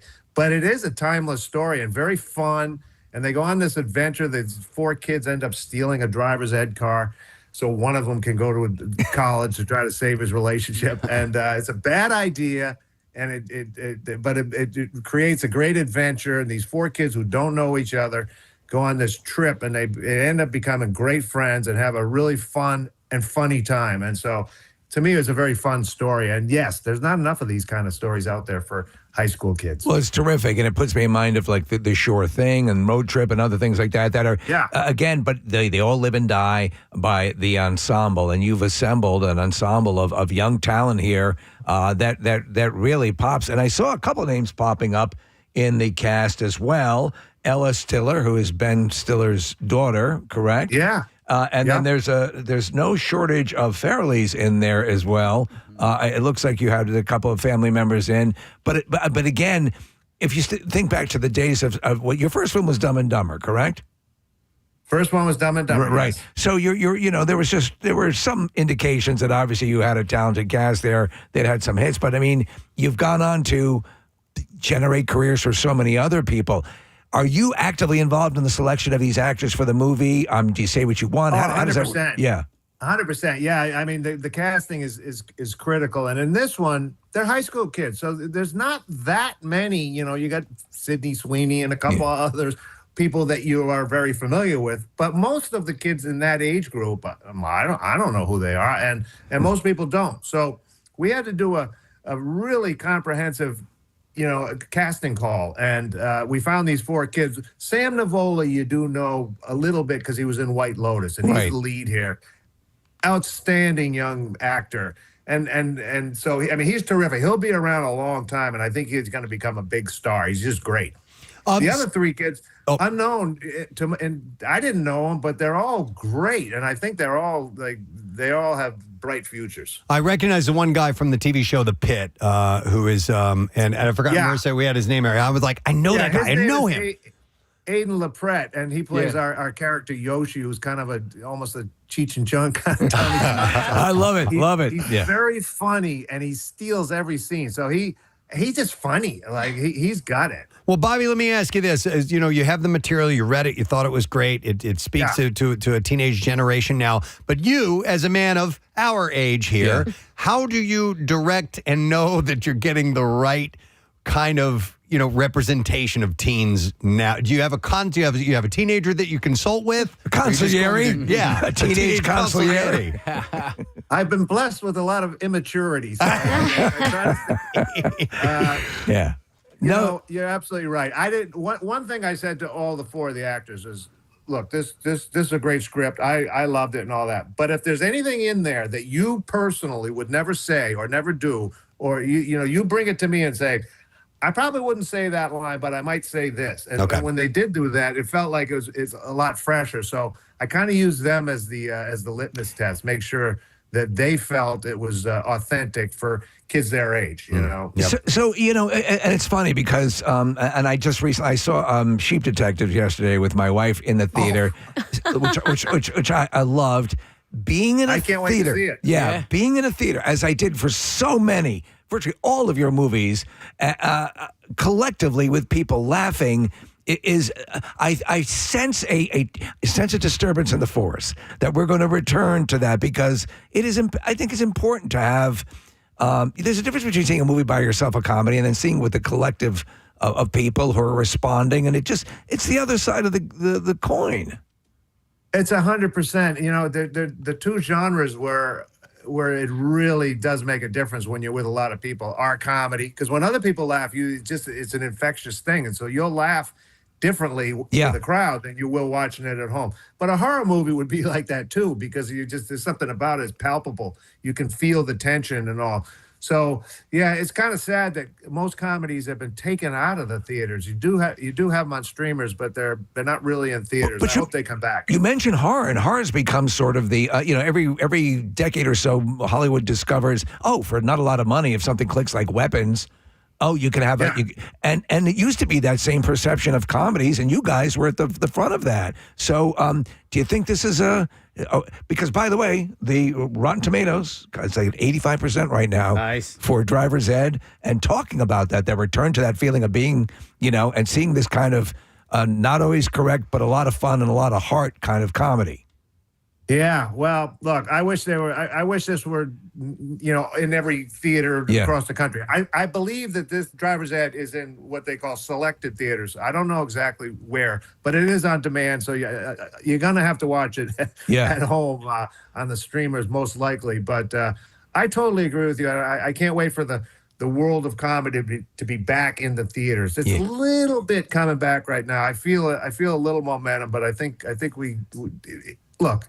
Society needs to laugh, know, and laughter is therapeutic. It just is, and we can laugh a lot more than we have been laughing. Exactly right, Bobby. I got to introduce you to our executive producer because you have done so much for him. Yeah. Just with Dumb and Dumber alone, Casey. Hi, Bobby. How you doing? Yeah. My name's Casey. Hello, Casey. Yeah. So I saw Dumb and Dumber in the movie theater 3 times. The 3rd time, all of my friends went and watched Disclosure, and I was like, "You guys have fun with that one. I'm gonna go watch Dumb and Dumber." I bought the VHS when it came out, the day it came out. I just so happen, and this was by accident, Bobby. I'm wearing this shirt. It's Swimmy, Swammy, Slippy, Slappy, Swinson, Swanson, Samsonite. This is a Dumb and Dumber reference, and it's one of those shirts that, like, if you know, you know. There are a few things in my life that have become my identity. Yeah. Alf is one of them. The Eagles, the band Fish, and Dumb and Dumber is another one. As a matter of fact, when we our show intro, it says my name, and then the movie drop afterwards is, "Do you want to hear the most annoying sound in the world?" And so, thank you so much. And then also, the next time I get a dog, I'm going to name him Seabass, just so I can yell, "Kick his ass, Seabass," when he barks at the door. That's it. So. Listen, I think Dumb and Dumber, it's a top 3 movie for me. It is a pitch perfect movie for me, and I just want to thank you personally for that. Well, you're welcome personally. Thank you. I love guys like you who just get it. Well, but this is us, and we're really using, holding the chariot back of fanboying on you because Kingpin, for Christ's sake. Oh my God. I mean, there is. The whole, I remember kidnapping people to my house. You've got to watch this. You've got to watch this movie. Everything that is wrong, and what is it about sex that makes me have to take a crap? I mean, line after line. Can I ask you about it? Truisms. Yeah. A bit of Hollywood lore. Did Bill Murray, in fact, roll those 3 strikes in sequence at the end of the film? He absolutely did. Really? Yep. Wow. Because Bill's he's so clutch. Yeah. That he could do that under that under that kind of pressure. But that's who he is. He probably couldn't have done it if there was no one there. But because there's all those people, he feeds off everyone, and he's just a clutch performer. Well, you've got a knack for getting a great cast, and obviously you're going to have this one in driver's ed. Case you want to hit one more thing, we got to wrap Last thing, Bobby, as an official member of SAG, I'd like to be in your next movie. That's it. Okay, well, He's a brother. You having that shirt on by coincidence has gone a long way. All right, it opens on in theaters May 15th. Congratulations, Bobby, and thanks for everything. We appreciate it. Thanks, guys. Great talking to you. Bobby Farrelly, guys. Yep, you can see the movie this week, and it does look really, really good. You got to see the trailer. All right, it is time to give something away. We got a lesson question. We got a pair of tickets to see Gwar. Gore Must Die, with special guest ex-cops Max Sabbath and Josh Groban and Midnight Friday. And the question we're going to go with is this. All right. The Taste the Biscuit lady doesn't like the honey sauce on her what? 610-660-9333. Okay, the Taste the Biscuit lady does not like her honey sauce on her what? 610-660-9333. Call if you know the answer. The trash business is a gold mine. 93.3 WMMR with Preston and Steve's Hollywood Trash. Brought to you by Sunny Max Solar, your trusted full-service solar partner and the solar company that Steve trusts. Go to sunnymac.com to find out how much you can save by switching to solar. What's going on this morning, Steve? Well, Preston, Jamie Lynn Spear, daughter Maddie. Her daughter Maddie is officially, that's what I wanted to say, a high school graduate. Yes, she graduated high school on Friday. Maddie says that while she was happy, much of the family was there to see it. She did miss seeing Aunt Brittany in the audience sucking on her lucky sock. Bobby Cox, the Hall of Fame Atlanta Braves manager, who was ejected more times than any other manager in MLB history, has died at the age of 84. Cox often said he was sad he was viewed as a hothead when he was really just a deranged lunatic. Hey! And finally, Tekashi 6'9", or 69, how it's pronounced, telling Clavicular, another of our favorites, during a live stream that he only wants a son with his expecting girlfriend. And this is true. He said he will drive her straight to an abortion clinic if it's a girl. In response, Home Depot offered 2 free hammers to anyone willing to beat these idiots to death. And that's our rejection. All right, we shall see if we got a winner. We need to know the Taste of Biscuit lady doesn't like the honey sauce on her what? And it is Emma that we have on the line. Hi, Emma. Good morning. Good morning. All right, Emma, she doesn't like her honey sauce on what? Her chicken wings. Chicken wings. Taste the biscuit. That's right, Emma. Taste the goodness of the biscuit. Hang on just a second, Emma. We're going to give you tickets to see Gwar, honey sauce. the Gore Must Die tour. Biscuit with the honey sauce. And with guest ex-cops. Sauce on me. I don't like the way it tastes with my chicken wings. And Max 7th and Midnight Friday. That's December 11th at the Fillmore, Philadelphia. Tickets are on sale now from Ticketmaster. Now, Preston and Steve's Music News on 93.3 WMMR. Brought to you by Sequoia Outback. If your backyard is more don't go out there, then let's hang out there. It's time for an upgrade with Sequoia Outback. Memorial Day sale going on now. 309 in Hatfield and decksupplies.com. So, back in 2021, the Red Hot Chili Peppers currently have 13 LPs and various EPs, compilations, and live concerts under their belt. Sold their songwriting catalog to Hypnosis for roughly $140 million. Now they're getting more than double that, already staggering amount for selling their recorded music catalog to Warner Music Group. Per the Hollywood Reporter, the Chili Peppers sold the rights to their recorded catalog to WMG in a deal worth more than $300 million. Think about how many of the songs are readily applicable to like advertising, and all that stuff. I mean, that's really, that catalog will pay for itself very quickly. Oh, most definitely, especially as we all age and those songs start to head towards demographics that have, better bank accounts. So WMG is acquiring the catalog through the company's joint venture with Bain Capital. The publication clarified that the deal is part of WMG's $1.2 billion joint venture catalog acquisition vehicle with Bain Capital that was announced in July of 2025. The Hollywood Reporter added that the $300 million for the recorded catalog is only a portion of the $650 million that Warner Music Group spent on catalogs thus far. They've not disclosed what those other catalogs contain, though. So with the acquisition of both these catalogs, do they also get the Taste the Biscuit song or no? I don't know if the Chili Peppers were involved in that or not. Yeah, this was Flea. Tool guitarist Adam Jones confirmed this week that the band is still in talks with the Vegas Sphere about a future residency, saying that he thinks we will do it at some point. Jones said the band was actually approached about opening the Sphere back in 2023 before U2 ultimately got the slot, and that the venue has remained enthusiastic about booking them. I mean, they'd be perfect for the Sphere. Yeah, he cited a long list of ongoing production, scheduling, and financial complications as a result of the delay. Drummer Danny Carey said earlier this year the band hoped to announce a Sphere run after their next studio album, adding that he's toured the venue and that Tool will be the perfect band for that immersive format. I'd have to agree. Daughtry has announced a deluxe vinyl edition of their two-part Shock the System project, combining all 14 songs from both EPs with 4 live recordings into one double LP due June 5th via Big Machine Rock. 3 vinyl variants will be available exclusively through the band's website, including a widely available 2-color splatter pressing and 2 ultra-limited editions of 250 copies each. A glow-in-the-dark signed pressing, and a metallic silver picture disc as well.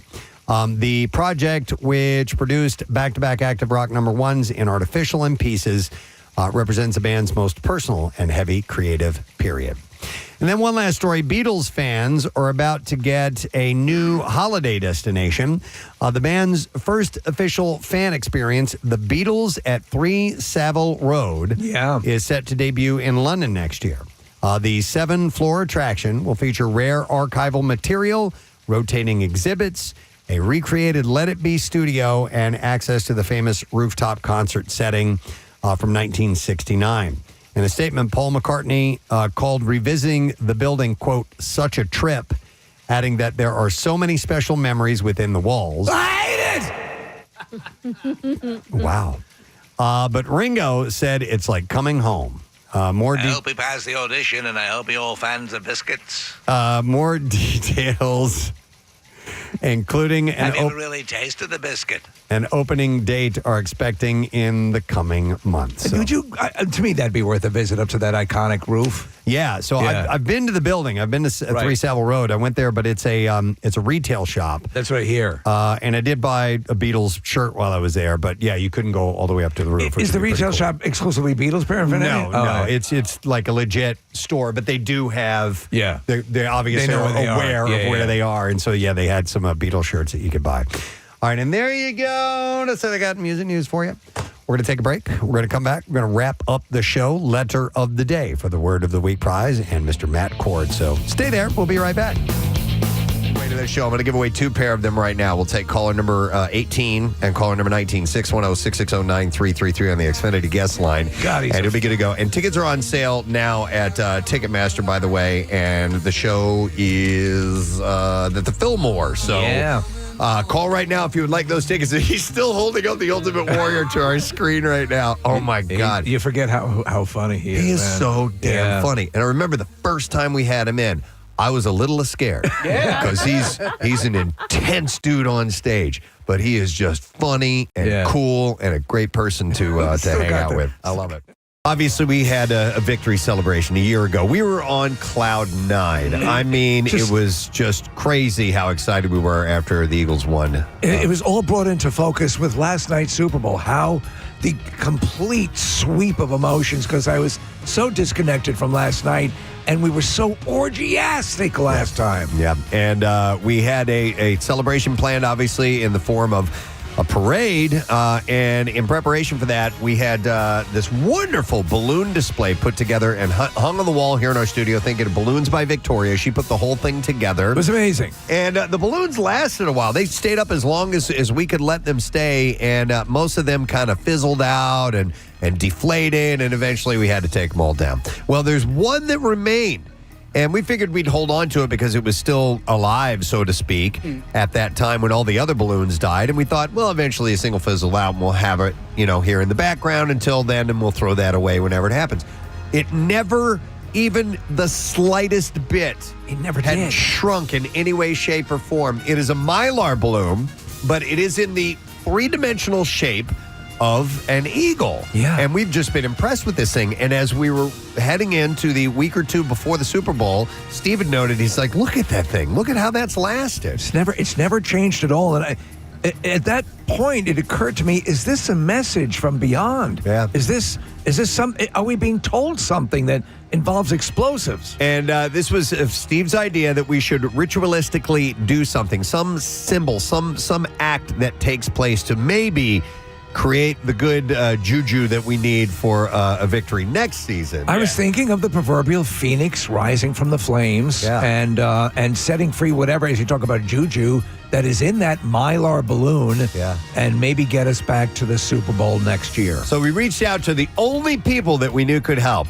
and that is the geniuses at Celebration Fireworks, who do, of course, the amazing displays, not only fireworks, but drone displays at our Camp Out for Hunger. Yeah. This last year is just absolutely incredible with the tributes to Pierre and everything. We were just so impressed with them.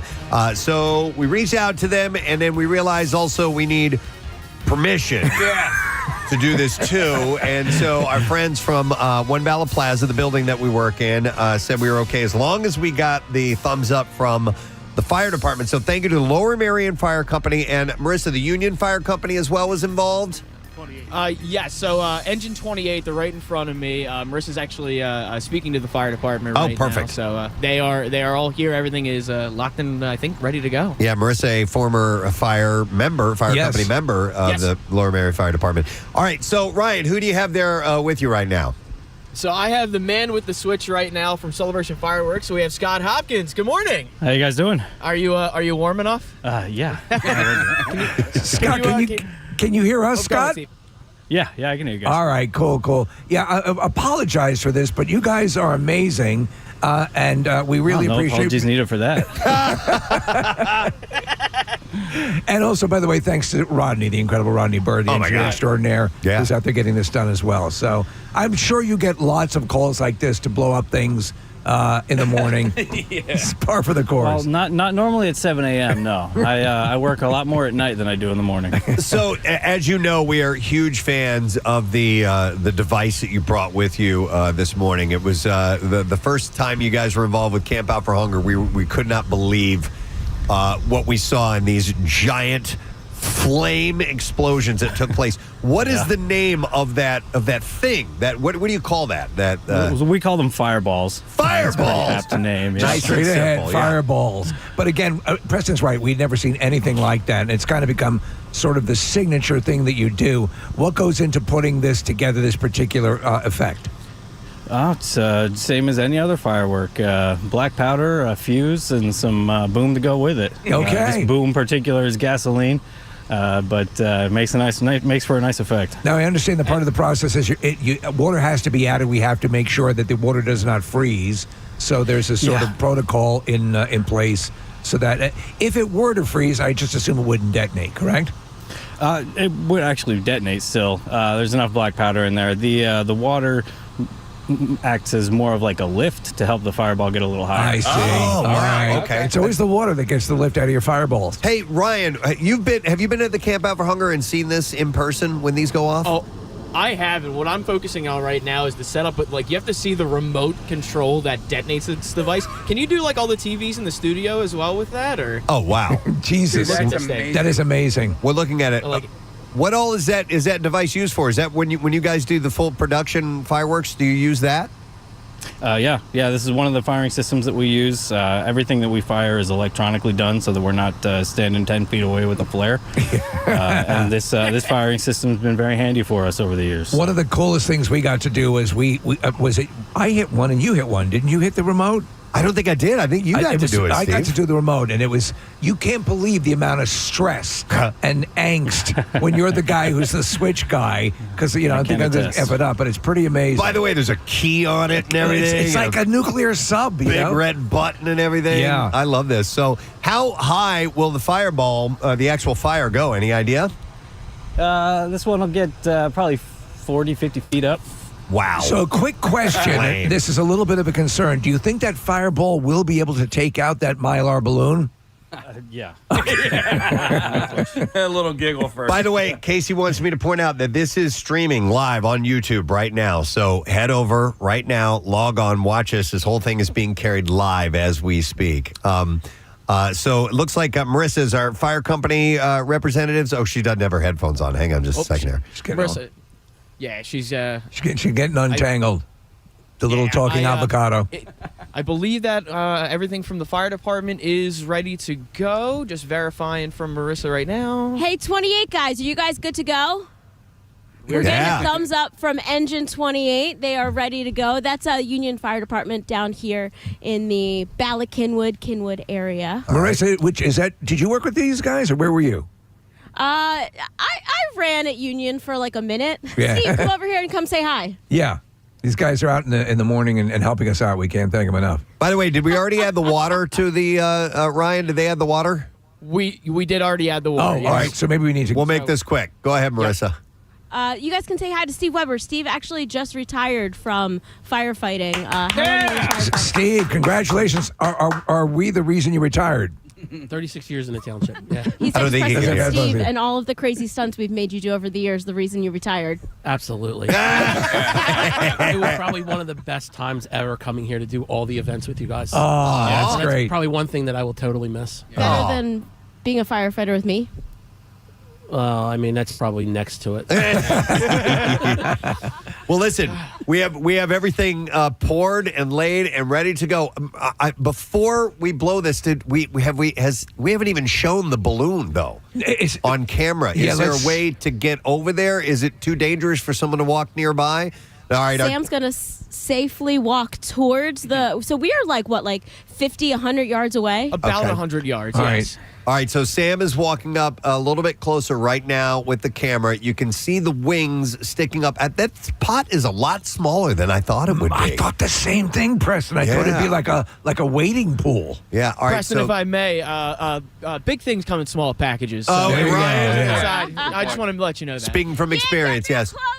Can you get a little bit closer? Little closer. Go. I think he's a little nervous, guys. I can imagine he would be nervous. What could Oh, wait. Oh, no. Put it back in. It blew out. Okay. Hold on. The eagle just blew out.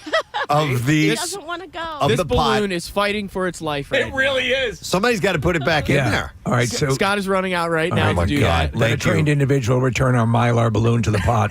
So I love the guys from Celebration. These guys come ready for everything and ready for every adventure. You know what? They're wonderful. They're by the books. They know everything. You know what? It's finally because it's so cold out there, Preston. It's starting to deflate a little bit. It is. All right, so we need to move on this. All right. As soon as Scott has that in place, which he does, look at that. Look at that you eagle. Mighty Phoenix. Mighty Eagle. Marissa, when Scott gets back over there, we're going to play the Eagles fight song, and at the very end of it, you guys give him the cue, and then it's going up in smoke, okay? All right. I need to talk to Casey for a moment. We're doing Eagles fight song. Are we doing a chant? Is there a chant at There's the end? a chant at the end, yes. EAGLES Eagles, and then boom. In fact, you guys can chant down there too if you want, and then that'll be the signal to set it off, okay? All right. So like EAGLES Eagles is like our countdown. Correct. Yeah, pretty much. Eagles, kaboom.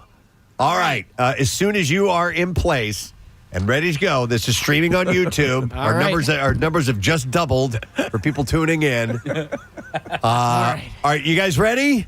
I believe that we are. Let me just get the final word from Celebration. And we'll start the song when you're ready. All right, Scott, we ready to go? Preston, we are ready. All right, Casey, fired up. Here we go, ladies and gentlemen. After a year, the balloon says bye-bye. Here we go. Eagles fly on the road to victory. Fly, Eagles fly, scoring touchdown 1, 2, 3, 2, 3. Roll him high. Ready? Eagles fly, Eagles fly on the road to victory.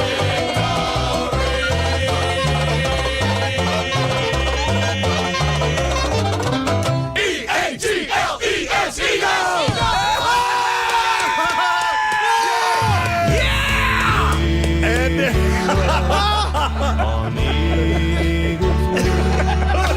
The majesty of this moment cannot be understated. Look at that. Please describe what you saw and felt. I felt the full force of the Phoenix. It rose through the air. Debris is still coming down. It was pure majesty. The one tear that I shed is immediately frozen. Scott, you're a wizard, man. That was amazing. If you notice in the Blues Traveler on 93.3 WMMR. We're wrapping a couple of minutes early today.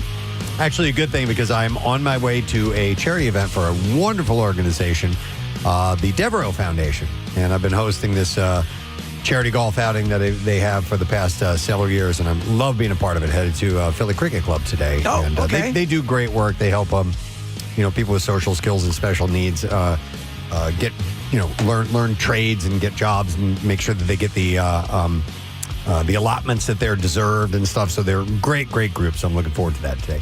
All right. Anyhow, I've had a really fun time today. I don't know about you guys. It was a great time. We had some live music and so on. So I want to thank, first off, Mr. Geoff Surrette of the PGA, Professional Golfers Association in Philadelphia. Came by and gave us a lot of helpful information about the PGA Championship, which practice rounds are happening at Aronimink. And the official tournament gets underway on Thursday. And, it's just a lot of excitement with all these stars coming to town. And it's a big deal. So thanks to Geoff for coming by here. And then we had live music from Cut Connie. Adam Weiner was here, along with Rocky on backup vocals. Jeray was doing percussion, and Kelsey playing guitar and singing. And they sounded excellent. And this new song called Can't Be Wrong was so much fun. And it's a song of the summer. It's the song of the summer. You should definitely download this tune. And they're going to be performing at it says Union Terrace Amphitheater. Is that Union Transfer? No. It's a Union Terrace. It is in Allentown, Pennsylvania. Oh, that's the show. And then they're coming back to play Union Transfer in November. So Union Terrace, May 22nd is when Low Cut Connie is going to be playing there. And you can go to lowcutconnie.com for the information. And then we had a legendary director, Bobby Farrelly, on the show. Movie is called Driver's Ed. It's in theaters coming up on the 15th. So this weekend, it's getting great reviews. It is 85% on Rotten Tomatoes. Fun day today. Matt Courtney, Yeah. you having fun? I wanted to come in during the Bobby Farrelly. Because He was I'm great. Dumb and Dumber. I love, and when you started talking Kingpin, I was like, oh, Kingpin. Because, he's always got like great musical acts in his movie, too. Oh, yeah. He All the loves time. Jonathan Richman. Yeah. I think he's in Kingpin, and then he's got a much bigger role in Something About Mary. Yep. Yeah. I love that band. He is the Greek chorus, so to speak. Isn't Blues Travelers in Kingpin? Don't Yeah. they? Yeah, we were just talking about that off air. Yeah. So, I would like to just see why he chose, that kind of music. Me, myself, and Irene. That's got to be his wheelhouse. Yeah, we had all Steely Dan songs that were. And we didn't even touch on this either. Is he and his brother usually put people with special needs in a lot of their films all the time too, which is really cool. And athlete cameos. Yep, all the time. Yeah, Brett Favre. Yeah. No, and there's a pitcher in Kingpin, famous pitcher. God, what's his name? Oh. Boston Red Sox. It had to have been, but they Roger Clemens? Yeah, is Roger Clemens? I think he is. Huh. How about that? I got a sports question. It's like a poop stained pants. I remember turning away like. He plays Skidmark. Yeah, exactly. That's why. Oh, yeah. Yeah. You love poop stuff. Yeah, I was like, no! Everywhere! One more time. I forgot. Everywhere! You called that on it. I love it. Yeah. Roger Clemens. All right. Well, Matt, let's get the letter. Yes. All right. Preston and Steve on 93.3 WMMR. Now, the Daily Letter. The Preston and Steve show is brought to you today by the letter. So it As an outcast. Yeah. The S as in Everywhere! All right. It's O. All right, O. And we have a family 4-pack of tickets to Maury's Piers Water Park in Wildwood, New Jersey. And Maury's needs your help, by the way. They need your vote. USA Today is naming the #1 beach bar in America. And Pig Dog Beach Bar at Maury's Piers is already number 3. Let's get that to the top. Make it #1. Vote daily through May 18th. And we can make this happen. You can find the official link and vote on WMMR.com. Beautiful day today. What you got in store musically? Well, it's Steve Winwood's birthday. Or you guys talking? So we'll do Steve Winwood, Traffic, Blind Faith. What's another one? Spencer Davis Group. Yep.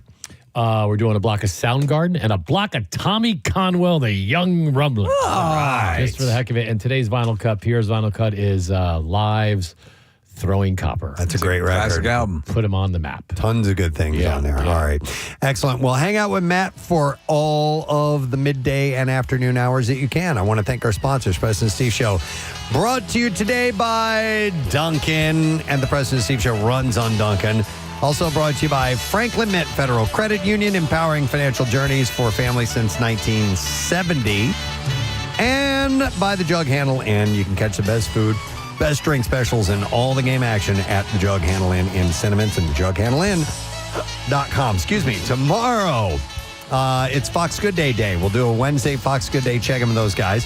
Actress Carolyn Ray will be joining us. Terrific. And Chef Michael Solomonov will be in studio as well. And I'm sure we'll have many other things to talk about and get into with you. That is it. We are done.